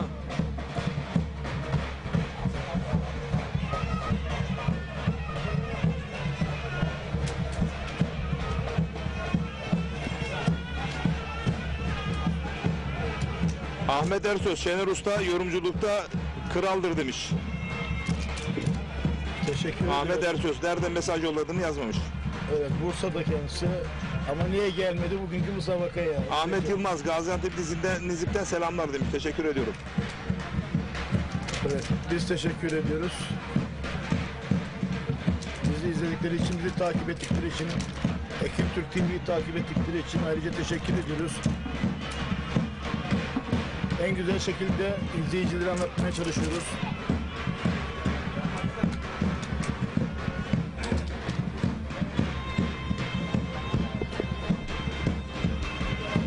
Ve Recep Tosun ustamızla, üstadımızla estağfurullah anlatmaya çalışıyoruz. Değerli güreş severler, çünkü yayıncılık konusunda her şeyin bir ustası vardır, üstadı vardır. Recep Tosun'da tabii ki televizyonculukta olsun, yayıncılıkta olsun. Biz beraber hizmetkarız. Bu işin mimarıdır. Biz onun şu anda çırağıyız. Sağ olsun. Beraber anlatmaya çalışıyoruz. Yorumlamaya ben onun yanında çalışıyorum. Elimden geldiğince kendi bilgi birikimlerimi sergiliyoruz. Sekapark'ta da yardımcı olacaksın, Kırkpınar'da da. İnşallah hep beraber olacağız inşallah. Bu arada Yusuf Can Zeybek yan kasnakta. Dış kasnakta Yusuf Can Zeybek toparlanmak istiyor. Yalçın Üncül yan kazık yan pacada bir iç çangal gelebilir. Bir ters çangal Yusuf Can Zeybek'ten. İlk çangal beklerken Yusufcan Zeybek ters çangalla Yalçın Üncül'ü mağlup ederek baş pehlivanlığa uzandı. Bu arada çok değerli bir ölüm mesaj yolladı. Kim? Antalya Konyaaltı Belediyesi'nin eski başkan yardımcımız. Çok değerli büyüğüm Şevket Korkut. Hayırlı bayramlar diliyor. Selam, saygı ve hürmetler değerli büyüğüm. Sensiz bu er meydanları öksüz. Şevket Korkut değerli büyüğüm. Evet, işte bakın Yusufcan Zeybek'in ustalık kokan o ters çangal oyunu. Yalçın Öncül'e. Burada çok güzel kandırmış. Çok güzel kandırmış Recep Tosun. İnan ben ilk çangal bekliyordum biliyor musun? Ben ilk çangal vurur dedim ama Bak, bir anda... Beyli Paça'da bak şu an Evet, nasıl yanılttı bak, görüyorsunuz evet. mu? Nasıl yanılttı? Çangalı nasıl vurdu? Dışta. Eli paçadaydı aslında, beli kasnaktaydı. Aslında böyle olacaksın. Akıllı güreşçi olacaksın, akıllı başpehlivan olacaksın. Bu şekilde galip geleceksin. Evet, şimdi madalya seremonisi için bekliyoruz. Muammer Pınar, Hacı Bayram Ünal, Murat Başkan, Murat Balık. İyi yayınlar diliyor. Türkiye Cumhuriyeti Başpehlivanı Yusufcan Zeybek birinci olmuşlardır. Evet, şimdi de madalya seremonisi başlayacak ve daha sonra kapanışı yapacağız. Madalyalarını takdim etmek üzere. İntro Tarım ve Hayvancılık adına 2025 yılı Kamoluma güreşleri güreş ağımız Sayın Fırat Yıldız'ı, Tertip Komite Başkanımız Sayın Hüseyin Bakadı, güreş ağımız, evet sayın güreş ağalarımızı da alalım. Ve protokolü. Gün Narvas, Güney Marmara lastiklerin sahibi Sayın Çetin Tokadı. Evet, Mustafa Kemal Paşa Belediye Başkanlarımızı bekliyoruz. Evet, Sayın Tokadı, Başkanlarımızın lütfen burada bir seçim kürsüye. Başkanlarımızı bekliyoruz lütfen.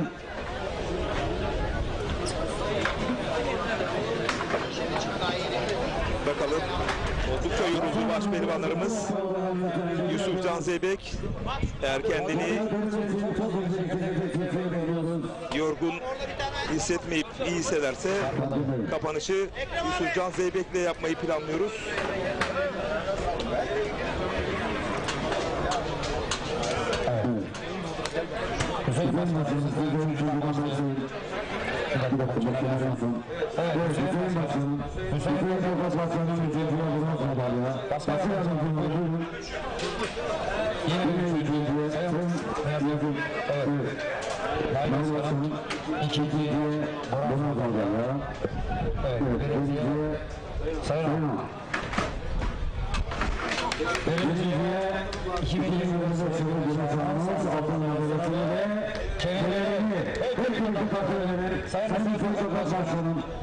Evet, sırayı açalım, güreş ağalarımız ve Fırat Yıldız ağamız birlikte belediye başkan yardımcılarımızla birlikte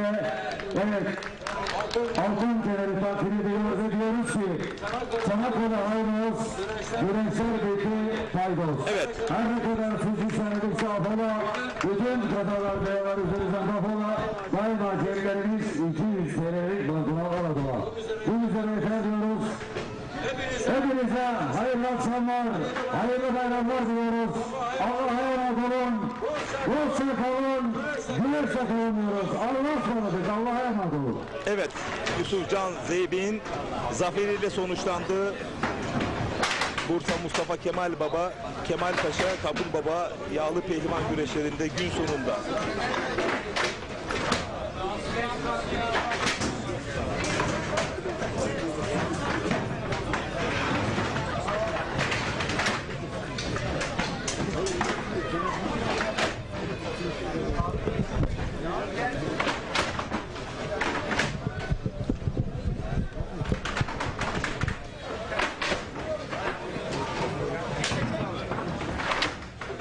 Bahadır, mikrofonları teslim ederek.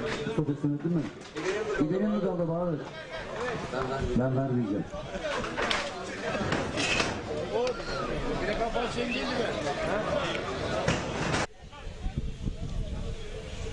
Bedirhan Çelik. Yolunu almak üzere çok acele cetvel hakemine geldiniz. Bedirhan Çelik. Evet işte son anlar ekranlara geliyor.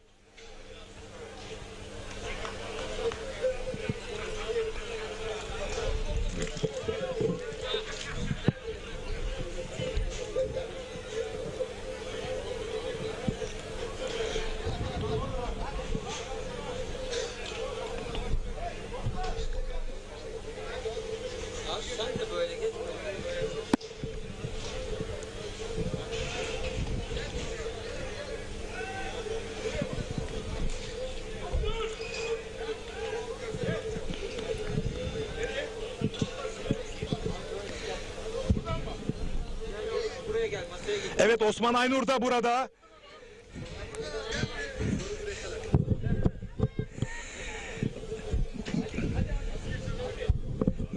Ben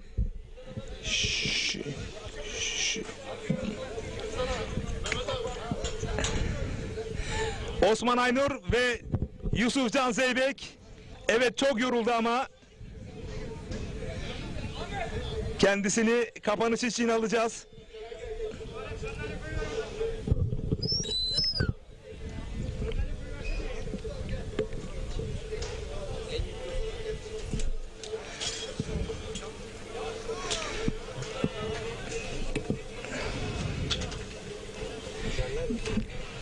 Evet canlı kapanışı beraber yapacağız. Çok yoruldu, terledi. Bir terini silsin.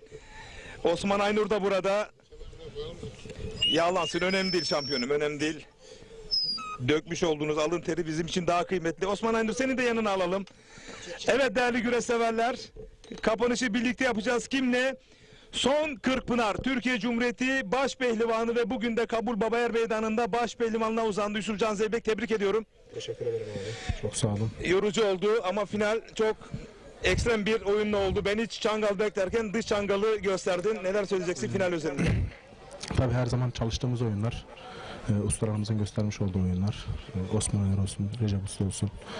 Yani güreşte biz de tabii başmen olduk ama illa eksiklerimiz oluyor. Tabii Kemerde ustalarımızın her zaman katkılarıyla yenilik katmaya devam edeceğiz inşallah güreşlerimize.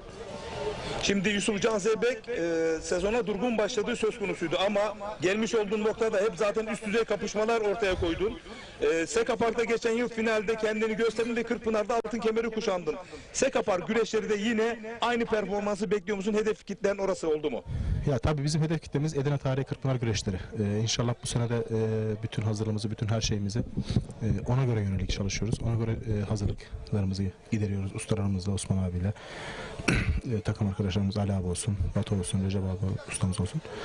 İnşallah tabii Sekapak güreşi de bizim için önemli bir güreş. Lig güreşi. İnşallah orada da son provamızı ve en iyi bir şekilde sakatlıksız, kazasız, belasız atlatıp Kırkpınar'a hedef koyduk. İnşallah. Sezon aslında iyi girdim. Performanslı bir girdim. Biraz kura bizi Azizli yanılttı. Evet. Kumru'da bir sakatlık geçirdim. Yarı finalde. Güreşemedim. Ondan sonra tabii Antep gibi sıcak yerde ilk defa bir sıcak güreş yedik. Daha sıcaklar yeni yeni geldiği için bizi biraz bir çarptı. Sakat orada da bir kramplar girmeye başladı. Hatta hala göğsümde bir şişlik var. Duruyor. Geçmiş olsun. İnşallah önümüzdeki Sekapak güreşinde daha iyi kendimizi göstereceğiz. Tabii bu kura bizim için bir şey değil, bahane değil. Tabii ki. Tabii Kırkpınar'ı düşündüğümüz için sakatlı şey yapamıyoruz kendimizi. Çok fazla risk atamıyoruz. Evet. İnşallah bakacağız. Şimdi Ahmet Taşçı ustamız şunu söyledi. Kırkpınar'ın atmosferi bambaşka ve Kırkpınar'ın o ağırlığını taşımak bambaşka. Onunla da mücadele ediyorsun dedi ve Yusufcan Zeybek özelinde de bu yıl Kırkpınar eşiği çok hayati derecede önemli. Bu baskıyla da mücadele ederken Usta Osman Aynur ve değerli yol arkadaşlarım bu konuda nasıl sana mental olarak katkı sağlıyorlar? Burası çok önemli. Ustamız tabii bana moral, motive ve her zaman motivemizi yüksek tutuyor. Hazır olduğumuzu ve çalışmalarımızı ona göre hazırlıyor. Her zaman yorgun olduğumuzda profesyonel bir şekilde. Kendisi de kemer aldı. 2006 yılında evet. Bu sahalarda tecrübeli. Ona göre hazırlığımızı çalışıyor. Şöyle söyleyeyim, üstümde çok bir stres görmüyorum. Öyle mi? Aynen, çok bir stresim yok, çok bir ağırlığım yok. Çünkü Ben bunu şeyde öğrendim. Minder güreşinde öğrendim. Yağlı'da öğrendim. Aşırı bir stres yapmıyorum şu an. Çok da üstümde bir yük yok. İnşallah elimizde varsa Kırkpınar'da kemer almak. İşimiz kanımızın son damlasına kadar savaşacağız. Nasibimizde varsa alırız. Ahmet Taş Ustam şunu söylemiş değerli güreş severler. Bu ülke işi atlatırsa kemere kuşanması, kemeri ebedi sahibi olması işten bile değil dedi. Onun övgüsüne mazhar olmak nasıl bir duygu? Son olarak Ustan Osman Aydın'a döneceğim. Şimdi şöyle, Ahmet Taşçı ustamızın kemerde bir büyük bir şeyi var. İnşallah ikinci yıl alırsak. Onun gönlünden senin geçmediğin belki önünü açacağını mı düşünüyorsun? Ustamızın bir elini öpüp rıza alıp inşallah üçüncü kemeri öyle gideriz. Tabii ilk önce önümüzde bir ikinci kemer alıp onu sonra üçüncü kemeri sonra düşünmek lazım. Osman ustamıza da zaten bunlara yönelik her zaman destek veriyor, çalıştırıyor. İnşallah varsa bu sene kemer alacağız. Son olarak Antalya'da güreşin babası değerli büyüğümüz Sayın Muhittin Böcek özelinde de birkaç cümle. Başkanımıza çok teşekkür ederim. Güreşe her zaman katkısı var. Her zaman yanımızda. Evladım diyor size. Allah razı olsun. Tabii evladım diyor. Çünkü kendisine çok çok teşekkür ediyorum. Allah razı olsun kendinden güreşe vermiş olduğu destek. Yani çok büyük. Tabii Veli Demir'e de çok teşekkür ediyorum. Benim sponsorum. Ona da çok teşekkür ediyorum. Güreşe vermiş olduğu desteklerden dolayı. Hepsine çok çok teşekkür ediyorum. Özellikle burada duyduğuma göre bu halk güreşi kendi katkılarıyla yapıyormuş. Tebrik ediyorum seni. O ayrıntıyı unutmaman. Hepsine çok çok teşekkür ederim. Allah razı olsun böyle bir güreşe vermiş olduğu desteklerden dolayı. Hepsine Allah razı olsun. Yani güreşi burada canlandırıyorlar. Atasporumuzu öldürmüyorlar. Hepsine çok teşekkür ediyoruz. Ve şuna değinmek istiyorum. Tabii ki. Havalar epey sıcak geçiyor. Kurban Bayramı'nı atlattık. Şimdi